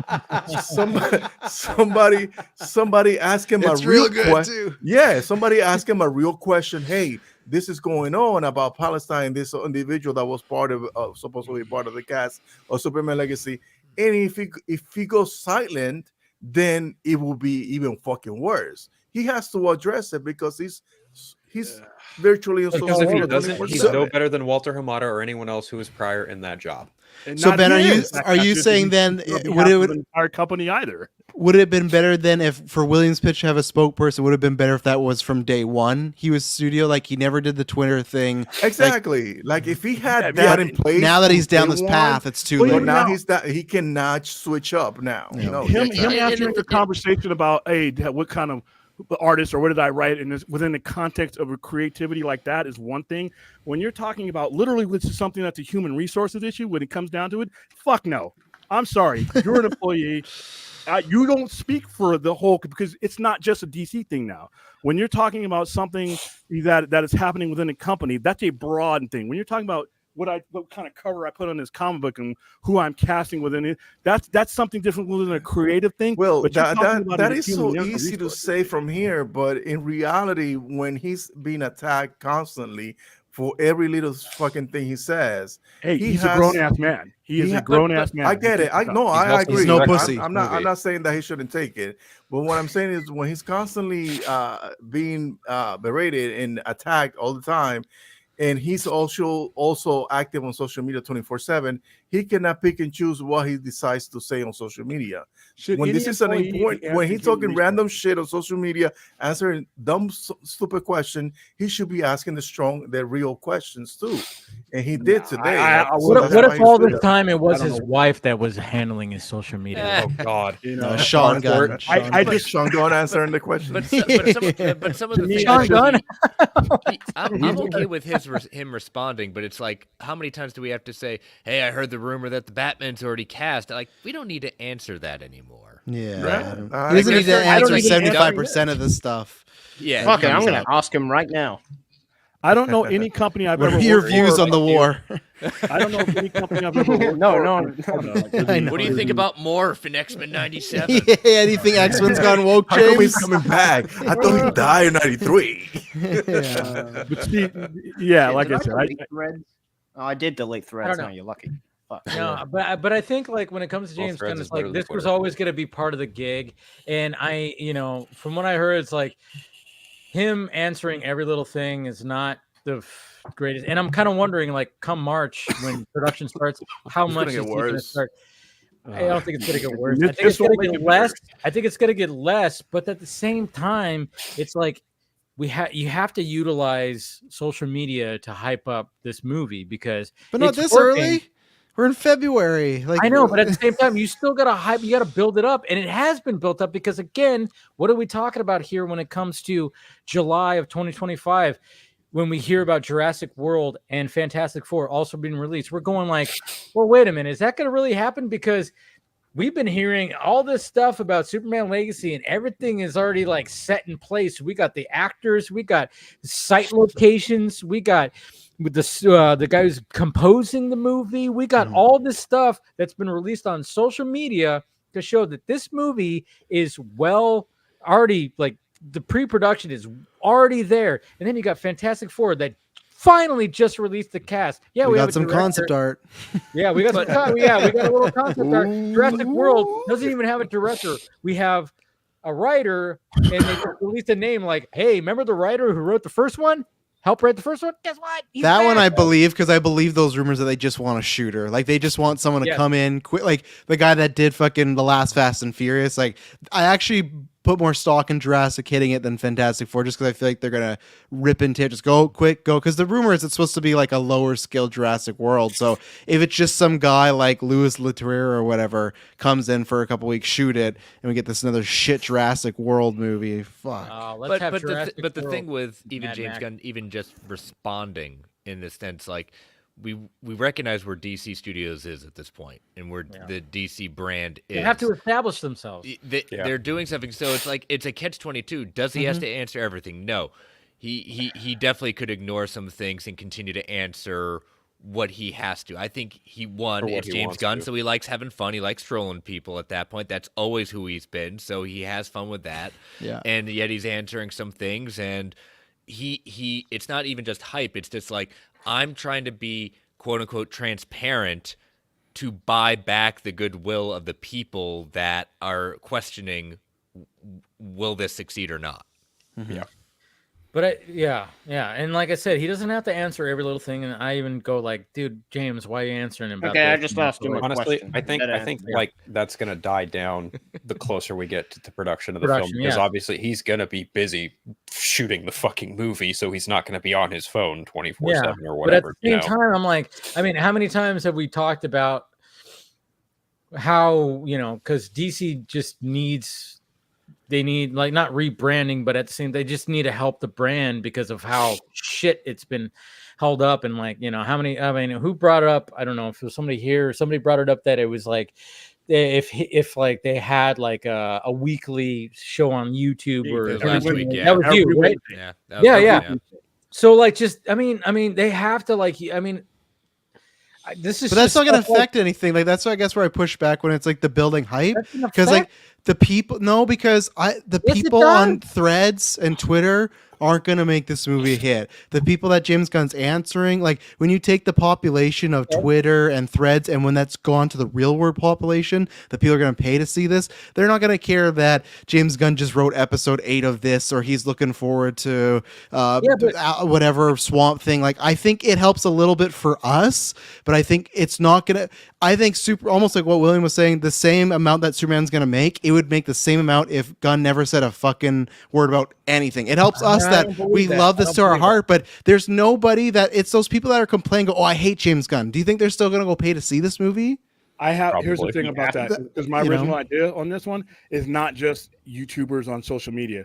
What is Warner Brothers Discovery? I'm literally sitting here watching TNT, TBS, CNN. They have a sports audience. They have NHL. They have the demographic.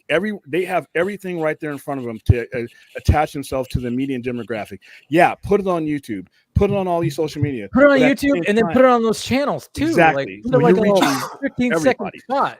And it's not just about this movie. If this movie is not going to save DC or do anything like that. What you need to be hyping up from like 2 years ago, the entire thing, everything with a DC logo on. And I always say, take the household approach. Everybody in that household, I should be wanting money from everybody in that household. I should be making things for mom and dad to take in, and things for the kid. I want everybody in that household's money, and I want that generation to be going. And you have to establish this beyond one movie. You got to get people excited about your brand. Whenever they see that DC, they get excited. Same thing when they see that Frizz and that Static when HBO comes on. You know something really good is coming, and that's where DC needs to get their entire brand, not just one movie. Superman Legacy and the entirety thing ain't gonna mean shit. It's one movie that a quarter of the population is going to see. But you got all these global IPs that have been around 80 years, and you need to be seeing Jim Lee, the two Jims have it, and not just them. Everybody on every level. Your animators. Everybody, who's Tom King? Call the show the two Jims. Jims. There you go. Tom King should be one of your first guests, and having all the panels, the artists from this, everybody, and That's a good idea. Yeah, everything that you do every Wednesday, new comic book day, and you connect the IPs. You connect your comic book IPs to your motion IPs, and they should have been doing this like months ago. Waiting till July 2025. That's another thing that's going to probably hurt it, because one movie is not going to call the people back that have spent the last 5, 6, 7 years walking away from you. That's not loud enough. You need to be shooting a missile up into the sky and blowing it up to say, wow, what the fuck is that? I need to go back there. I just missed something. That's what they need to do. I don't think they do, because that's not what happened with Marvel. Marvel is a juggernaut. This ain't Marvel. That's the thing. I respect that. The thing is, if you look, I think I was watching a video today from a lot of creators from the Marvel Cinematic Universe. And this is not a shot at Marvel, because they had done something that haven't been done before. But a lot of these creators, they were being critical of the source material. Oh, I didn't read none of the comic books. I didn't read none of this. I didn't research on this, because it would constrain me to what I really wanted to do as a creator.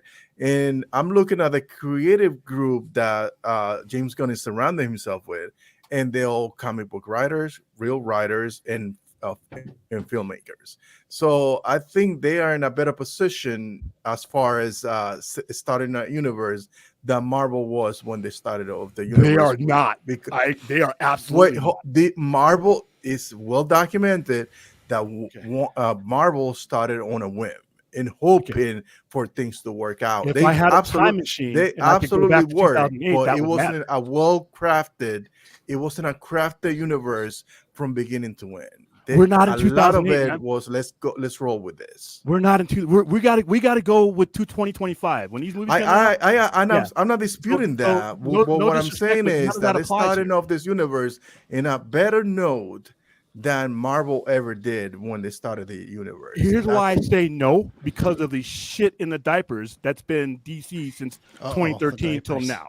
Well, that's why we're in a new diaper. Visual. I like when you have a reputation, you got to treat each patient differently. The one that's got all the bullet holes in them and is bleeding to death on your operating table. What was the table? reputation that Marvel had before they began their universe? Marvel had a much better reputation going forward. Spider-Man and X-Men. They were bankrupt, I thought. They were bankrupt. The only thing they had going for themselves was Spider-Man. And by the time they came out, and by the time they came out, it was the third X-Men, which it was completely destroyed by critics and everybody. So I don't know what the fuck you're talking about. I'm talking about 2013 till now. The reputation that Marvel had going through was not one of disorganization. Was not one of not filling expectations. That you can say what you want critically about each of their movies, but they did not have the disorganization. Before the setting up the universe. Even still, dude, it's 2024, 2025. I can't treat a patient with sawbones. I got to treat the patient I have today, right here and right now. You have to use today's tactics to go with today's problems. If you try to look at Marvel did it back in 2000, that's great. I don't have a TARDIS. I can't get back there. I got to deal with the patient that's on my table now. And if they try to use that revisionist shit again, I'm not saying that they are. I'm saying that they're in a better position than Marvel ever did. So how can you make it? The DC patient is literally on life support. I think that's the issue. Patient is on life support. I can tell. I can talk to the Marvel patient. Marvel patient's sitting up eating hospital food. DC patient's like, shit, he's flatlining. What the fuck do we do? That's where we're in two different places. I was gonna say, that's where I'm somewhere in the middle, but I agree with William where when 2008 and Marvel can have bombs and successes and failures, but I don't think they had an overall brand of just stink, right? Like when 2008 started, it was just another comic movie, and then the cinematic universe thing happens and they become this mecca where for whatever you're on any side for whatever film, like the past 10 years, DC has been considered like the ugly stepchild, and it's had failure after failure, and it's trying to climb its way up, where I feel like it's been a kicking can for people the past 10 years, where Marvel wasn't that in 2008. It was just, well, some are good, some are bad, but they just make movies. I don't think they had a huge brand problem. So I agree, Ben, where I think that yes, Gunn and company probably have a better plan going in overall for their creative, their universe. I think they got an uphill van because it's like you're the not cool brand. You're the not cool kids. Where Marvel still, like William said, yeah, maybe they had a couple embarrassing things come out in high school and some stories, but they're still like the cool kid, They still might not be in 5 years, but I think that's the thing where DC has such a bad reputation of the whole brand, right? Where Marvel, they weren't a brand. They were Spider-Man and X-Men, where DC was Wonder Woman, Superman, Batman, the animation, all that stuff, Reeves and Keaton. They had such a big legacy where now people look back at Maguire and Jackman, but I think it's just that they've had so much stank on them the past I'll say even just 5 years. That's the tough part, that they might have the creative, but they got to change the whole perception around and be a brand that, even though we joke about Madam Web, when the Marvel fanfare comes up, people still know what that is, right? They still know what the Avengers is and stuff, where like you look at what happened with Justice League. I know it's a bad situation, but that was their crown jewel, and that came out, that movie ate shit. So it's just it's tough. I agree 100%. I think brand recognition, you said it best, Travis, because differentiate yourself from what has come before you is the key, because like you said, you see a Madam Web or Morbius, that's not fucking Marvel. It's Marvel adjacent, but it's not really the real deal. So for them to establish themselves, this is the real DC, and we are different from whatever came preceded us. I think that's going to be a big. That's the task. That's the task. What you're saying with I'm not disagreeing with you as far as that goes. It's they're on the right road as far as getting they're doing the right things as far as getting the creators involved, but the right thing in the wrong situation is still a bad thing. So now you have to bring up the level of hype to meet. If you believe in James Gunn and Tom King, all these people that you have assembled, you have to raise the atmosphere up to go along with that, or you're going to get around to July 2025 and you're going to be in a situation where the only noise being made is all this uncontrollable stuff. Start controlling the narrative now. You know, I start getting everybody to the point where by the time July 2025 happens now, you've bred them in. You've taken them on this ride, and now Superman Legacy is the culmination of that ride. Instead of, hey, three months later, let me give you another trailer and hope you come out to see my movie. I want you in on DC, so no matter what I feed you, no matter what I put on that plate, you got your knife and fork out, you're ready to eat. That's all I'm saying. What you're saying is not false, but it's just the situation is to the point where ideally, yeah, you would like to be able to do that without it. But like I said, the guy's got bullet holes in him, and he's flatlining right now. And it's funny too, because like what I was thinking is like one of the things that when it came to Marvel back in 2008 and 2000, you know, when it was starting to start, I mean, this shot right here, that changed everything. Oh yeah, the end of Incredible Hulk, Iron Man. When when I mean, look at it. I mean, it's a beautiful shot where it's just like, oh, what's happening, and then it's Tony Stark entering this, you know, the scene and connecting the universe and everything, and that worked, of course, back then, of course, but like you said, William, it's a different world, so it's like you have to find that something. That's a pivotal moment right there. That was like a moment where everybody went, what? You know, just all of a sudden the fucking, you know, connected universe became a thing and everybody was starting to get excited. And that's just, even though Incredible Hulk didn't do as well as Iron Man. It was the lowest grossing until the Marvels last year. Yep. And it was the best one too. But at the same time, people were like, wait a minute, things are happening here. I mean, that's the thing. It's like, yeah, maybe the movie didn't do well, but at the same time, it still helped. It was like the first movie to connect to a broader universe where everybody was going, wait a minute, they're actually doing this. There's a chatter. I'm getting more for my money. And you know, you now have something that we didn't have before. There was hints of something. There now looks to be pieces moving, and now we live in a different world where we already have seen what we consider, quote unquote, you know, everyone's opinion. Like, okay, here's what Marvel's established. Okay, we've seen that. Well, how are you going to level up? And like I said, watching Inside the NBA when Charles Barkley and Shaq are talking, and then you break away from them, and you give me like a 2 or 3 minute segment with some of these on here. Not the whole thing like they did, you know, but you give me, you know, put the QR code up there, get me started. Millions and millions and millions of people who are not picking up any of these IPs are watching that. They'll give it a chance, but you got to hype up DC. Everything. I don't care if it's fucking cereal, toilet paper, comic books, pop figures. That needs to be a juggernaut brand rolling into Superman Legacy. But where do we have a fucking movie cereals yet, really work for them in the past, I don't understand. I still don't get the logic of doing that now when we don't even have one single fucking movie. No, see, I did exactly. Thank you for saying that. It's not about the movie; it's about the brand. The movie exists. I get the that, brand. but you can show me Nike and not show me a fucking shoe. Yeah, but I can show you DC and show you a whole bunch of other shit. I can show you. No. I get what you're saying, but what I'm saying is that you cannot sell me on a brand when you can show me what's the product. I can go out on the strip right now, and I don't care where you're from in the world. You're going to know who that is on that cover, right? The brand. You need to make. That's what you making my point very clear. But you cannot show me a brand and not show me the product. Batman is the product. Oh, there's plenty to show you. There's plenty to show you. I mean, where do you? I mean, you can literally throw a stock at it. Yeah, I think you're getting ahead of the game. You have to. I do understand what you mean, but you cannot. I guess they can put a teaser. What I'm saying is they cannot sell you. Listen, they cannot sell you on the DC studio without having a single film. I'm not trying to sell just the studio. Here's what I'm doing. Let me hear me. Okay, so DC studio is what's going to sell the comics, films, and video games. So how can you not? They'll fail if they do that. They will fail. If they do what you just said, they will fail. So what is it they're supposed to do? I'm sorry. Okay, so make movies. You got this brand.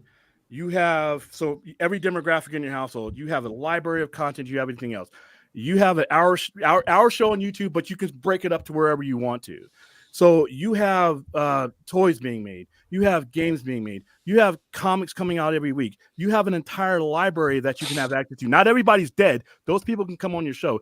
You have movies that are in the hype machine right now. There's a lot of people talking about Superman or Supergirl or Woman of Tomorrow, right?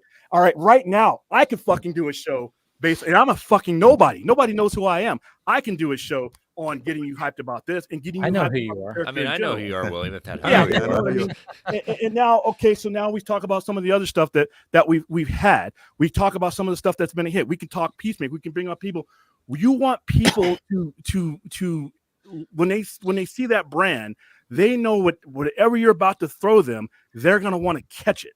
And it can't just be about one particular aspect. It's got to be about the studio. It's got to be about the physical media. It's got to be about anything you want to sell me as DC, anything you want me to lay cash down at DC, because the movies are part of it. But when you got a juggernaut, you have so many different ways, so many different revenue streams to make. You diversify. And so when the movie comes out, you've built a brand name trust, not just with the movie in the studio, but with everything associated with it. And like I said, once a week, shit, I can fill an hour. I mean, like I said, and I know they can't. They have access. Are you pitching for a job in Marvel Studios? Technology could work. Yeah. Yeah. I mean, like, what's that new Sora AI thing? What was that again? But let's talk about AI. Yeah. But you just get people to trust you. You build up that brand name, and right now, DC just doesn't have that kind of synergy. But you can have that. You can get that. These people, Jim Lee talk about, and not only you don't have a concentration about any specific thing, right? You sit them on a sofa and you relate your content to the guy sitting next to you.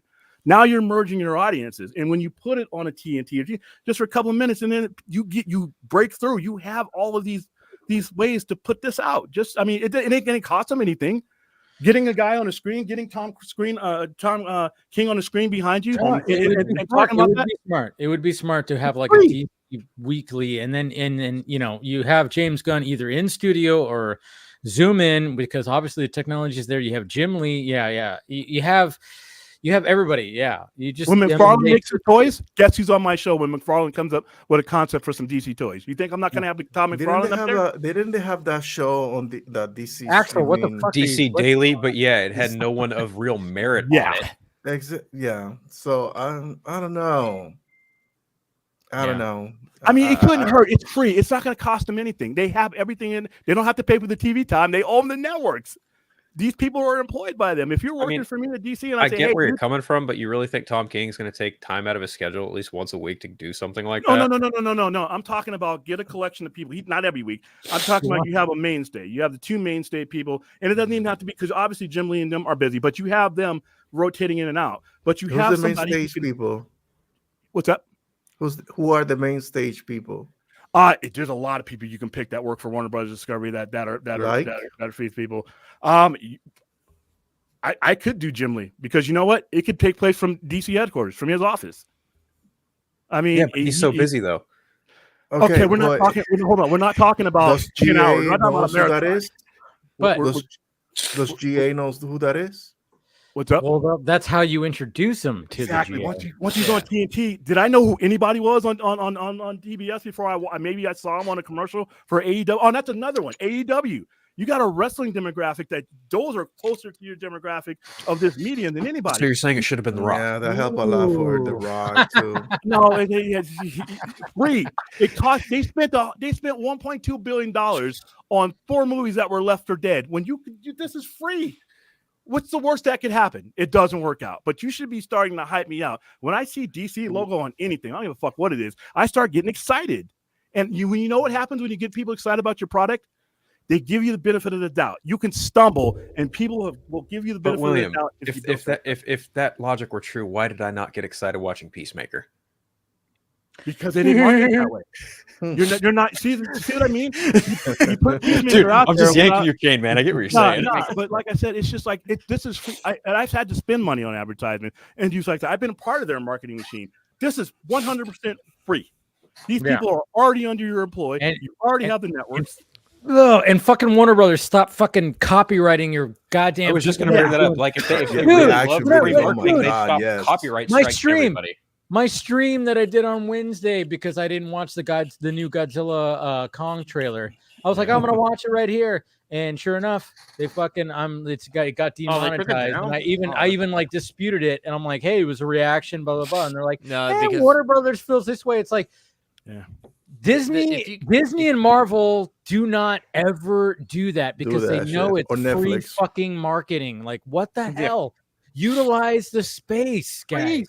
Well, I mean, look at what James Gunn does, actually promoting the actual IP when it comes out. I mean, like how much of the stuff, like Woman of Tomorrow, The Authority, all that stuff just went out of Batman print son. So quickly at that point. I mean, Marvel, it's still it's beyond me. You literally have a platform and you still haven't done it.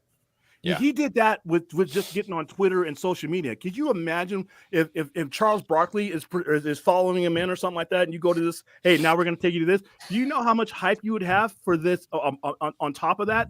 If the millions more people, the general audience. I mean, the whole thing trended when they cast Millie Alcock. So yeah, okay, that's great. That's not bad. That is great. But I want it to not just trend.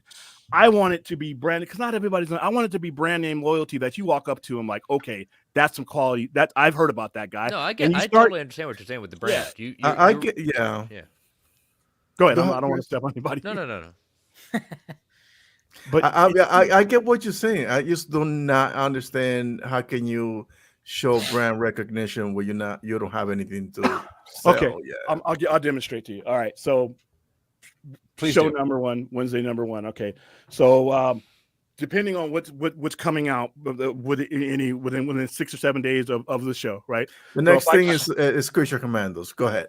Okay, so now it's Creature Commandos. So I'm gonna have Creature Commando stuff and creatives about Creature Commandos sitting on the couch with me. They won't be the only ones sitting on there, but depending on where I am in the process, we're going to be having a conversation about why you should give this a chance. What is Creature Commandos? What's their origin? What's their about? How do they relate? Why should you peel out? They're a misfit. They're like a ragtag group of teams. We're not talking to us. We know. I'm talking to Joe Sixpack out there. While he's watching NHL or whatever, or he's just tuning in CNN. So who are these people? So I have all kinds of stuff up there. Now, if I'm further in the process, I got toys. I got everything that's associated with that. And you know what? That's a conversation starter.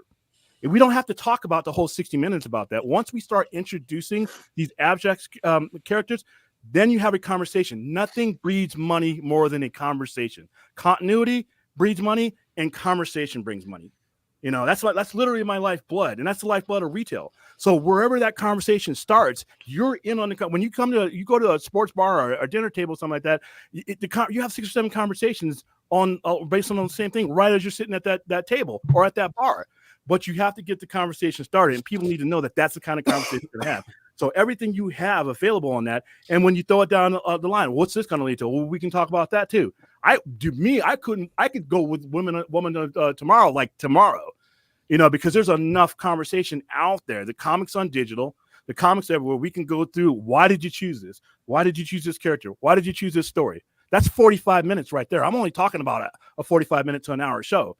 Next week, you deal with it as you get closer to these spheres of influence that you want people to peel out their money for. You start giving them the reasons why, so that by the time they approach the very first thing in your brand, I don't care what it is, whether it's Creature Commandos or whatever it is, they're hyped. You've given them the benefit of the doubt.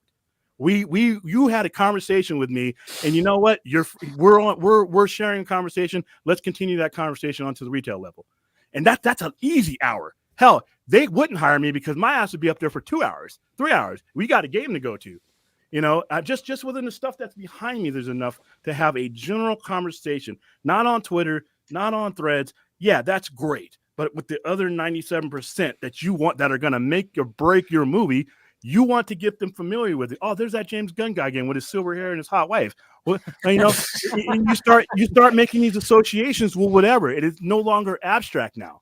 It's not abstract. It's familiar. Once you go from abstract to familiar, that's where your money's at. Right now, DC's in the abstract. Everybody knows what they are. You're saying Amelia Harcourt should be the host of this. That's kind of what. You know what?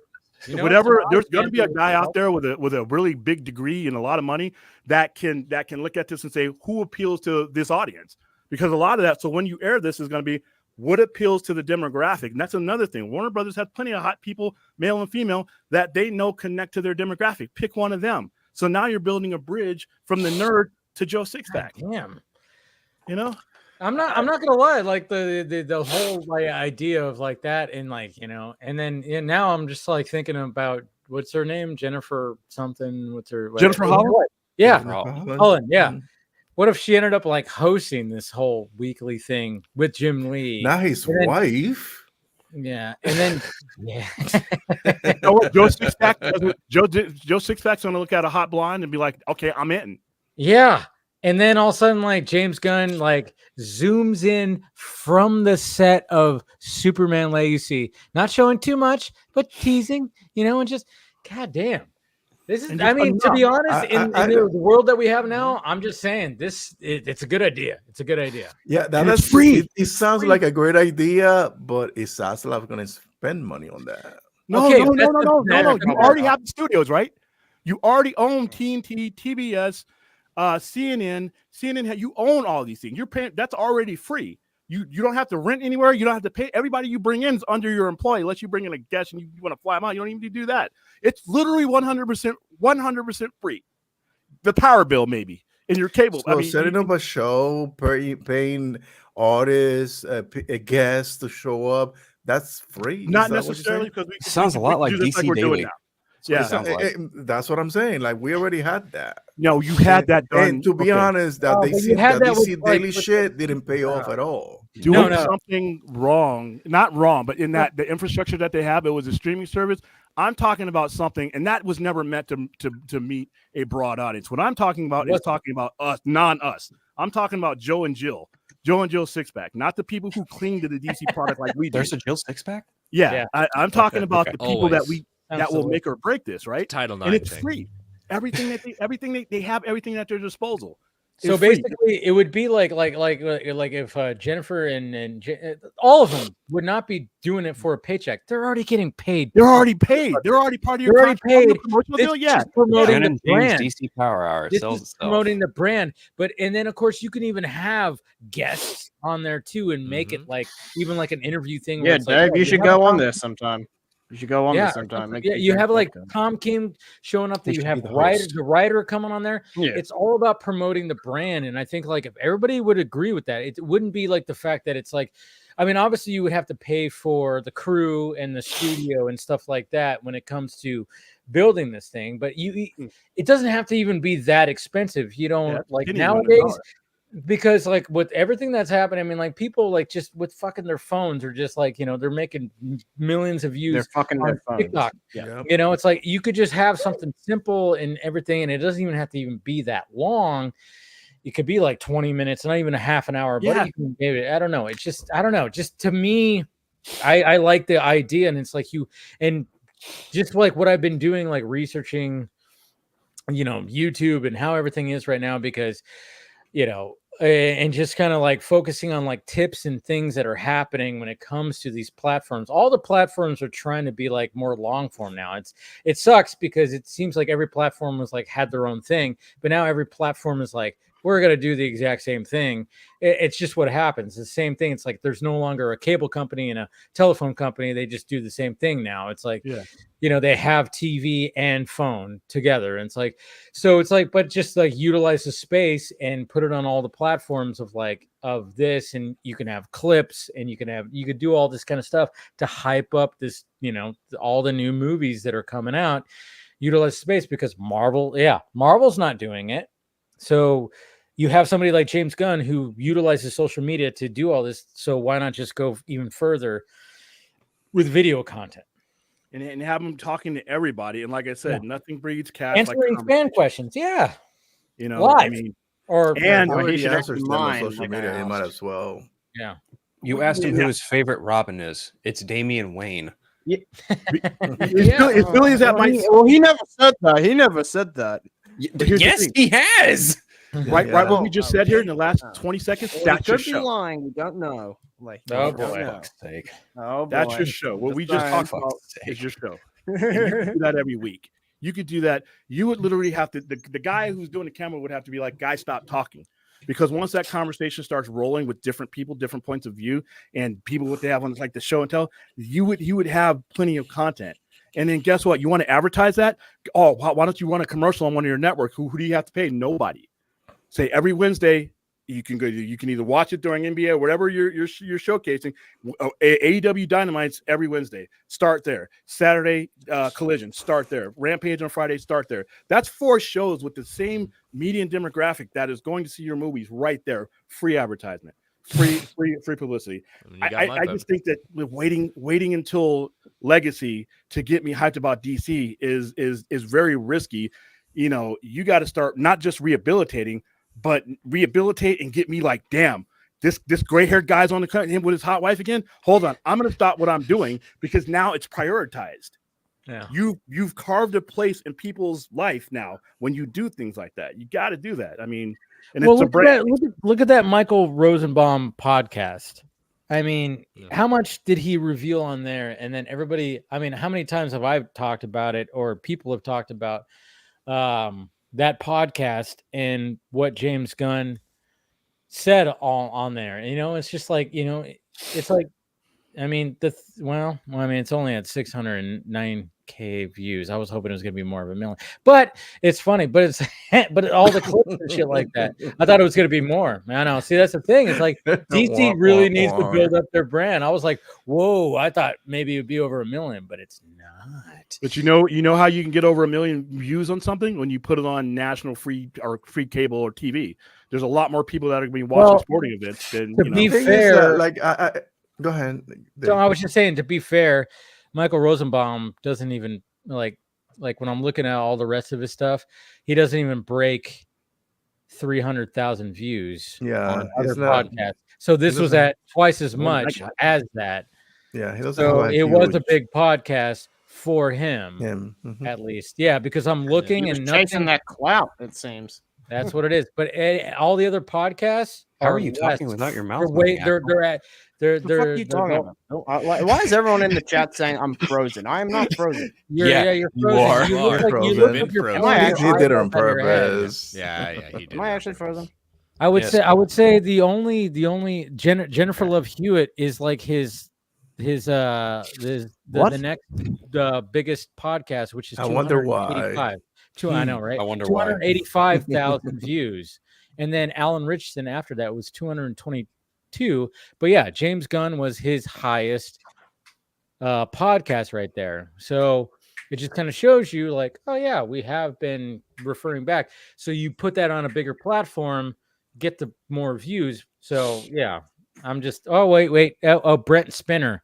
Before that was Brent Spiner, I should say. Oh, Data. Data. Yeah, he had 342,000. But that's the thing is James Gunn was his biggest podcast on YouTube, at least. I don't know what it comes to when it comes to downloads, but it just kind of shows you right there that there is that audience in whatever.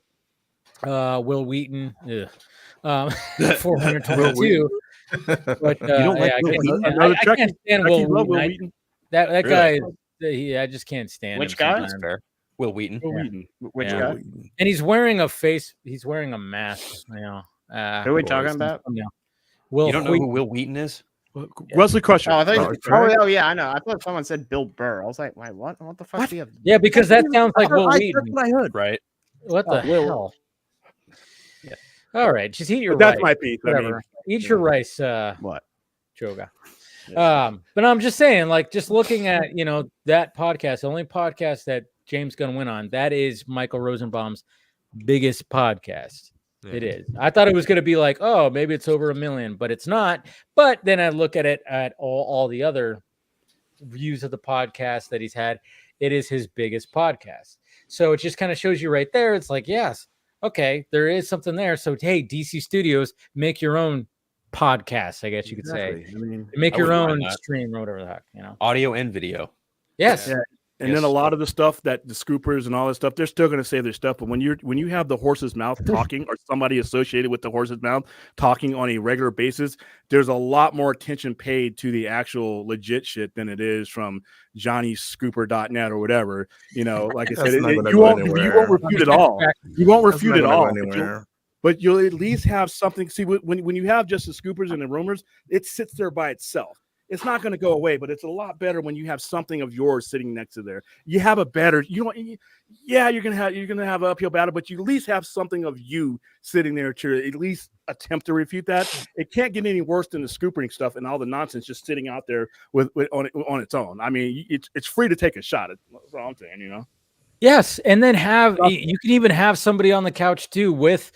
Like I said, if it's with Jennifer Holland or if it's Jim Lee or something like that, you gotta have somebody in the couch that is like, an influencer or somebody who's like, hey, I'm just saying, like you have somebody there that's gonna like help out or something like that just kind of like pushes it, that has been talking about all this stuff too. So you have, you have an influencer or somebody who's you have a rapport with them now. Yeah. So you have somebody who's connected to all this, who does like daily videos about this to help your weekly stream or something, or weekly podcast or something. I don't know. It just seems, and then you can have the actors come on too, to talk about things as well.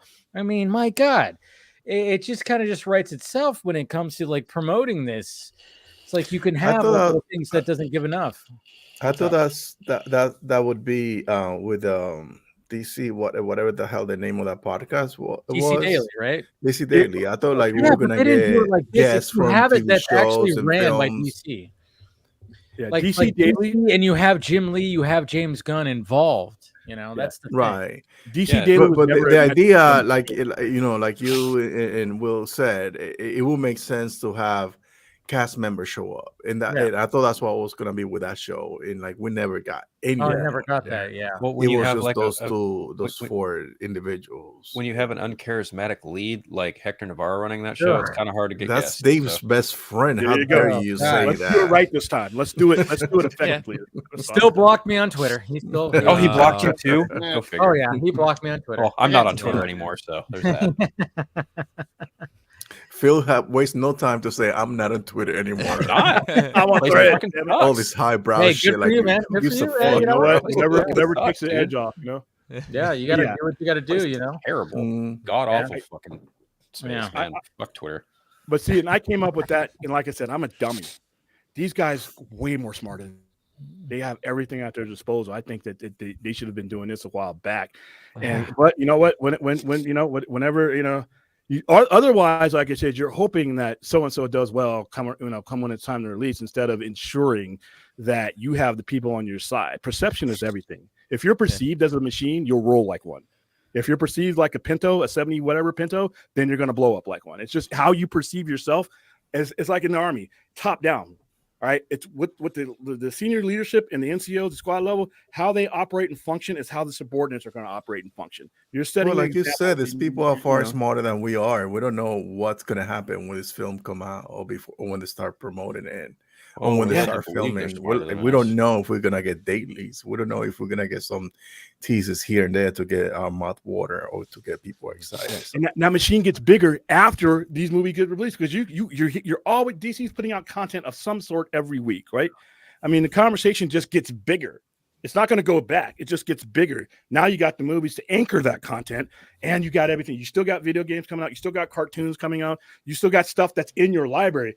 HBO or Max, that's another marketing disaster, but Max has a whole bunch of stuff. It is in their best interest to be talking about that, to keep you watching it, to keep you retaining, because growth is one thing for streaming. Retention is everything. It's who you retain and how stable your company is. That determines stock prices, all kinds of stuff, P&L. So you got a whole library of comic book stuff and all kinds of other stuff that you could be talking about. That's another 15 minutes. Shit, we're already at an hour and a half.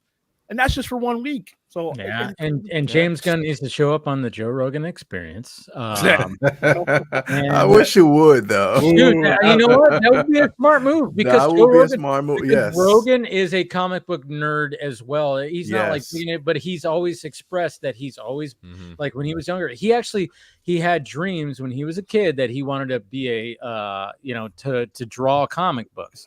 So he's a comic book nerd. He might not be like fully like 100% in, but let's face it, biggest podcast in the world, James Gunn, you better get the fuck on there to try to like get into that space. Get on Theo Vaughn.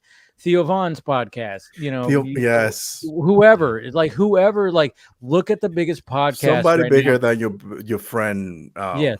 Then Rosenbaum, because Rosenbaum was like, oh yeah, that was a friend thing, and blah blah blah. Yeah, and that's why when I looked at it, I was like, oh, only 609. I'm like, all right, cool. But then I'm like looking, I'm like, wow, he doesn't average. He averages probably about 150,000 per, So I'm like, that was a big podcast for him, and good for him. I'm not saying, I mean, Jesus Christ, I don't pull those numbers, but at the same time, I'm just saying, like, go bigger, try to shoot for the big fish, which is Joe Rogan, Theo Vaughn, and all those kind of guys. Go around the fucking comedy podcast. You know what show he should make an appearance on? Huh? Fat Man Beyond with Kevin Smith. Yeah. And those should be some of his guests. Really? Not only should he appear in there, those guys should be. Go ahead, Dave, and look that up. What numbers do they do? On what? Fat Man? Fat Man Scoop, yeah. I don't think they do those big numbers that you think they do. Man. Not since Mark Bernard joined the show. No, you're right. I know that's the thing. I stopped watching that shit. That's the thing. I know I hate Mark Bernard. Like, he's such a fucking downer. Not only is he such a downer, he's just so like, I can do it better. Well, if you could do it better, you would have been hired for the job, Chief. Exactly. You wouldn't be doing fucking podcasts like the rest of us. Right. Remind me, Mark Bernard, how well did your Static Shock comic do? Exactly. Yeah. Yeah, I'm gonna bow out, guys. It is almost 2:00 here. I'm at. All right, see you later, man. Come on, Chris. Don't be a. See y'all later. All right, man. Chris, thank you for showing up. Appreciate Absolutely. it. Chris. Pleasure, Chris all. Toga.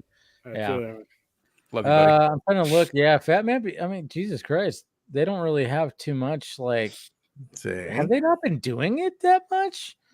It seems like there's a lot of babble. There's a lot of Hollywood Babylon, which I actually saw the live show of Hollywood Babylon. Him and Ralph Garman have really great synergy. Yeah, that's great. But there's not really much Fat Man Beyond unless they have their own. I guess they have their own channel for it, because I'm not seeing much here. And by the way, you know who else I have as guest on this weekly show once or twice, or every now and then? Shaq and Charles Barkley. You're still why you keep bringing that dumbass fucking Charles Barkley on? Okay, I'm not. Listen, we can talk about the merits of his whatever, but who you keep bringing this country ass brother, man? Come on. Oh, it's on different. Hey, go Bama, but he know. But why? No. Are you a Bama child? Sorry. Okay. So I was looking at. I didn't look at the live tab. That's the thing. They always do it live. Yeah, they do. So they don't even break 100,000. They don't even break 100,000. Wow, that's weak. Okay, even for a live standard. Yeah, so their average is probably about 60,000 views per stream. It looks like. Wow, I wish I had those numbers. I know. I mean, I know that's the thing. It's like we wish we had those. I know, right? But being established, and I could take stream podcast. Yeah, but well, I mean, they've had some. Okay, they had one that was over 200, and okay, they have their moments, but not lately. That's a shame. I was supposed to be gone 20 minutes ago, but Ben picked a fight with me because he's old. No, I'm just kidding. No, I'm just messing with you, man. I'm just not. No, you brought up a very valid point. I just couldn't leave without because on its own, without me articulating it, sometimes it may just die on a vine. But it's out there for them. And like I said, I'm a fool, and you got guys that are literally went to Ivy League places that are. Where's your marketing guy at? Where's your media guy at? Where's the VPs that are running these networks? Where's, I mean, don't these guys eat lunch together in the same cafeteria? I mean, come on now, Probably not. James Gunn probably has lunch in his office. Yeah, or at home with his wife. There's that too. I'll wait until the marketing for Superman Legacy, or at least for Creature Commander, start rolling out for me to make that kind of assessment. Yeah. I'm gonna guess the first bit of Creature Commandos we see is probably gonna be at Comic-Con, if not. I agree. Sometime before it, probably should be. We'll see what happens. I will note though, like talking about even like the views on YouTube, they also do. Obviously, they have podcast numbers. Those tend to also like add to the whole thing, and those get the sponsors and stuff like that. Right. It's like, we can't just look at YouTube because a lot of people like to just listen to this stuff, So true.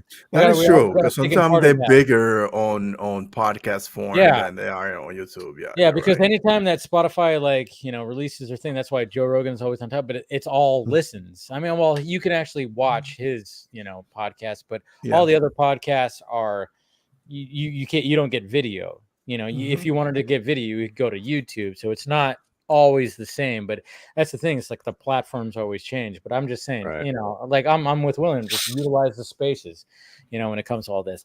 But before we I don't know if William, you need to go or anything like that. If you want to go. Okay.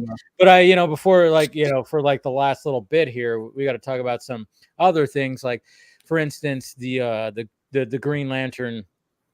The images. The images that came out. How it's just kind of funny. It's like what I said at the beginning of the stream. I'm like, obviously, when it comes to Zack and the Snyderverse, I mean, it was something special for sure. Because even when something like this happens, it shows up on all the publications and it's all over the place because it made an impact. I mean, of course, you got the craziest going like, see, this is why you sell it to Netflix and Zack should continue and blah, blah, blah. I'm like, no, leave Zack where he's at. Let him do his new shit. And, you guys, stop it with the whole, because you just like Zack's DC stuff. You hate everything else. Stop doing that. It's like, but it's just kind of funny because we had this come out when from Gerard Mantatz or whatever the hell his name is. And I just love it when this happens because everybody talks about it because they're like, oh yeah, look at that. There was a Green Lantern, a Hal Jordan, because we already know that Zack. But then it always goes back to hey, remember when who was going to be his Hal Jordan Green Lantern? And guess what? He said Ryan Reynolds. Yeah. Remember that time, Ben? that was Garza who started the whole shit. Well, yeah, he started the shit, but he got the information from me. Yeah, he did. Yeah. We got to remember that little tidbit because I put it out there and then but Garza, he's the attack dog. I mean, that's the thing. During that time, was the attack dog. I know. Now you are. Sometimes you took his place. But at the same time, it's just it's like that was a whole thing. And then I remember the day. I mean, these are the images right here. Which, dude, the suit looks fucking really cool. Been fucking amazing. I like the holographic logo. I like you said. I like the whole thing with the hologram with the Green Lantern fucking logo hovering on top of the chest. But just the lines in the suit. I just like how the detail of the lines in the suit, even in the mask, because obviously, I really dig the white boots. Not gonna lie. Yes. The adding of the white boots and the gauntlets or the gloves. It's like the fact that they had it not just green and black, and they had. Yeah, the color scheme is actually really good. Perfect. Look at that ass. It's a classic color scheme from back in the 50s. Exactly. But modernized with the way the lines are formed in there. Don't make it too over design though, like an MCU suit. But yeah. So it's just kind of cool, because when something like that happens, all of a sudden everybody's like, let's talk about it. And it just brought back that whole thing. I mean, there's some people that I've had comments in my video about it, and then even comments, in various social media like, wait, he was going to choose Ryan Reynolds. That's why I had to find that video where he actually said it. It's like, the idea of bringing back Ryan Reynolds, he wouldn't have been the main Green Lantern, but there would have been something right there. And I just love the fact that, yes, it would have been kind of like a redemption story. And I mean, during that time, some of us over here were going against, some scoopers who were just professional bullshitters. And they're like, no, it's not going to be that. They always said it was, what's his name? Sam Benjamin. Sam Benjamin. Yeah. I felt so sorry for Sam Benjamin because I didn't, because he was perpetuating this bullshit. I mean, I get that, but at the same time, I get it because he was trying to I'm trying to get my name out there, and I might as well try. And I get what you're saying, Ben. I get what you're saying. But I feel like that was never the right way to go about it. Yeah, probably not. Probably not, but I mean, but I understand what he was trying to do. But at the same time, these fucking, these guys over here were just kind of saying that, and then people were believing it, and I just was like, that what? I remember we were just like, what? No, this is not the guy. What the fuck? And then I remember when I got that information about Ryan Reynolds, I was like, oh, this would be something, but nobody was like gonna believe it. And then when Zach dropped that thing, holy shit, was that just like a bomb that day where it was like, oh, he did it in the Christmas when he did the whole. Oh yeah, well there was that, when he showed you talking about the Jon Stewart, yeah. Well, that was different, but I'm just talking about when he actually dropped the interview of saying that Ryan would have been Hal Jordan. That was just like a bomb dropped of like, because like, again, we were feuding with two bullshit scoopers that were just trying to take over the fucking fandom. And they were totally going, no, he's not. He's not that. He's not this whole thing and blah, blah, blah. And when that happened, and because we were putting it out there, and when that happened, it was just like, motherfuckers, you realize you're dealing with people who actually have like an association with the man himself. And the fact that he did that and he dropped that video, it was just so like, it's so cool. I mean, obviously, these when Gerard designed these, there was no actor in mind. There's even a comment, I think, on Paul sent it to me, actually, a comment where like somebody was like, was there somebody in mind? And he goes, no, it was just a fill-in. It was just a face. It was just a face of Hal Jordan. So there was nobody in mind when he designed these. So it's not like it's Ryan Reynolds that, because it doesn't even really look like Ryan Reynolds. But, Ryan Reynolds could obviously fit the mold. But it was just funny visiting this again, to the point where it was like, man, back in like 2019 it was like 2019 into 2020 when it was stuff like that was crazy, and we had these bullshitters that were trying to good old days. Yeah, the good Those old were the days. Those are funny days. Those are Phil's people. Hell, you couldn't even put a damn turkey. No, with a grab mouth next to it. I don't know where the fuck that came from, but that's inaccurate. He was the wrong. You got the wrong. But I think it's because like some of the four nerds were totally all about the Sam Benjamin thing. Yeah, they were bamboozled before you joined, Phil. Before my time. You're right. Yeah, it was way before time, and they were really like believing those guys. Mm-hmm. And I remember just and nothing against those guys. No, not at all. Shout out. Yeah, who was here before? Oh, Dawson and stuff. Dawson, yeah, Dawson, yeah. I like Dawson. Dawson is cool. Fuck. No, I really like him. He did a video. No. But it was an interesting time, because I remember talking to them and being like, you got to watch out for these guys. I wouldn't trust these guys. Yeah, it was like one of those things. So it was just like it was that time where it was like, man, we can't trust these guys. You shouldn't trust these guys. But at the same time, everybody's just trying to do their thing, kind of thing. So it was very cliquey back then. Yeah, it was interesting. Yeah, it was definitely interesting. And then of course we got the Joker 2 images. Folia Dukes. Yeah. I could have sworn that we're gonna drop a trailer on Valentine's Day. Yeah, you did put that out there. Fitting. Yeah, I was. Yeah, apparently it's gonna be coming out on in April. That's what Todd Phillips kind of said. But at first I was like, yeah, this is kind of like, I mean, it's like he tried to shape them like a heart. Yeah. Almost like a broken heart of that too. Yeah, like a little broken heart, because even like, look at their faces. They don't look like they're happy. No. Right there. They're crazy. And they show another one where they're dancing and hugging each other and shit. Yeah, but then they look like they're happy right there. That's going to be a dance number. And then, of course, they look really happy right here. Mm-hmm. So this is going to be an interesting relationship that we see throughout this movie. I think Lady Gaga is going to kill it. Yeah.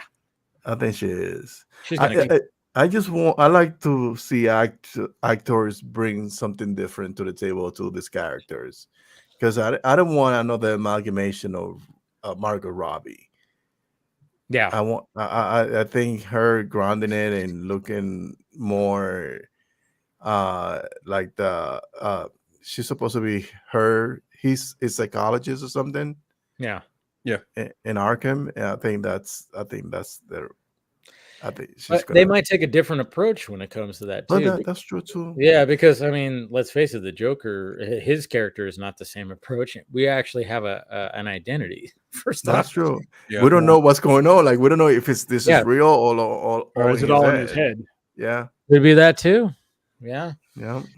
I mean, yeah. When it comes to this movie, I mean, and then I love the fact that the cinematographer earlier this week was like, it's not a musical per se. You know, I don't know why people are like going like, oh yeah, it's just gonna be like nonstop, like, you know, song and dance. He's like, yeah, there's music elements in it, but it's not that. And then I was like, yeah, that makes sense. Because I mean, even though I was intrigued, I was like, okay, if it ends up being a musical, all right, we'll see what happens. But if it's just like every act has a song and dance number, okay, but then like Cop Rock. Like what? Cop Rock? Never mind, you're too young. I think wasn't it Grace Randolph who started the whole fucking rumor about it being a musical? Well, yeah, probably. Yeah, I think it was her who started the whole thing. Yeah, I don't know. It's like nonstop. I think it's gonna have musical elements, just like the first one did. I think having Lady Gaga in the role of Harley Quinn is gonna draw her fan base to this film in a similar way, in the event that Taylor Swift might end up being in Deadpool 3. Like if you get her in that movie, you get a bunch of Swifties to go see Deadpool, right? But then you look at Joker Folia, dude, you have a concrete character there played by a prominent figure, a public figure. The Super Bowl with the highest view of all fucking time. So there goes this that. It's true. Apparently, those numbers are also inflated because it will be smart to have her in a fucking Marvel or DC movie. It would be, hate the whole Taylor Swift, and yeah, I would be like, oh, you know, I would joke and be like, well, look, they're gonna show Taylor, but at the same time, I'm like, for the most part, I didn't care. I'm like, I didn't stop. That game was too intense for me to care about her. Well, I'm just saying, like, even when it came to football in general, I was like, I'm gonna watch the games because I like to watch football. Oh yeah, they're gonna show Taylor Swift for like, let's see, a combined amount of 47 seconds. Oh God, God! It's like, yeah, for the rest of the remaining time, guess what? They're showing football. Yeah. Okay, I get it. Like it is kind of annoying, and it's whatever. And some of the shit when they show her, it just looks cringe. Fine, but it's not gonna ruin the game that I like to watch. She's not coming out on the field. The people that are like, I'm done with football. She ruined football. I'm like, well, she didn't because the Super Bowl got the highest rated fucking thing ever. I'm like, if they're bringing in a new audience, okay, that doesn't change my viewing experience. You know, more money to the pot. Listen, it doesn't change our viewing experience, and it brings more views for the league. Yes, it's a win-win. It really is a win-win, no matter if it's staged or not. Yeah, it is totally staged. Joe Biden tweet was hilarious, though. When he tweeted with his eyes glowing, that was hilarious. Like we planned. I thought that was a little bit of a humor, given all the craziness that went on with all that. I don't like it. It's the same DP on Joker as the first one, right? Lawrence Sher? Yes. Yes. Yeah. Okay. Yeah, Lawrence Sher. Sure. Yeah. What's gonna happen with Batman? All right, Dave. I got a book because I actually got to start my show. Go for it. This time I'm sure. You're gonna compete. We're gonna wrap this up soon anyway. So thanks, William, for dropping by. William, you're gonna compete against the show? I have 8 followers. He has 38,000. I don't think there's a competition. Okay. Fair. All right, thanks, guys. Don't worry, I'll be ending soon. But don't worry, yeah, we'll be ending this soon. I just wanted to like fit in those last little tidbits with everybody. But yeah, I know it's like the Taylor Swift thing. Yeah, it's annoying, but at the same time, it's like it brings in if it does that, and you know, it doesn't ruin fully the game. I'm like, okay, whatever. I mean, like I'm sick of everybody gets sick of a team that constantly wins. You know, we do that. I'm sick of the Chiefs. Yeah, everybody's sick of the Chiefs. It's just like they were sick of the Patriots before that. Right. You know, winning all the time. So, I was rooting for the Niners. I was like, underdog story. fucking defeat them. You know, you got this, and it didn't happen. We were this close, but it was close. It wasn't a blowout. It was a good game. Yeah, it was a good game throughout. It was a very good game. We had some. I don't know what we're talking about. So, yeah. I know we're talking about American football. You Aussie guy, kangaroo fucker. I don't fuck Oh my god, Phil! Jesus fucking Christ! Well, I mean, we had some good trailers that came out. Obviously, the Deadpool one we already talked about. Dude, but... Kingdom of the Planet of the Apes looks fucking phenomenal. I know. Holy that shit. sold me. That It last sold one me. sold me. Yeah, same thing. Because for the teaser, I was like, I don't know. But then, like, obviously they showed, they showed the 30-second spot, and I was like, because anytime that there was like a new trailer that I know of a something I haven't seen, I was like, all right. I pulled it up my phone where I was at, and I was like, wow. When I saw the Kingdom of the Planet of the Apes, even though I think the title is still way too fucking long and too many of does, but I was like, okay, you've sold me on this. I'm like, okay, I'm in on this. I mean, I was probably gonna watch it anyways, but at the same time, I'm like, you sold me on this. I was like, whoa, like this looks actually like a good follow-up to what Matt Reeves and Andy Serkis did. You know, the VFX probably are not going to be as sharp because those guys did something amazing when it came to those last two movies. And then you have Wicked. How are we feeling about Wicked? Fuck out of here with that. I gotta be honest. Like that was the first time I became aware of this being a thing, and I was like, dude, I totally forgot it was a thing. Yeah, I forgot it was a thing. I saw Wicked. I didn't even know who was Broadway. in it. Neither did I. I saw Wicked on Broadway. What's her name? Cynthia or whatever the hell her name. She's been in multiple things. She's got she's also a singer. And then Ariana Grande. And I'm sorry, Ariana Grande, when I look at her face, I just think, she just doesn't look smart. I don't know. It's just like what's the name of the TV show she had on Nickelodeon? I thought it was Disney Channel. But here's the thing. I have such a love-hate. I have such a love-hate for Ariana Grande because when I see like her and I see like I've seen things where like after shows she has to like get a piggyback ride from like a big dude because she's like, I'm tired, lift me, and because I performed, and she does all that and like she seems like a big huge fucking diva. But when I see her do impressions of celebrities and be funny like on Saturday Night Live and stuff, I'm like, holy shit, she's got a lot of talent. Like she does spot on impressions. I'm kind of crushing on her right now because she's actually really funny. But then we have this other Ariana Grande where she just looks like she's just a big fucking boil. Yeah, honestly, it's just like, and I'm like, I don't see. You make it seem like she was. I see Ariana Grande, however the fuck you say her last name, and I'm just like, you still look like you're 15. Mm-hmm. Like, I'm just like, she still looks very young. Do you bathe in the fucking fountain of youth or something? Like, I'm just fucking mind blown. I suppose so, but she just looks the same age as she did fucking 10 years ago or whatever on the Disney Channel. It's either Disney Channel or Nickelodeon. I honestly don't remember which one. It was Nickelodeon. Oh, you know what? Yeah, because she was with the other girl that was on iCarly. Yeah. I mean, that's the thing, and I kind of wonder. I'm like, Nickelodeon has got a bad rap of like, dude.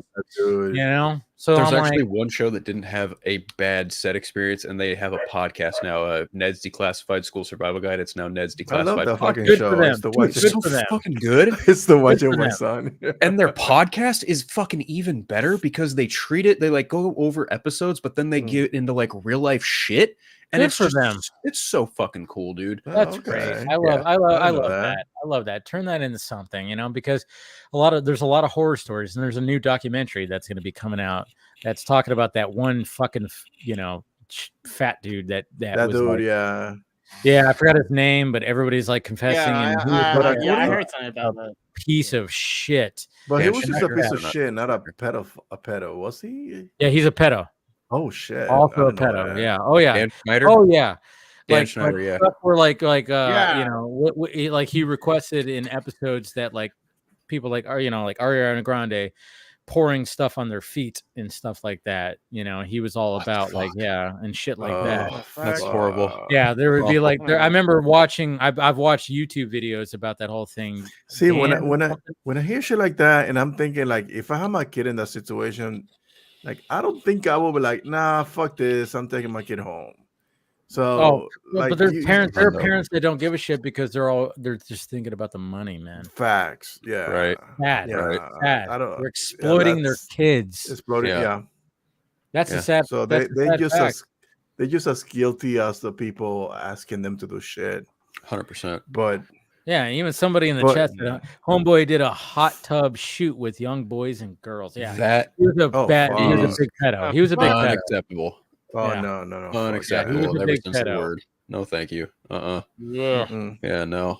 But then, of course, so Godzilla versus Kong. Oh, yeah, we got that trailer. But before we get to that trailer, fun. because that came out later. But I was like, how are we feeling about the? I mean, obviously, we're not all about the Wicked, and I think a lot of people aren't. What about Twisters? Dude,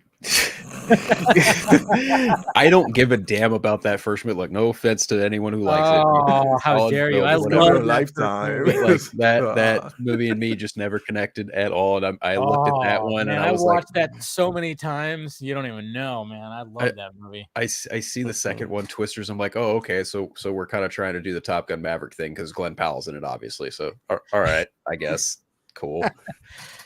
It's just so weird because it's like the first one, you know, I mean, it came out in that sweet spot in the 90s, 1996, where we had so many like blockbusters that came out. I think Independence Day came out, Mission Impossible. There's like just so many things that came out that year. And Twister was just like this awesome. I mean, like I again, I can't even tell you how I can quote that movie because I just thought it's ridiculous, sure, but it works so well.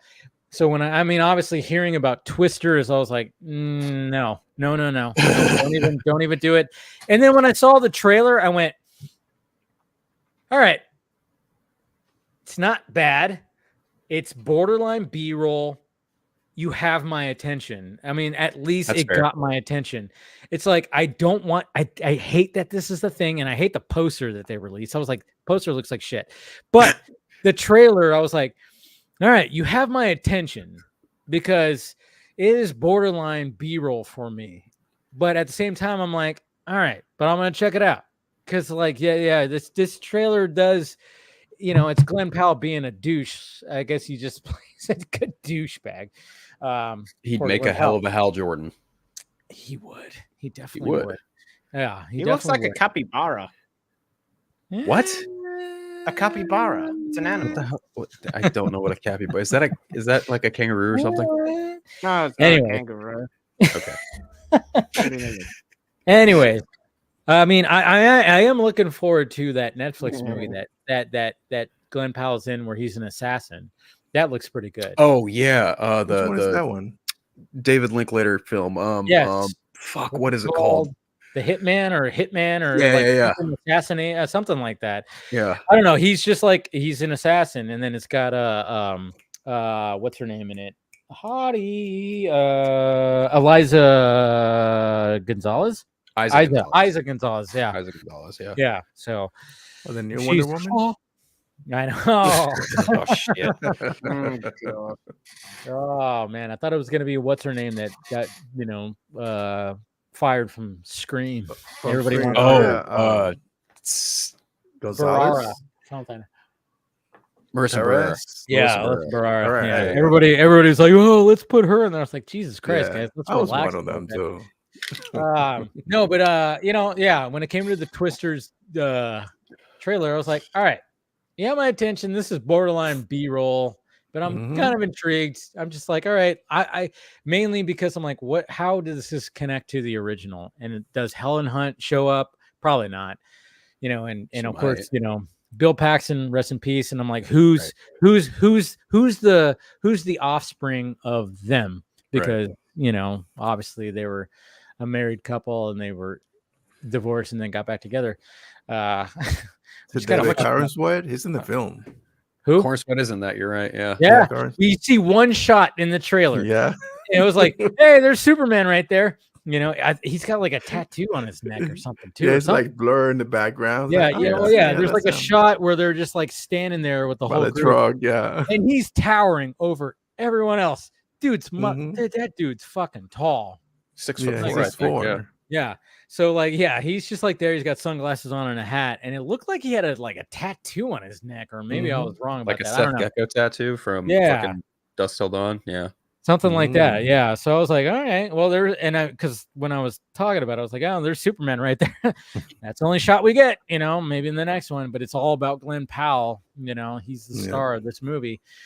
But it's kind of funny because it's like he's a douchebag, but then also it's like he's also like not. He's supposed to be like the star, and it's like maybe like something's happening and doing something, and he's supposed to be a likable douchebag. I'm like, okay, all right, you have my attention. And then of course, we're leading into Godzilla Kong trailer. Yeah. That movie I'm all in. I'm wild. I'm in. Oh my god! Did you guys see this meme I saw? Oh boy! Well, if you saw it, we probably didn't see it. Yeah. Okay. Good point. Hold up. Let me get it up. It's pretty funny. Well, we're talking about the Godzilla. Is it about that, or is it about something? Yeah, it's related. It's like a screenshot of like this one. Oh, okay. Yeah, from like, and it's like, and they like compared. It's with that Robert Pattinson movie. For fuck's sake, I can't share it. What the fuck is wrong? Okay, there we go. I think Godzilla X Kong looks probably it's going to be better than Godzilla versus Kong. Hey, Dave, check it out. Okay. Oh, you got it right there. This is the meme. Yeah. Okay. Oh God. Is that Robert Pattinson? That's from Robert Pattinson from the movie Remember Me. Remember Me? Oh, that's right. Yeah. So like, so Jesus Christ.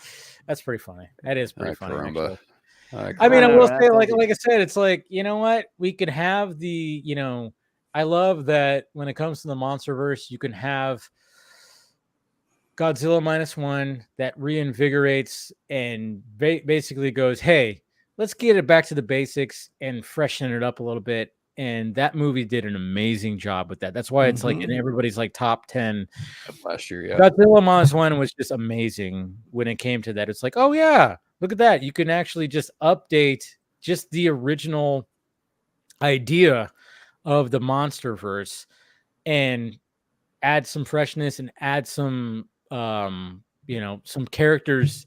The human side can be somebody that where audiences are going like, oh my god, I love these people, and stuff like that. When it comes to Godzilla Kong, I still think I'm going to hate the human characters, but I'm like I'm gonna go see it because I'm gonna see these two fucking team up, and Kong's gonna be wearing a gauntlet, and I don't know. Maybe it's going to be something that it's like it's going to be better than some of the previous ones when it comes to human characters. Maybe it will be. It probably won't. I can already guess. I'm like, all right, you got the female, you got the she's all. She wasn't in the other one, right? No, there was somebody. Rebecca Hall. Yeah, was she? Yeah, she was. In she was. She was. Okay. One, yeah. That's right. Again, when it came to the last one, I only watched it like twice, but it's like I think because they cut her hair, and I'm like, is this the same girl? Like, oh yeah, they gotta change the haircut.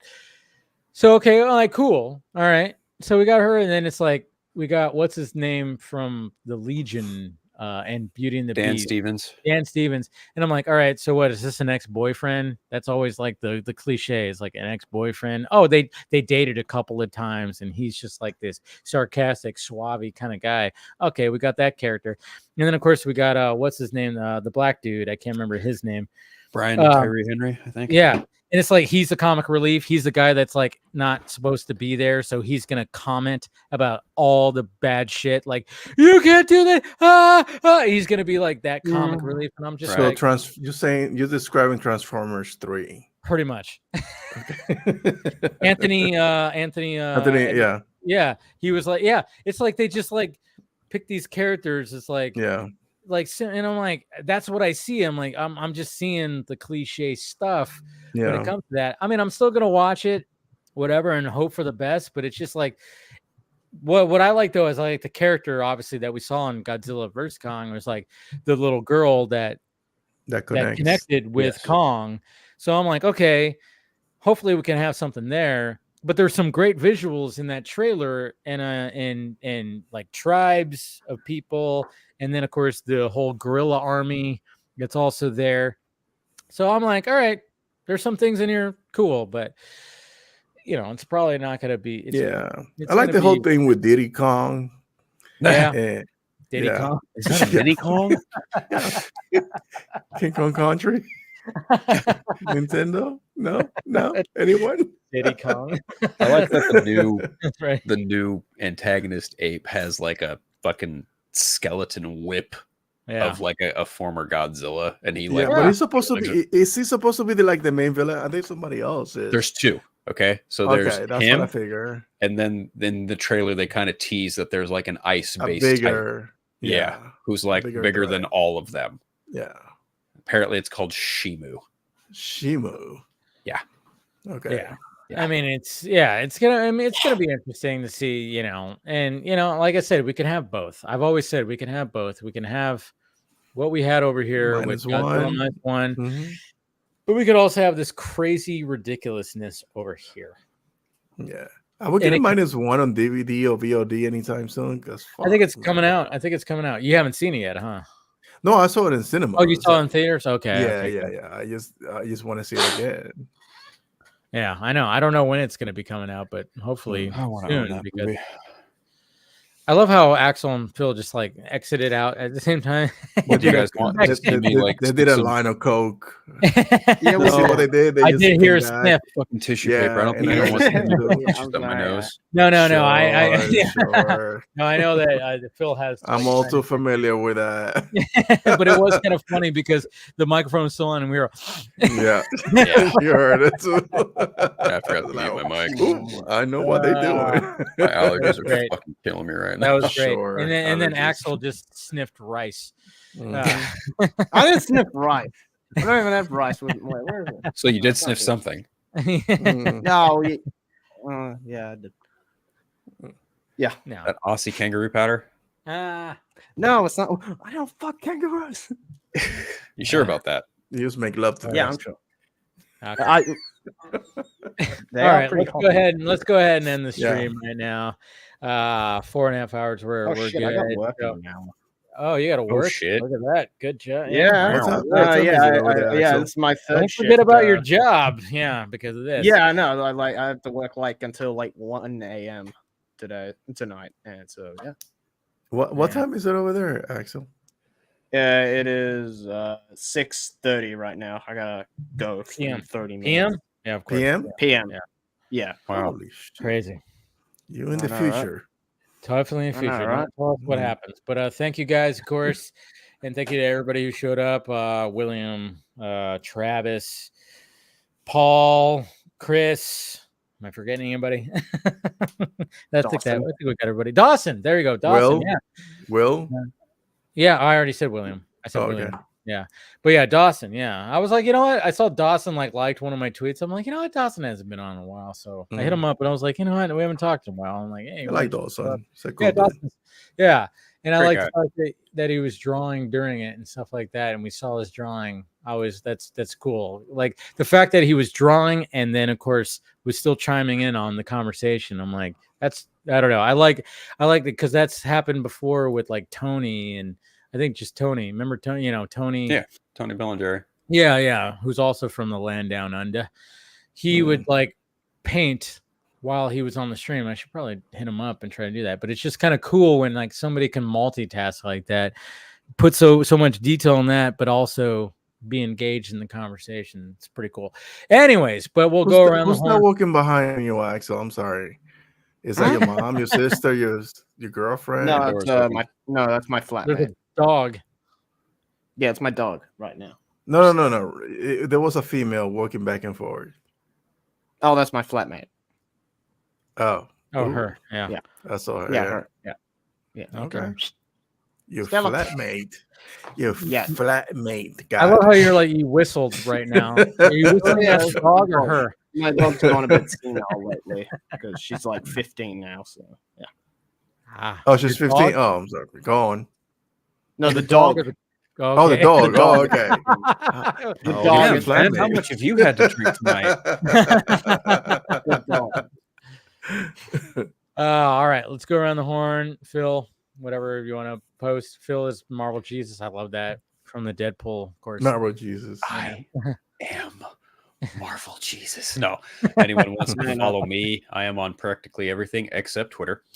Just at Unfiltered. You guys can follow my podcast, the Eternal Night Podcast, on Spotify, iTunes, basically wherever you get your podcast fix. I'm also on The Four Nerds every Wednesday with Dawson and Andre and Ryan Zieverfett. You can also catch me here occasionally on the Vodka stream. Other than that, that's about it. There it is. All right, Axel. You can find me at Droga52 on YouTube. You can find me on Twitter via Axel R. Droga, and yeah. Then thanks for having me on that. Yeah. Don't forget his alternate account, Kangaroo Fucker. I don't find it. All right, Ben. You can find me on Twitter, Mr. Everest, defending James Gunn 24/7, and you can.